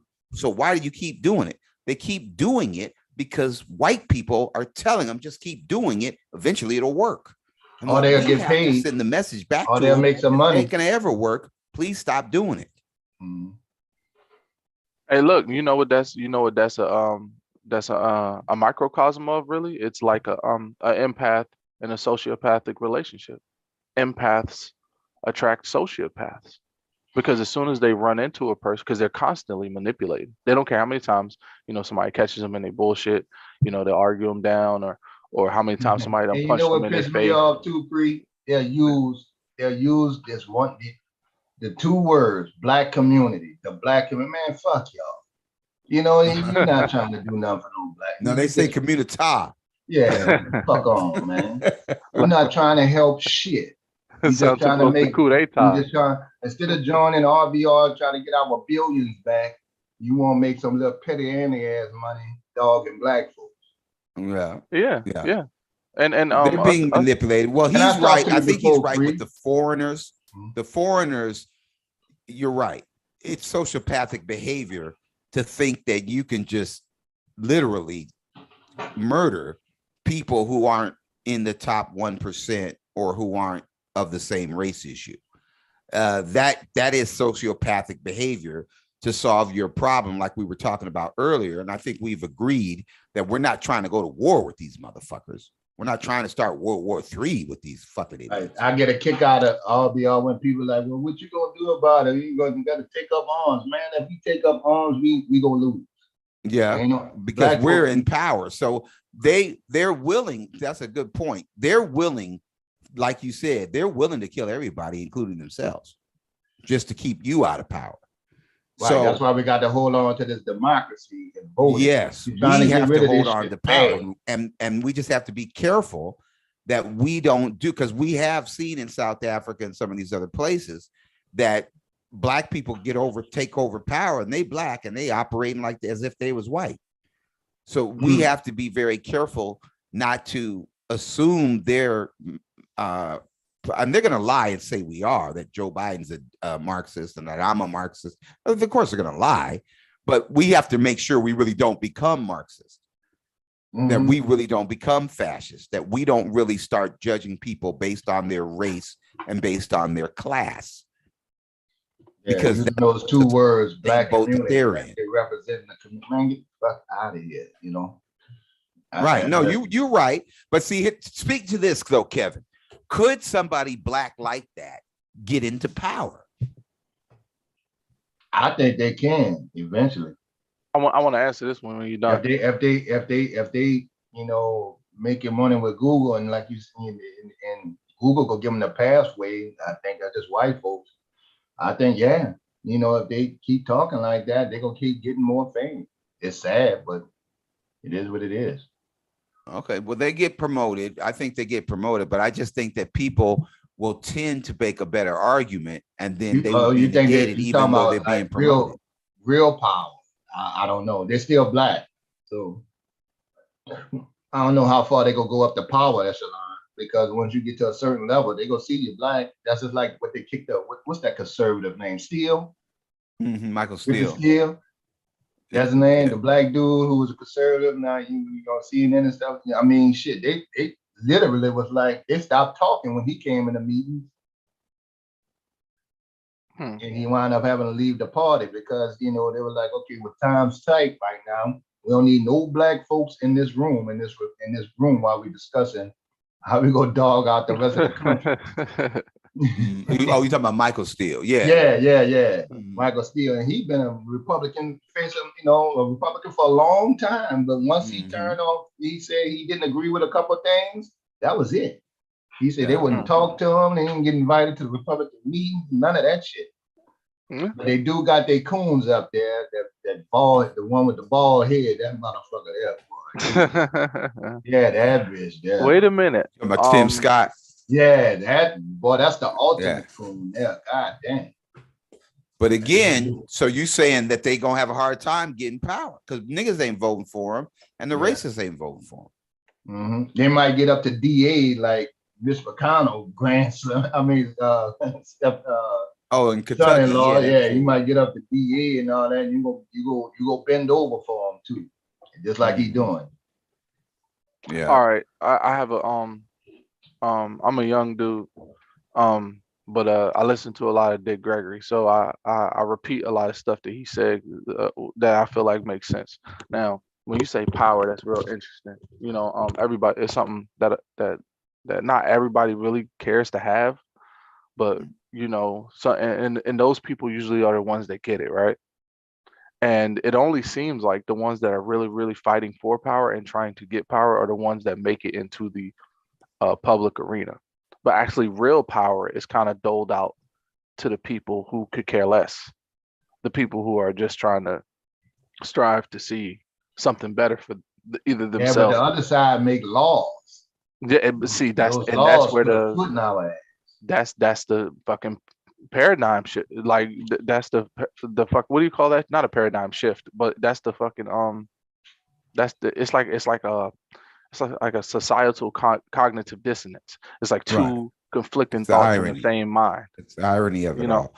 But no, I think that I say the same thing.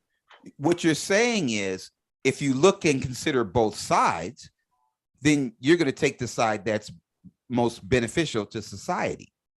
So yes, it would stand to reason that if you look at both sides, unless you're an idiot, you're going to take the side that's best for everybody, that's best for society, which is the best side for you personally. So what you said is very logical. What we're seeing from what Kevin's saying, the other side, they're only considering one side, and that's theirs. You don't get to say, you don't have a say, you black, they block you, they do what Big J and them do, and you get blocked. They're conscious moron, you get attacked, you're a bad person. So you don't even have a say if you're not agreeing with Putin and Trump. So I'm saying that that's how you can tell that these people aren't fit to govern, because they will only accept arguments from their side. And that's a tipping point. If you can't have a discussion with somebody who disagrees with you, something's wrong with you. Yeah. It kind of goes to show either you think you already got it figured out, or you just could care less about an opinion that's not yours because because you might feel like you see the light at the end of your tunnel. You don't care if anyone else sees it. But see, that type of thought process is going to lead to, okay, so your thinking is you're going to be the only one that makes it out. So that's the end goal for you. That's your plan. You're going to be the only one. That's their plan. That you're going to be that one guy. Yeah, they believe that. And it's so stupid. And see, the white people let them believe that. And that's what they believe. They're going to be the one, they're going to kill everybody else, but they're going to be saved. They're going to be spared. And it's just ridiculous and absurd. And we have to understand that the chances of those people rising to the top is very different. And here's another thing. If you're willing to sell out your black race, can white people trust you? They already know not to, but see, because they have They'll use certain, you. Yeah, definitely. yeah, they'll use you, but they know not to tell you too much information. And at the end of the day, they know that you're gonna be your death fodder if the shit hits the fan. You're gonna be the first. That's what the white people see. The nice white people, they be trying to show us in the movies. Why the fuck when black people made it a joke? Oh, the black person always die first, because they've been trying to fucking tell us something. You're not supposed to be in the movie. We didn't want to cast this nigga. Right. It was fucking affirmative action. That's why the nigga's in the movie. Write this nigga out in the first scene, so we can get to the movie we wanted to make. Right. The first one to ask through the whole movie was LL Cool J with the shark. Like, yeah, and you want to know LL why? made it to the end. Damn. You want to know why? Because that nigga LL Cool J was the same nigga who was throwing hands with Jamie Foxx on Any Given Sunday, because he is behind the scenes. He a nigga. Yeah. So when he got into the movie, Knocked he Jamie probably Foxx ass unconscious. he was like, I'll be damned if y'all gonna call me out of bed for this check for this damn movie, and I'm gonna go right back home, nigga. I'm seeing this through. Him and Ice Cube. Ice Cube survived in the Anaconda movie. It's something about those brothers. They not going for the bullshit.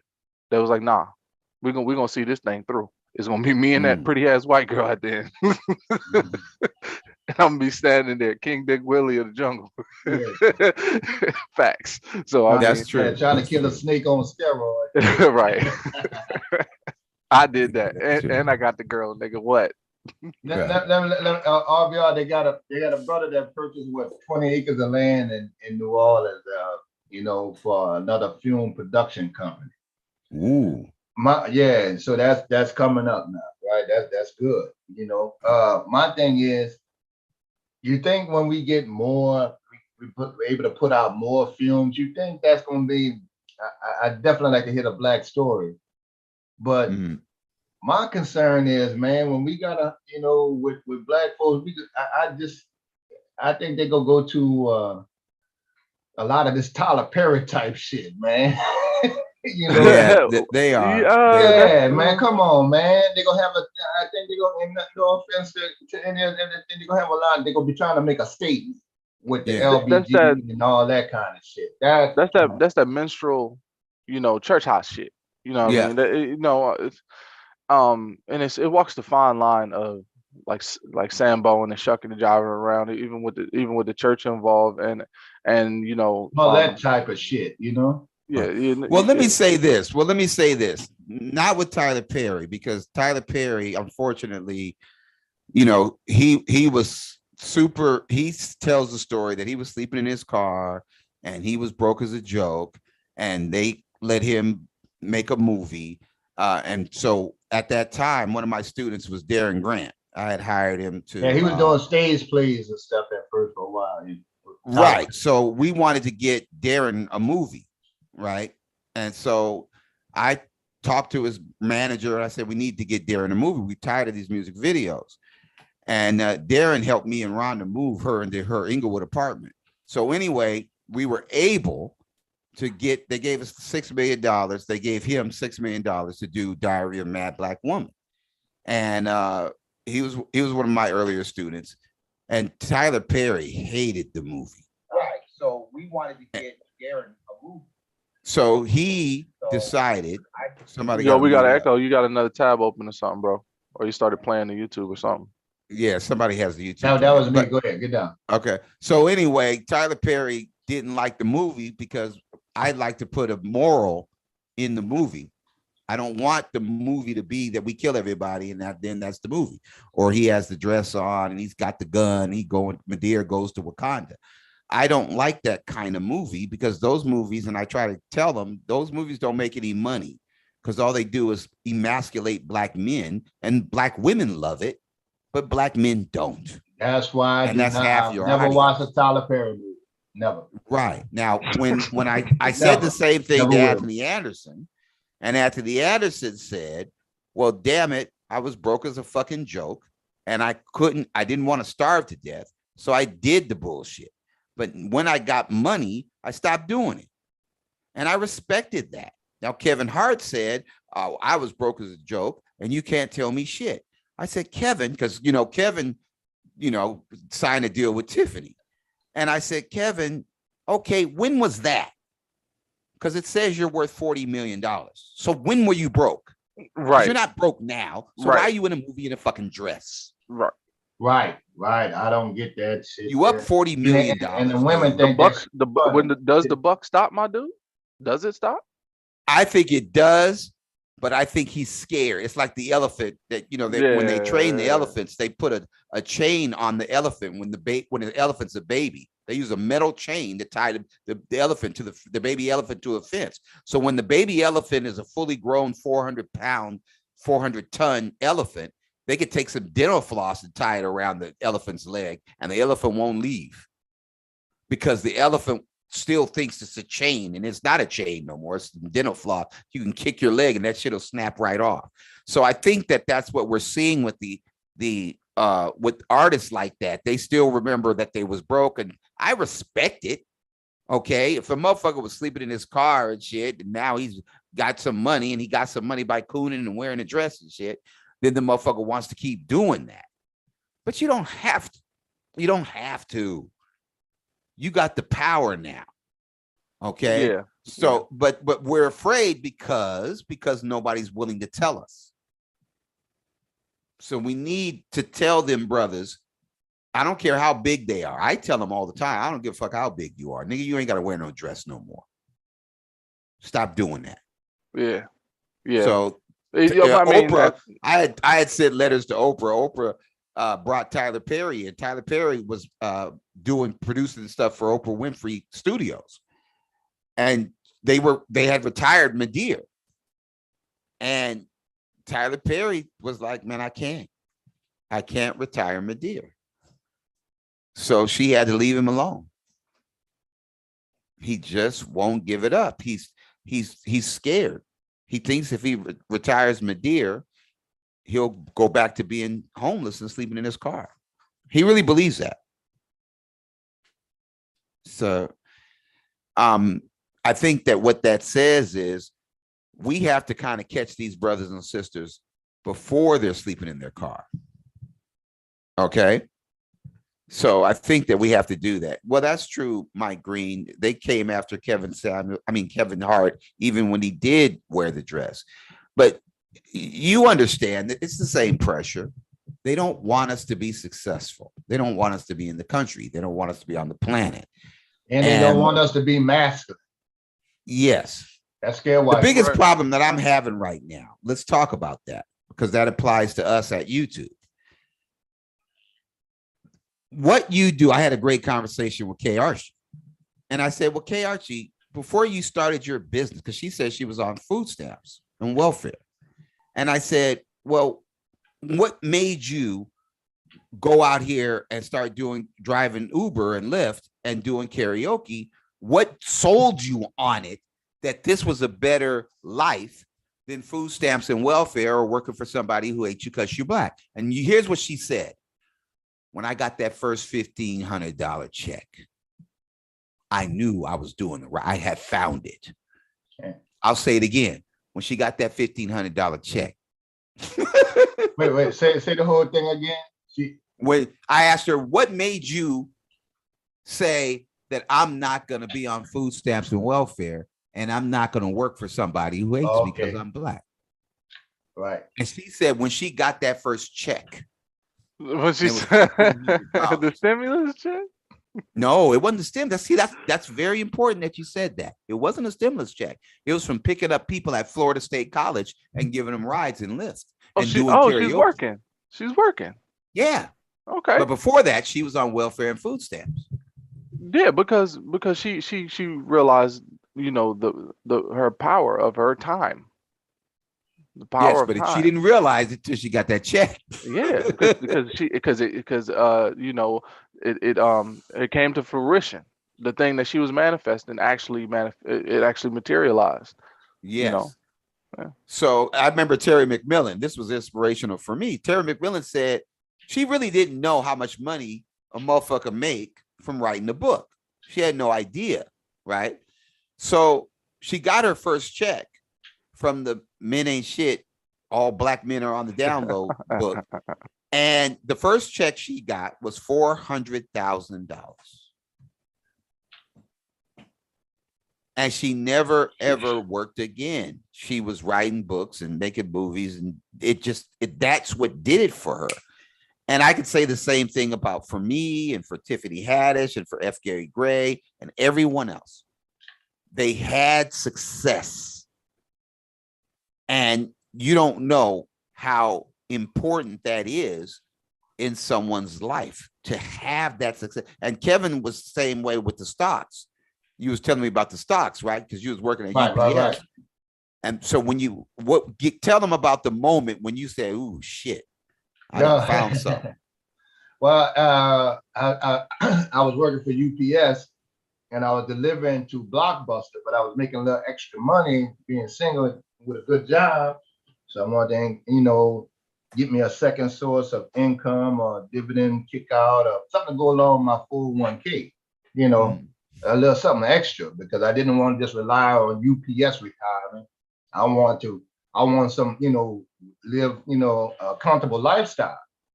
And when I was delivering the Blockbuster, and I was digging into some of the stock stuff and researching it and everything, and I brought a little Netflix stock, right? Just winging it out there before I dug into it and got all the ins and outs of it. Because reading Robert Kiyosaki, Rich Dad, Poor Dad, stuff like that, and Peter Lynch, One Up on Wall Street, when Katrina hit, my few $1,000s in stock in Netflix kind of blew up a little bit. And in my mind, my investing mind, I was like, I'm delivering to Blockbuster, and I'm like, okay, they got to pay for employees, overhead, shipping, delivery, late fees was killing them, and I just knew the internet was going to be a big thing. So my 2,000 wound up, I was getting that $10 a share at Netflix. My 2,000 wound up turning into around 2,000, turning into about 6 or 7. I was like, okay, that's what I need, and it was beating it was blowing my 401k out, which I had been investing in for 10 years. I made more profit with that. That's when the moment I said, okay, well, I can do this on the side. If I can make 65, 70,000 as a UPS driver, I can make over 100,000 doing this too. And that was the goal, to keep building income. Absolutely. Well, Right. it was important too that you said you read some books and you did some study and you did some looking. But you're right. When you got that money, you were sold, and that's the point. Yeah, it became motivational, and then I learned it from the ground up, the language and everything. Even with a limited education, which I only have pretty much the high school and the junior college, I dug into it. I even went to investing in charting for dummies and learned it from the ground up. Then I got some, all the books. I took some of the courses and everything just to get the groundwork. Because I'm a firm believer, once we learn these people hustle, the game is over. Yeah, that's a fact. Right. Because if we can maneuver on the lower income level, we should be able to move. It ain't no different than at the top, at the high income level. It's no different. These dudes, you don't need these dudes with a coat and tie and suit and tie to tell you what to do with your money these days. Numbers don't change, I mean, numbers are numbers. If anything, we know how numbers work, and so when I start reading that, okay, well, they're showing the income report every 3 months. So I can follow, because they have to release that because, it's publicly traded. Then I started learning the business aspect of a lot of things. And for folks that own businesses, like some of my friends, I said, man, you already own a business. You got a degree in this and this and this, man. You know half this shit already. You know what supply and demand is. Some of my partners know it from the street level. It's the same concept. And I just dug into it and learned it from the ground up. And that way I'm able to make a little call in all the little ins and outs. A prime example, a lot of people think you might lose all your money and invest it. Let's say a stock, you got in a stock costs $30. And let's say you got a few hundred, that's 500 in there. You can set up a sell criteria that if it ever drops to 450 or, drops to 450, it would automatically sell it. And you can reduce your losses. And so I just did that number game, so you can get rid of it. You don't have to keep it at all, so once I learned that was it. And I learned how to trade it. Yeah, that's what I'm talking about. Now, did any other ideas spring up from that? Then it came to, that's this long-term investing. Then it came into option trading, how they're able to make a profit. And a living off of just option trading, depending on the stock market. So I was like, okay, now I can control 100 shares of Google stock for $400 and wait till some of these coons keep talking about black folks and let the stock go up and cash out in another 2 or 3 days. All I need is a $2 or $3 movement in which I could probably make damn near $600-700 in a day or two. Okay, so because like one Google stock is about how much? It's in 1,000, about 2,000 and something, right? Okay. So let's say you don't have $2,000, or you don't have one of these big, well, you got a couple hundred. Now the difference is prior to this, you could not do this because you would have had to pay a brokerage firm damn near $1,000 a month to get the information pertaining to the stock or the company. What I mean by that, whatever latest moves, mergers, things like that. But now it just comes to the phone.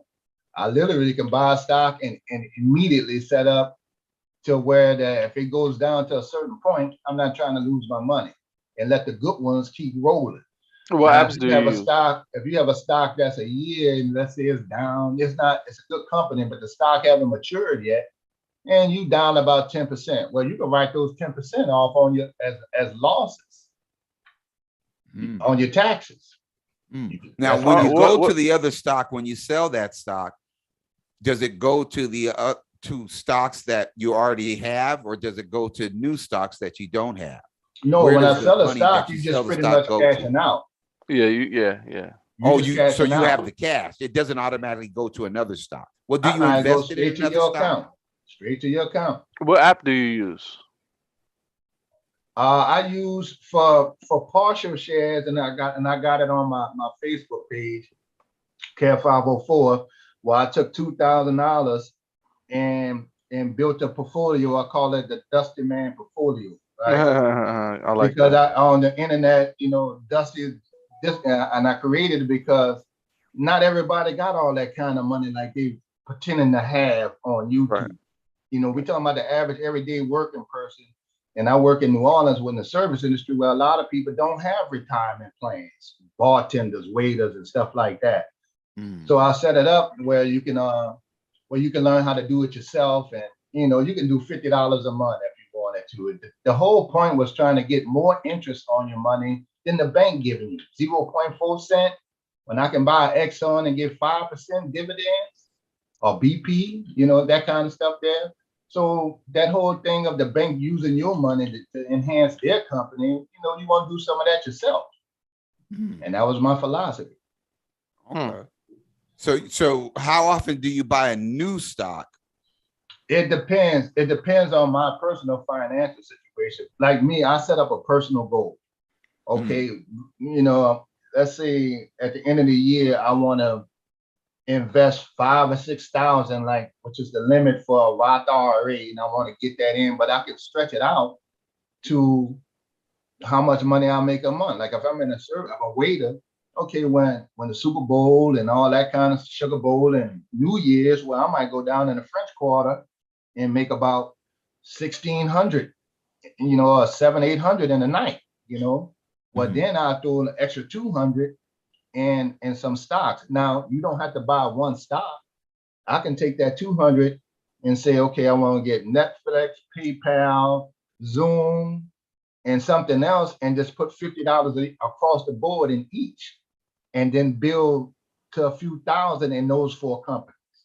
Wow. And then I can and then I can add another one on. Now, when I see something on the upswing, or I'm thinking of something in the future like ChargePoint, I'm looking that up now. ChargePoint is the electronic charging ports for electronic vehicles, right? The gas station, right? There's 3 major companies: ChargePort, Beam, and another company. What app do you use? How do I buy these stocks? Oh, you was asking what app? Now I use M1 app because it allows you to buy partial shares. You said M1 app? Yeah, I use M1 app because it's for beginners. It lets you set up partial shares. And I also use E-Trade. E-Trade is a bank. People think it's just a trading platform. It's a bank. Literally, checking, savings, 401k. I have a custodial account in there for my daughter, and another account in there. And so you can use that, and you can do all your business through E-Trade. But the only thing with E-Trade is going to make you spend $2,000 for one share. You may not have that. So if you go to M1 app, you can put $100 in Google and get the same kind of interest on the upswing. Now I called E-Trade, and they just merged. Somebody, I think Merrill Lynch, they merged with Merrill Lynch. Now they go bought out. Yeah, I heard that on the commercial yesterday. Yeah, now they eventually called me back too. They left a message and they were like, "We got your message, and we are working on partial shares. Also, hell, Cash App, partial shares. PayPal, you can buy stocks with partial shares. So a certain percentage of my income, maybe 10%, I invested for the long term. And by me having kids and older, I always thought of the Paris Hilton type of thing where they can, to try to get them some dividends kicked down every 3 months, like some of them. Whether I got a lot of shares or just a little something. As long as they don't sell the stock when I'm gone, they'll have a little something coming in. Okay, so you were talking about the charger port thing. You said it's 3 major companies for those car charger ports. What are those companies? Because I downloaded the app right now. ChargePoint, Beam, and there's another company I forgot the name of. Now Beam runs. They can put that just about anywhere because it runs on solar panels. ChargePoint, you're going to start seeing across, and I'm sure out there in California where RBR is. They got a lot of charging companies, and it's not just the companies that build the charging point, and it's not, it's the people that make the hoses. That's another company. Give you a prime example. It's not your iPhone or your Android, just those companies, because there's ridiculous amount of money to buy. It's the NVIDIA chip in it. It's the chip that it's a company that provides the Bluetooth connection. So there's 3 companies you can invest in, and that covers all the cell phones. Because they need that particular type of technology to work that cell phone. So when you it's kind of, it goes over and over, you know. So when you dig into something, you'll find some other opportunities to invest in. And then that's why I keep up with my politics, RBR, because I'm waiting to see this infrastructure bill hit hard. You know, what companies are going to get that contract, things like that. I know that I was looking today, they got a water infrastructure problem, you know, stuff like that. Even when Trump was trying to build a wall, like, oh, who will get that fucking multi-billion-dollar cement contract to build a cement wall up? And some of them you just pump and dump, you know, it's just good for the times.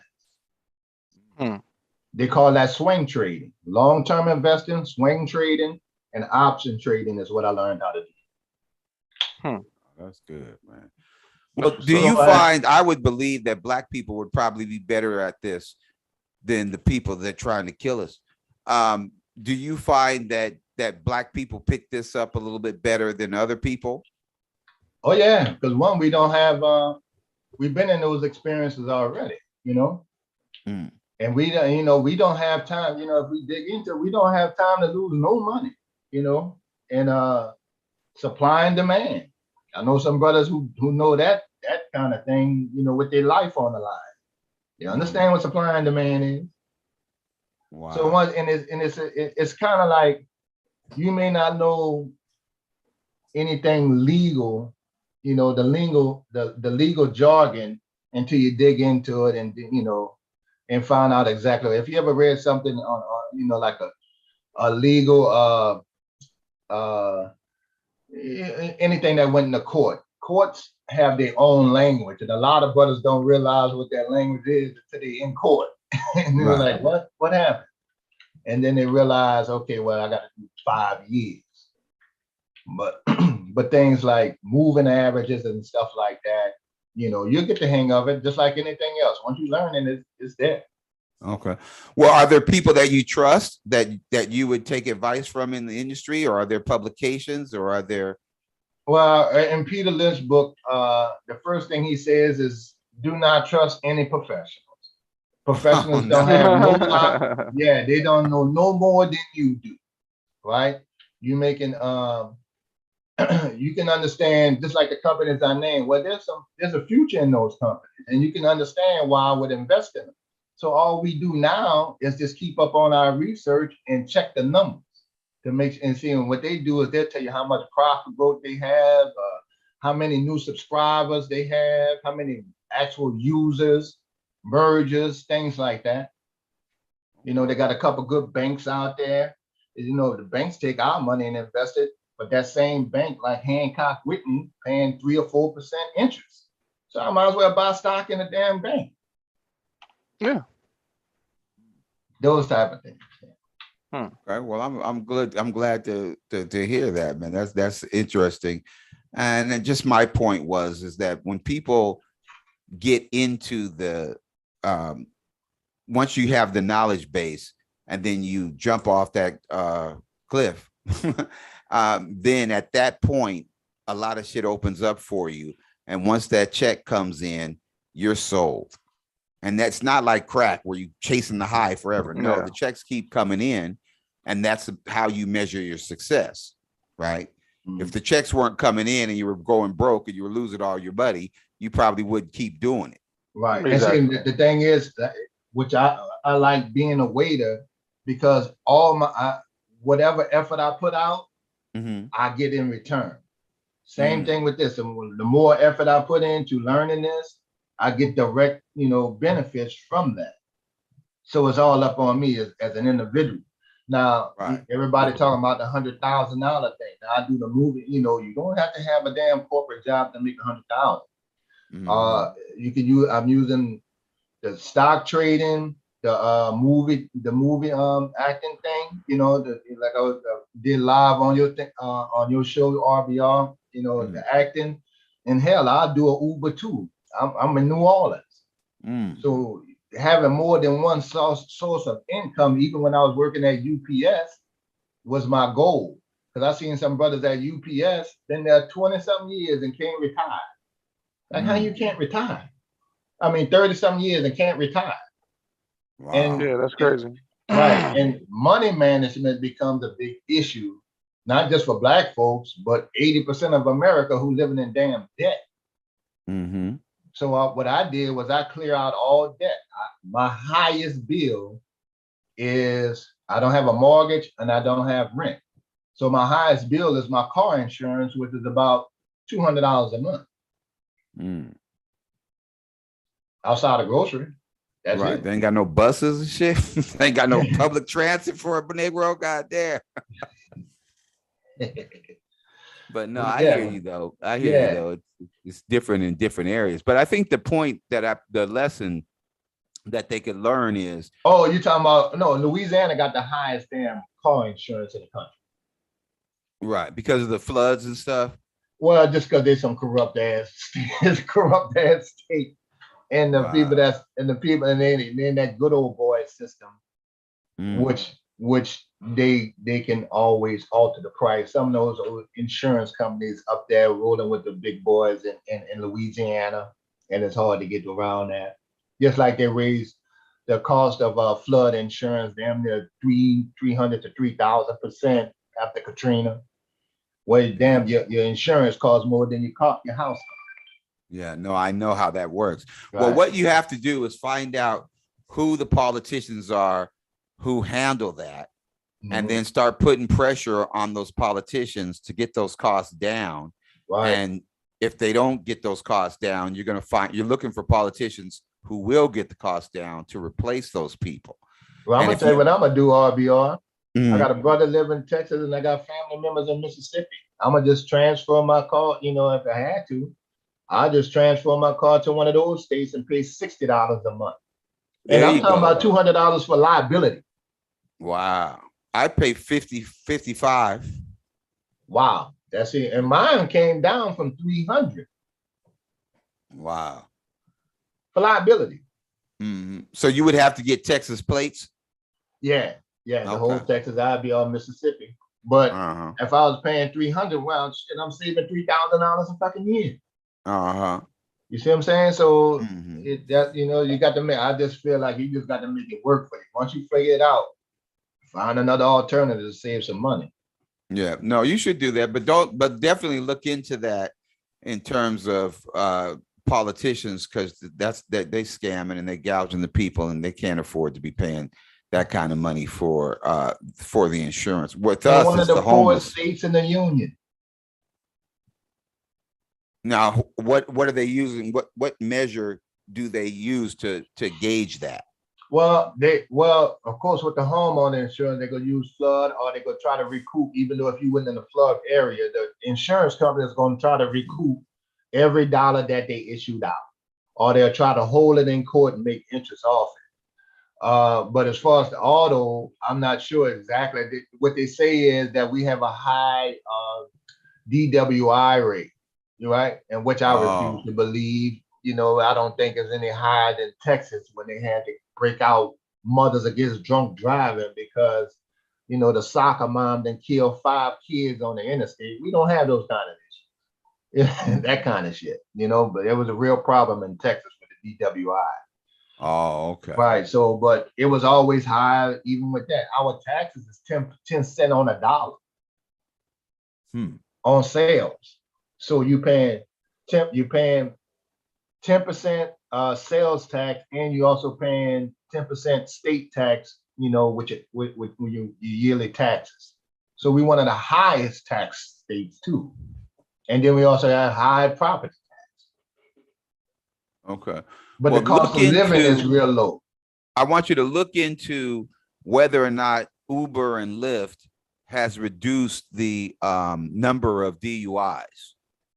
And if it has, you should be able to make a case that since the DUIs have come down because of Uber and Lyft, that the insurance costs should come down as well.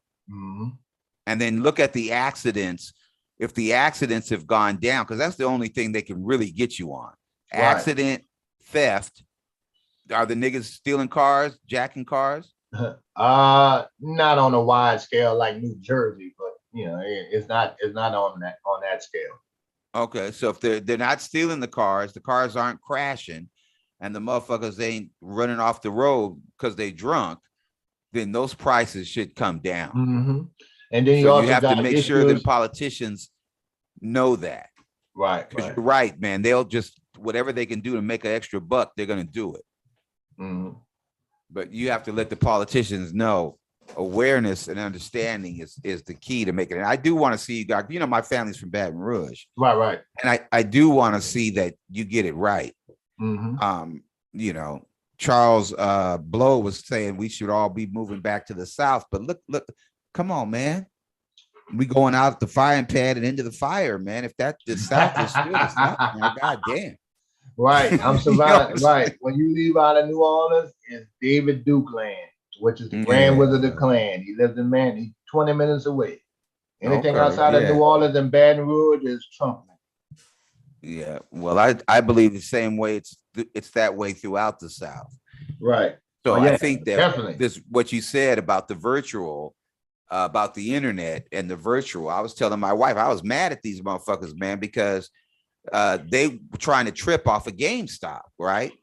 Well, damn, if they making 39% more money by selling the shit online, why would you be mad at them?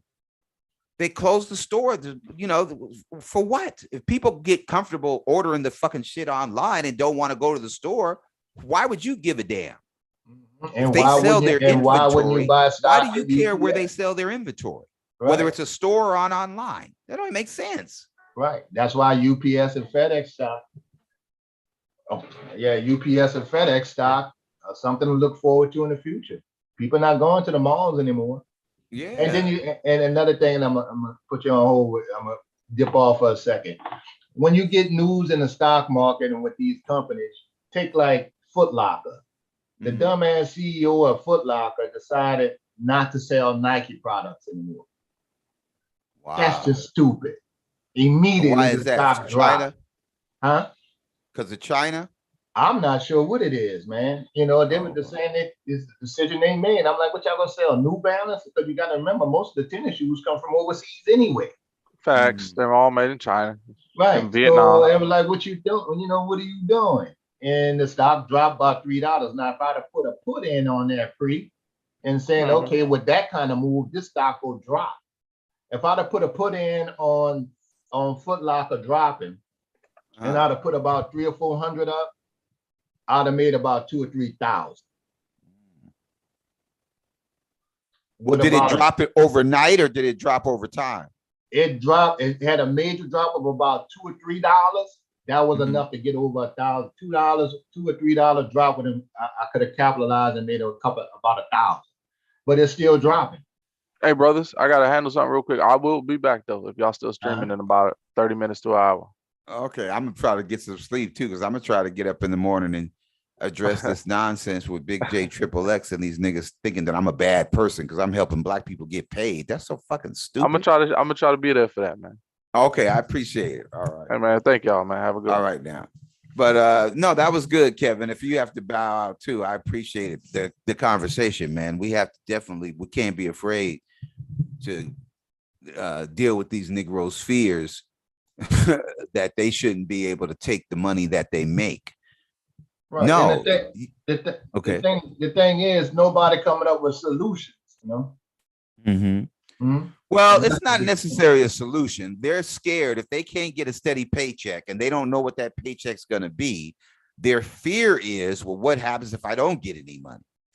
So that's their fear. And what we're trying to teach them is, okay, if you don't get any money, you ain't going to keep doing it. But when you get that first check and you have that success, you're not going to want to stop getting that check to get a smaller check. True that. So what I'm saying is, you don't believe in yourself because somebody's telling you black and you ain't supposed to believe in yourself. But I'm saying what Kevin's saying and what Preacher's saying and what Mella, the K Archie are saying is, okay, I didn't believe in myself either. But once I was absolutely sure that this is what I wanted to do and I did it and I got the first check, you don't have to convince me no more. I'm convinced. I'll never go back to doing that shit again. And that's what will happen to these brothers and sisters if they were just willing to do it. It's okay to start out part-time, but you'd be stupid if you get a $20,000 order and you're still working at Sears. You understand what I'm saying? What the fuck? You know what I'm saying? My buddy Gary Back said, why are you working at Sears? Why don't you sell them something? And when I got my first order, it was $17,000. You think I was still going to work at Sears? I mean, it don't make any sense. So, and I'm not going to leave before I get any money. Fuck that. You know what I'm saying? But once you get the check, it's okay to leave. You see what I'm saying? And that's what I did. So I'm just trying to say that to these brothers. Don't leave if you ain't got no money coming, if you ain't got no check coming. I understand that.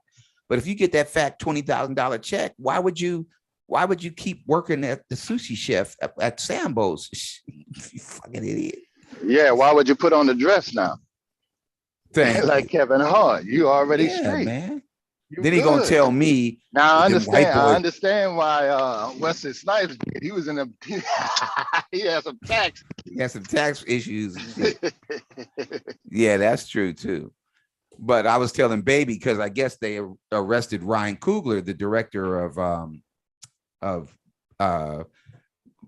Wakanda, of Black Panther, because they shooting Black Panther 2, and he went into the bank to cash one of his checks, and they put him in jail because they just know this nigga ain't got no $150,000 check. $12,000. Yeah. So it was $12,000. Okay. Yeah, I think so. Yeah. Yeah. So and you know, he had way more than enough to cover that in his account.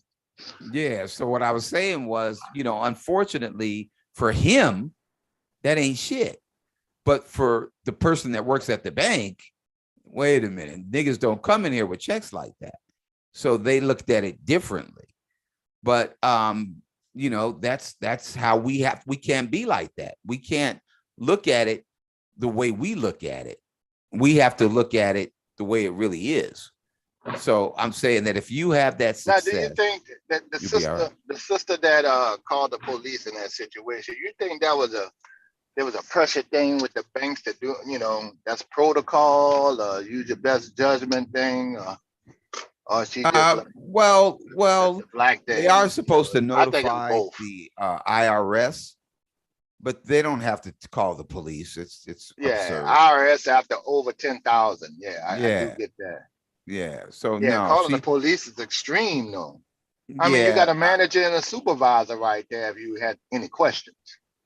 That's true. You got corporate office number, that kind of thing there. If you really want to know it, calling the police, man. But, Chase has a bad problem with that, RBR. They got cases after cases with people, being held up and Chase calling the police and stuff like that.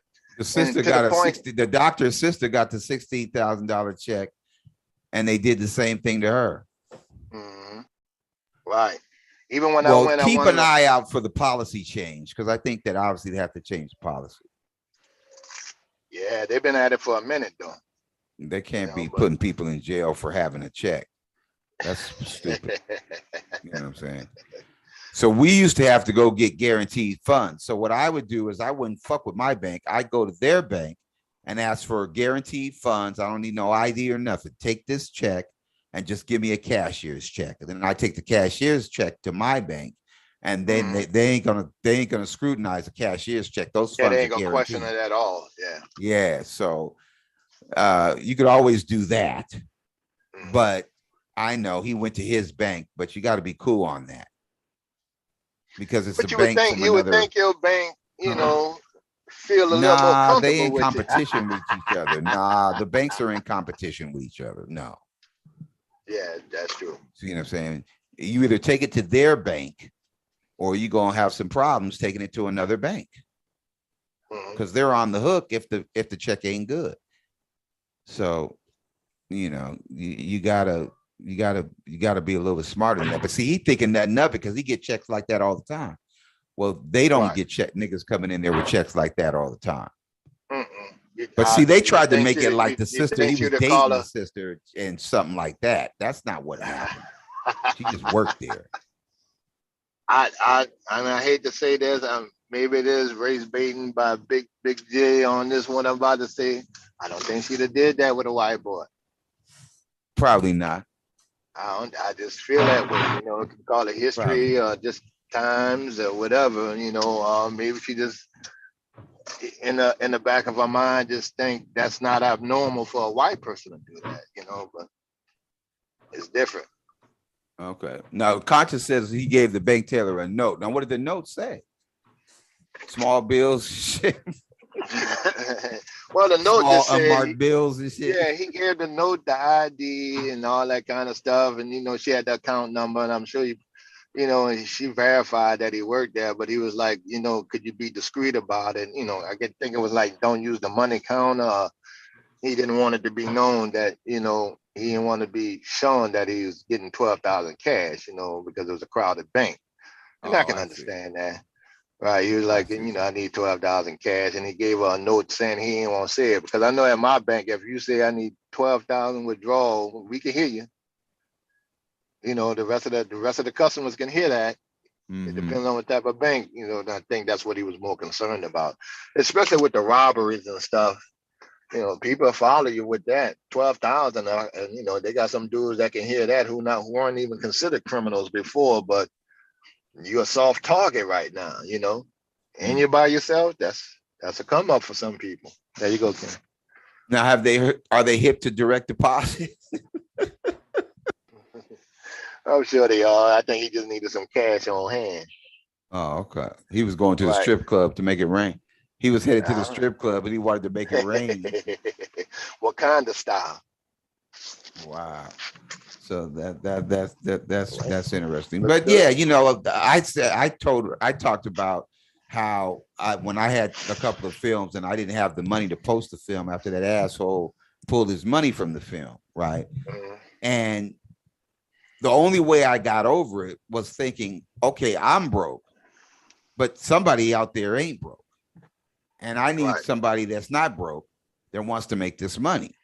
And I was able to do that by coming to the realization that just because I was broke, it didn't mean that I couldn't get the film finished. I was able to get the film finished by and not all the people were black. I'm just saying that I was able to get into my mind that, okay, there's other people out here who want some of this money, some of this film money, who would be willing to give me some terms or give me a break on getting it finished.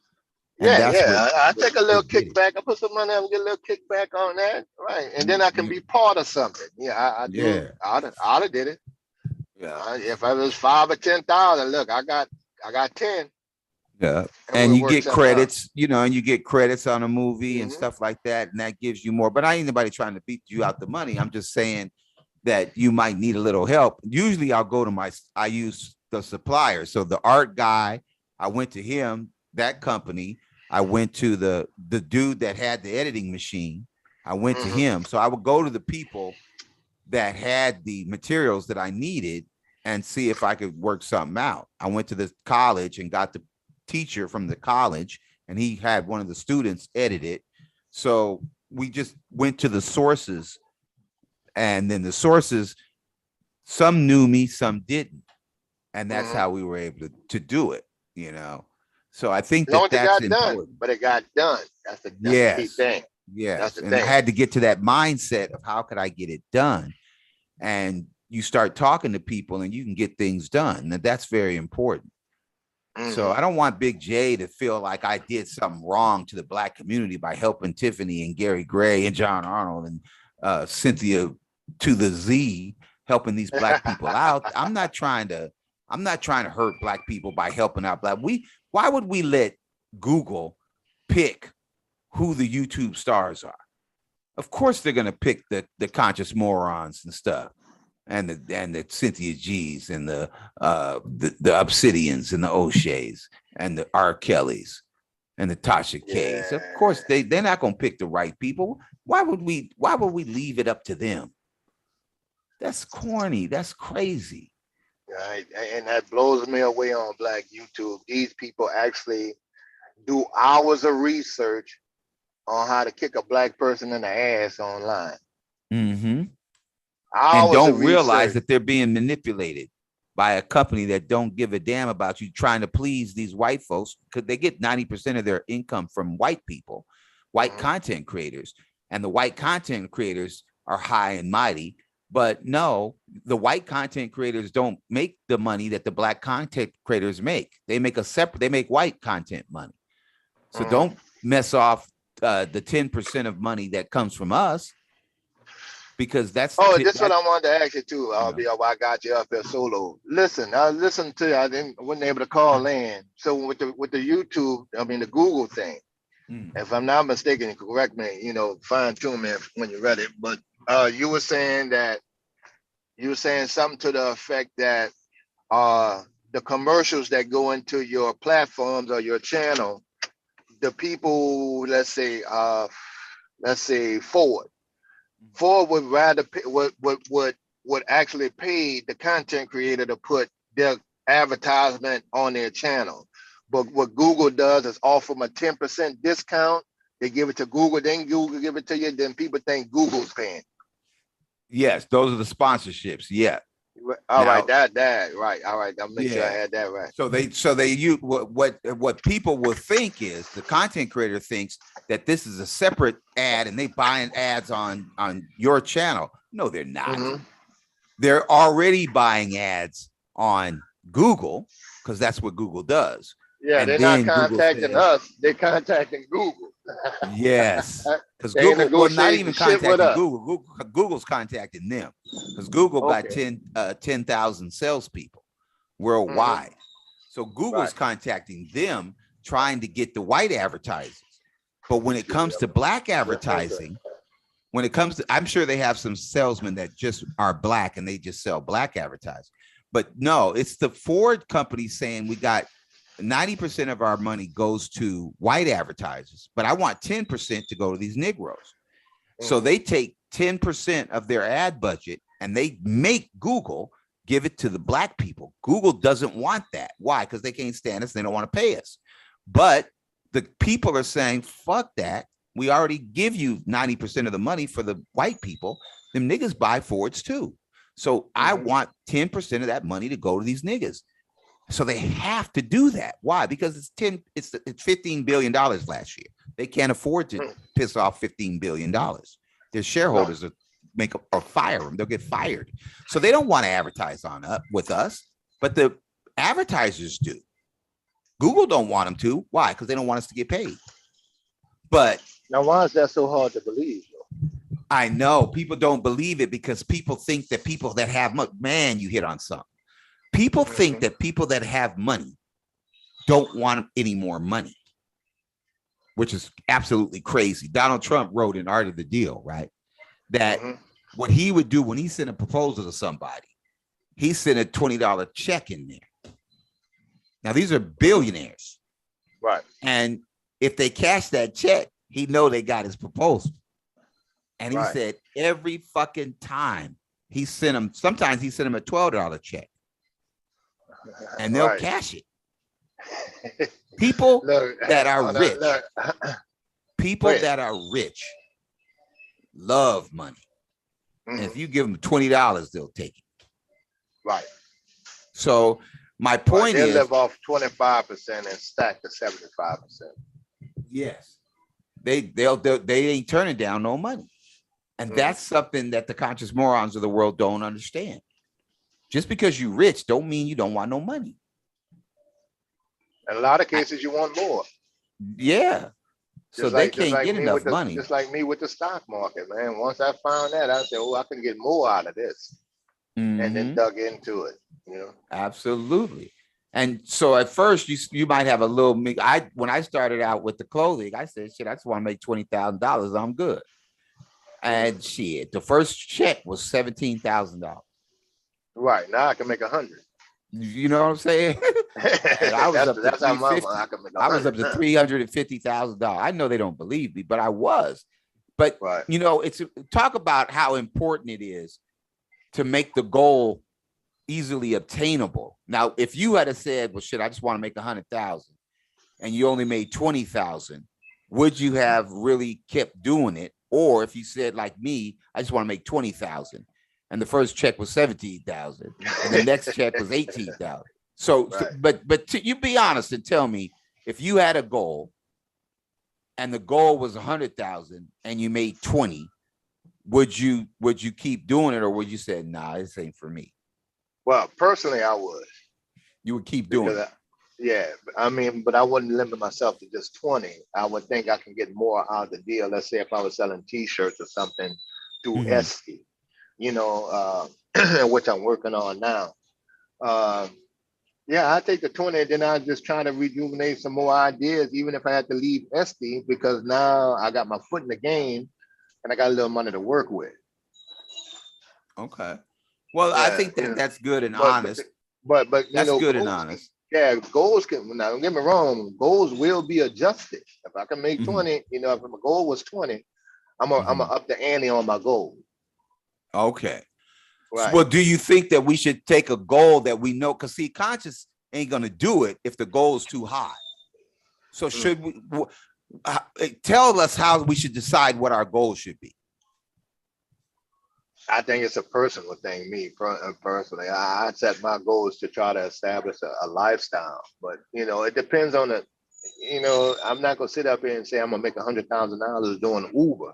You know what I'm saying? That's why I believe in more than one source of income. Okay. Makes sense. So if I make $20,000 with the T-shirts, well, there's other avenues I'm gonna still be seeking at the same time. If I can't get it in one deal, I'm gonna get it in multiple deals. And if I can get 100, I can get 3.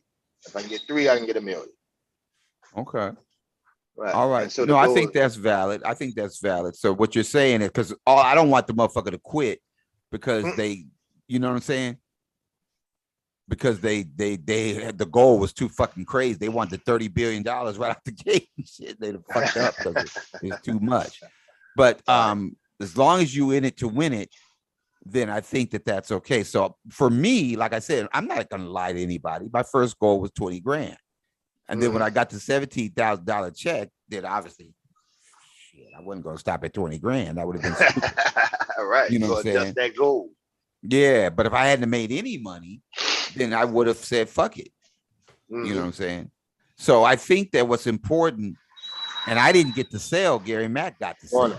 We met the white boy at the bar at the happy hour and asked the white boy what he did. The white boy said he worked at Nordstrom. He was a sportswear buyer. So he asked me to send him some samples of my board with my designs on it. And I sent it to him and he gave him the $17,000 order. So I didn't even get the sale. You see what I'm saying? Right. But I started the company. So I think that I think we can get these Negroes to do what they need to do to get their money. But I don't know. For me, that might have been the thing for me. The goal has to be obtainable or else the motherfucker's going to quit, you know, before they get a chance to get started. And that's an individual thing. Okay. All right. So, yeah. So now see your goal as a journalist, you know, it may naturally be higher than mine, you know, naturally higher, but at the end, we still want to have some wealth. Yeah. Regardless of what level it is. If we want to build some wealth, you want to be able to make sure baby's okay and me with the kids and all that. Because when I'm gone, I just want to make sure everybody's straight, you know? Yeah. No, I hear what you're saying. Well, talk about what we were saying is, what you were saying is, talk about how you feel about, okay, if I made 20, if I made 25, are you happy with taking what you make? Are you happy with taking what you earn? Or are you saying that I got to get that goal? Fuck that shit. No, I got to get the goal, man. Okay, so 20, I seen 20,000 come and go. We seen money come and go. I'm trying to harvest it. Okay, so you want to reach your goal. Okay. Right. All right. Even if that means taking that and making it work for me, but the investment is going to be to generate more income. Okay.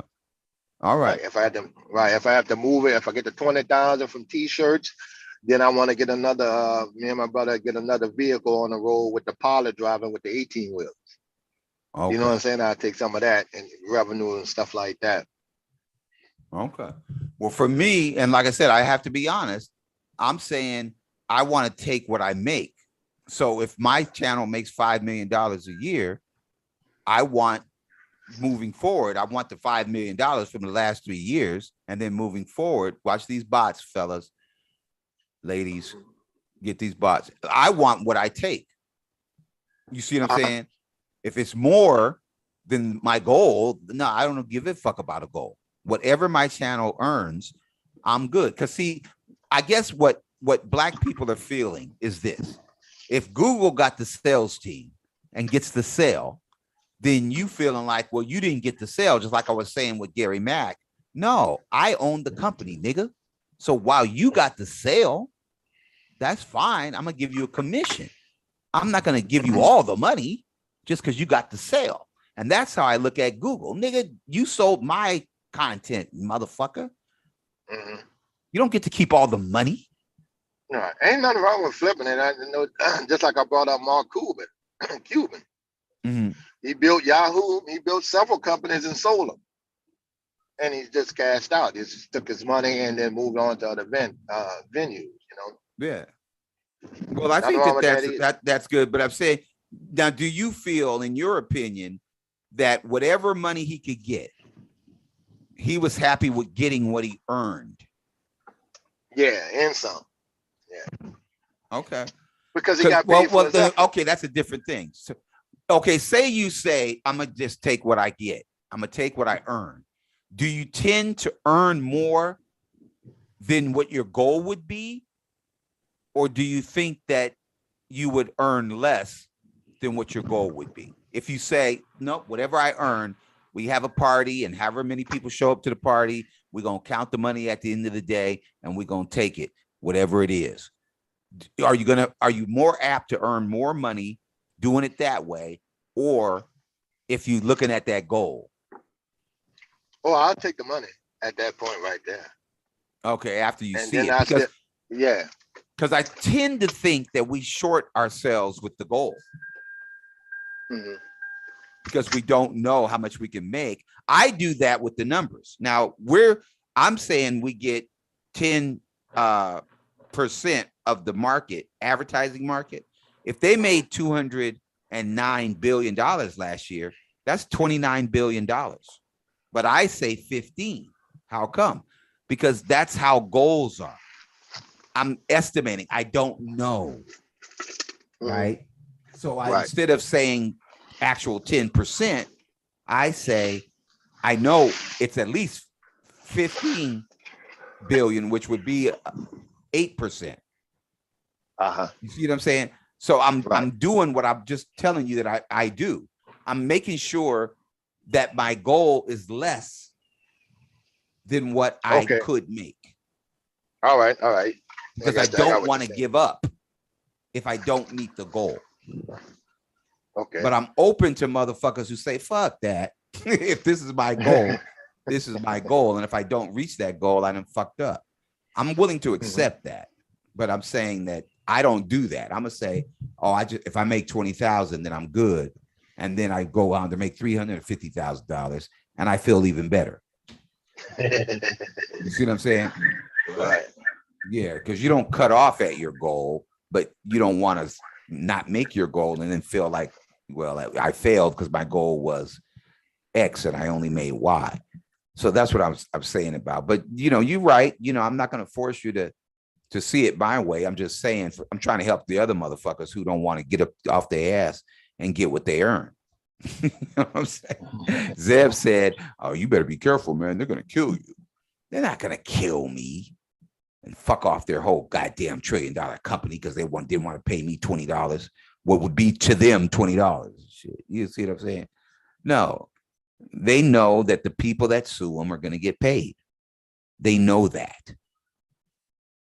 It's just that the 80% of people who never will sue them don't know that. They're scared. So thank you for getting those bots, man. And bots have to get up out of there. Yeah, I got you. I just got back on the computer. Yeah. All right. So I guess I could step down now, man, and get to my maybe get 2 hours of sleep or some shit. Thank you very much, Bomb Cherry, for having me on the program. Right. I got to get to the set today, man. All right. They got okay, me. They got me in for the whole season though. For who's that now? Queen Sugar. Ooh, are you serious? Yeah. Do you have a recurring role? They'll call me in and do a little speaking, but most of the time it's staying in for the two main characters, Hollywood and the other guy. I forgot his name. All right. But they're pretty cool people. They got the whole way. That's where I was. That was Queen Sugar set that I showed on the panel. Okay. Yeah. They just got the warehouse. Yeah, do you have an agent? No. Actually, I don't have an agent, and it's not in the union or anything like that right now. Oh, okay. Now this is the last season, so I think the season ends in about 2 or 3 months. So I just work that out right there and wait for and build my resume on that. That's another thing. Now, what would it take for you to get your SAG card? I got to check on $1,200. It's a speaking role, If you ask you to say something like you told me last time, I said I need to. They'll Taft-Hartley you in if you have a speaking role. Huh? They'll Taft-Hartley you in. Oh, if you yeah, have a speaking role. Or if you know the director, if you cool with the director. But no, that's good, man. Go ahead and do it. Well, I'm gonna say this. What I learned is a lot of people said that when they got into the union, shit dried up because they get union money now. But I'm gonna tell you, it really is worth it if you can go ahead and do it. It really will. Because a lot of times these motherfuckers get ignorant on sets that aren't union. So it does help you if you are union. Right. And you will get more money. Yeah, and you will get more work. I was a union rep at UPS. Well, that's what I'm talking about. Yeah, I was a union rep. You did rep make more money, right? Well, UPS was kind of pretty much structured. There's more complaints and the bullshit and stuff like that. Yeah, you do make more money. Okay. All right. Yeah. Well, I think that makes it a better. You can put up with the bullshit if you make more money. All right. So, I mean, that's something to consider. And then you get into producing, and then you get into directing, and then you make your own shit. And then you do the damn thing like that. Right. And then you can hire your own people and just shit another like that. avenue, Yeah. And that's how I look at things. So if I can make, let's say if I can make about 30 or 40,000 in the movie industry, just doing what I'm doing now, just stand in or whatever, because it's pretty decent money. And a lot of hours though, man. Y'all work some long hours, man. Yeah, 12, we do. 13. God dang. Yeah, that's right. I was working at above the line. I'm working 16 hours. I get first one on the set, last one to leave. Right. Then go but it's over cool though. Yeah. Right. Well, I guess it's a learning experience though. Right. And see, my personal thing is if I can get 30 out of this, another 30 or 40 out of the stock game, and then do the Uber thing, and then get my t-shirt thing going, because I'm grounded with my daughter, even though I got a CDL like Max, I can't just jump and hit the road like that for days. So I had to come up with other alternatives to make money. Oh, well, that's a back good against thing. the wall. That's when Black folks are the most creative. That's right. That's right. I was scared to try to do what I ended up doing in Seattle. I would have been scared to do it in New Orleans or Atlanta, although I knew people that were doing it. I just was afraid that I couldn't do it like that. I had to go somewhere where they already had an industry, and I just had to make it Black. So that's what I decided to do. But what you doing, man, it's fertile ground like a motherfucker. You can make it happen there. Tyler Perry made it happen in Atlanta. There was a few people in Atlanta, but wasn't no whole big dope. If I'm not mistaken, Anthony Anderson did a lot of background and stuff too before he got those kind of roles. Yeah. Oh yeah. He told me he was struggling. And so, yeah, you're right. You're right. But the thing about the acting is, like I said, I want to see you take the reins, start producing, start directing. So you just learn that shit. Oh yeah. When it gets to that point, I'll take a film class. I'll go to film school if it comes to that point where I had to find myself. Finance myself. No, I wouldn't have no problem with it. Yeah. Do Because they like have like a film library there where you can get film books, or is it just at the No, they're regular not book? that advanced. They're just coming down here. The film industry is booming down here because they get to operate tax free. Okay. Completely tax free. Do they have a film office? This particular set does. But what is usually doing is like, there's you go to my casting file, put up your profile, and they kind of send you emails and things like that for background. Oh, okay. But do they have like a film office in New Orleans, like the office film? No, I don't think so. Not that I know of. Oh, well, look it up and just see if they have it, because that'll have all kind of books and all kind of shit. Okay, that'll work. All right, film, TV, office, New Orleans, whatever, and then film and TV, and see what kind of resources they have, what kind of library and shit they have. Just like anything else too, RBR. When I go on a job set, I take it all in. Yeah, that's how you do it. Keep those call sheets, keep those sides, keep those call sheets. That gives you your format. When they did Friday, all right, I was thinking about this the other day. When DJ Pooh and Rick Friedman wrote Friday, and it ain't no big deal. It's the first time I ever told anybody this. They had never written a script before. So I gave them my script, The Urban Demographic. And I said, don't try to study nothing. Just copy it 100%, the format 100%. Because that's what I did. There's a book called How to Write a Script in 21 Days, and it gives you the format. So I gave them the format. Why? Because that's very important. If a motherfucker gets a script and it has 3 holes punched in it, and all 3 holes have a clip in it, they know you're an amateur and they're going to throw it in the trash. So it's only going to have 2 clips, and it's going to say fade in, and then it's going to have the scene number. And so the format has to be to let them know you know what you're doing. Right. So don't try to learn. They hand us out slip sheets, right? Giving us the little background of what they're going to be filming and Right. Okay. Yeah. Shot list. We call that the shot list. Yeah. And you have your sides on what scenes you're doing. It'll just be whatever pages you're shooting that day. But keep that shit, because you need that. That's your format that when you get your shit going, you're going to need to have that format. And then see, do they give you the production sheet? Is when they have us go take COVID tests, I write down the mileage. When I'm going off site, I'm writing this shit off on my tax. Oh, there you go.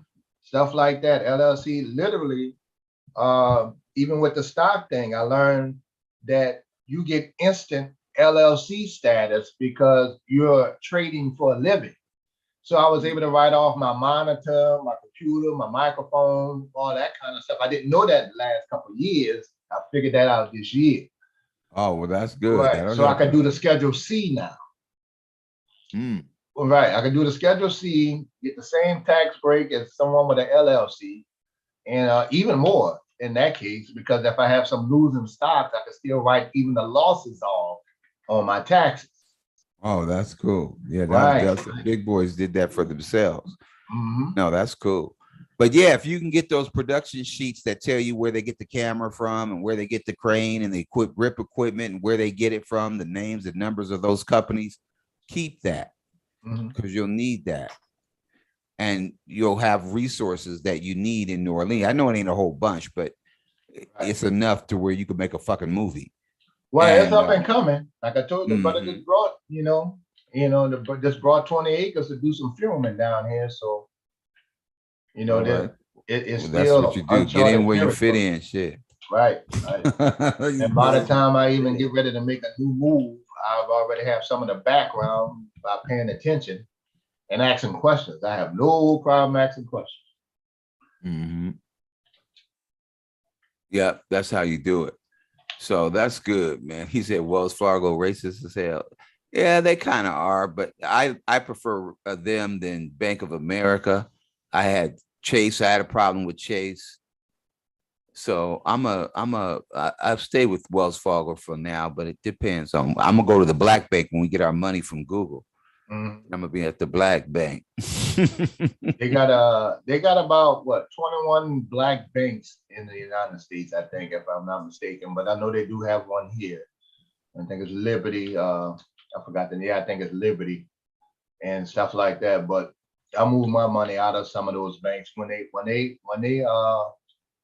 pled guilty to charging blacks and minorities higher interest. Yeah, interest rate on home loans, student loans, and auto and loans. Cars. Yeah. Right.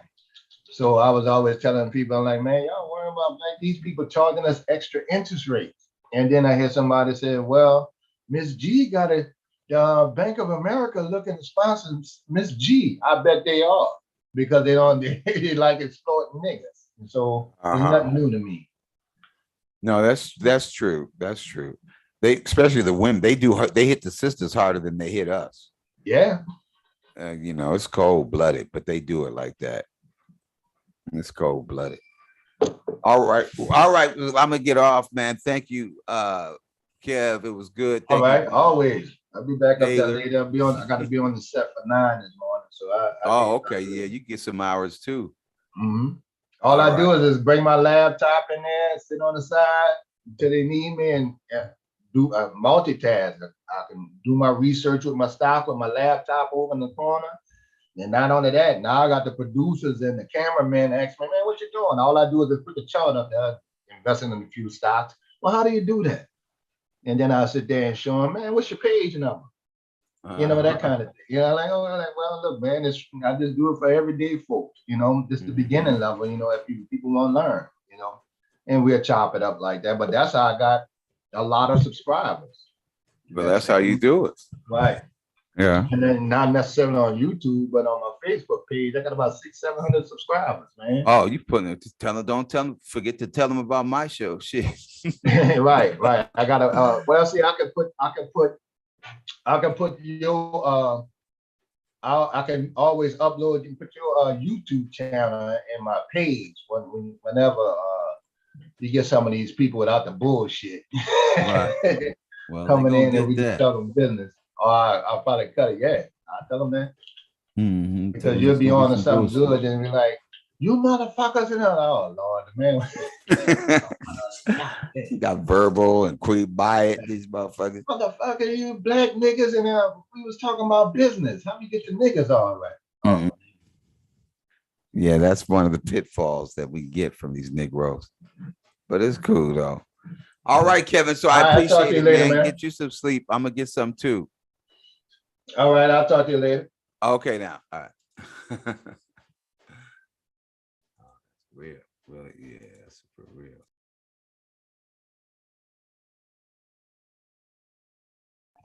Okay, everybody. I'm going to sleep. All right, Bob. I'll talk to you later, dear. Okay. Bye, Kev. Send me one of them damn donuts. I'll buy a Kev. You got the donuts out there? I'm gonna send you some donuts. I keep forgetting our bet, Bob. We got a praline bet, but I'm gonna think of it. Say it again. I said we got a praline bet. We bet something. I say, okay, if you win, I'll make you some praline. I'm gonna think of what that bet is. I show one of my pralines. Okay. I'll talk to you later.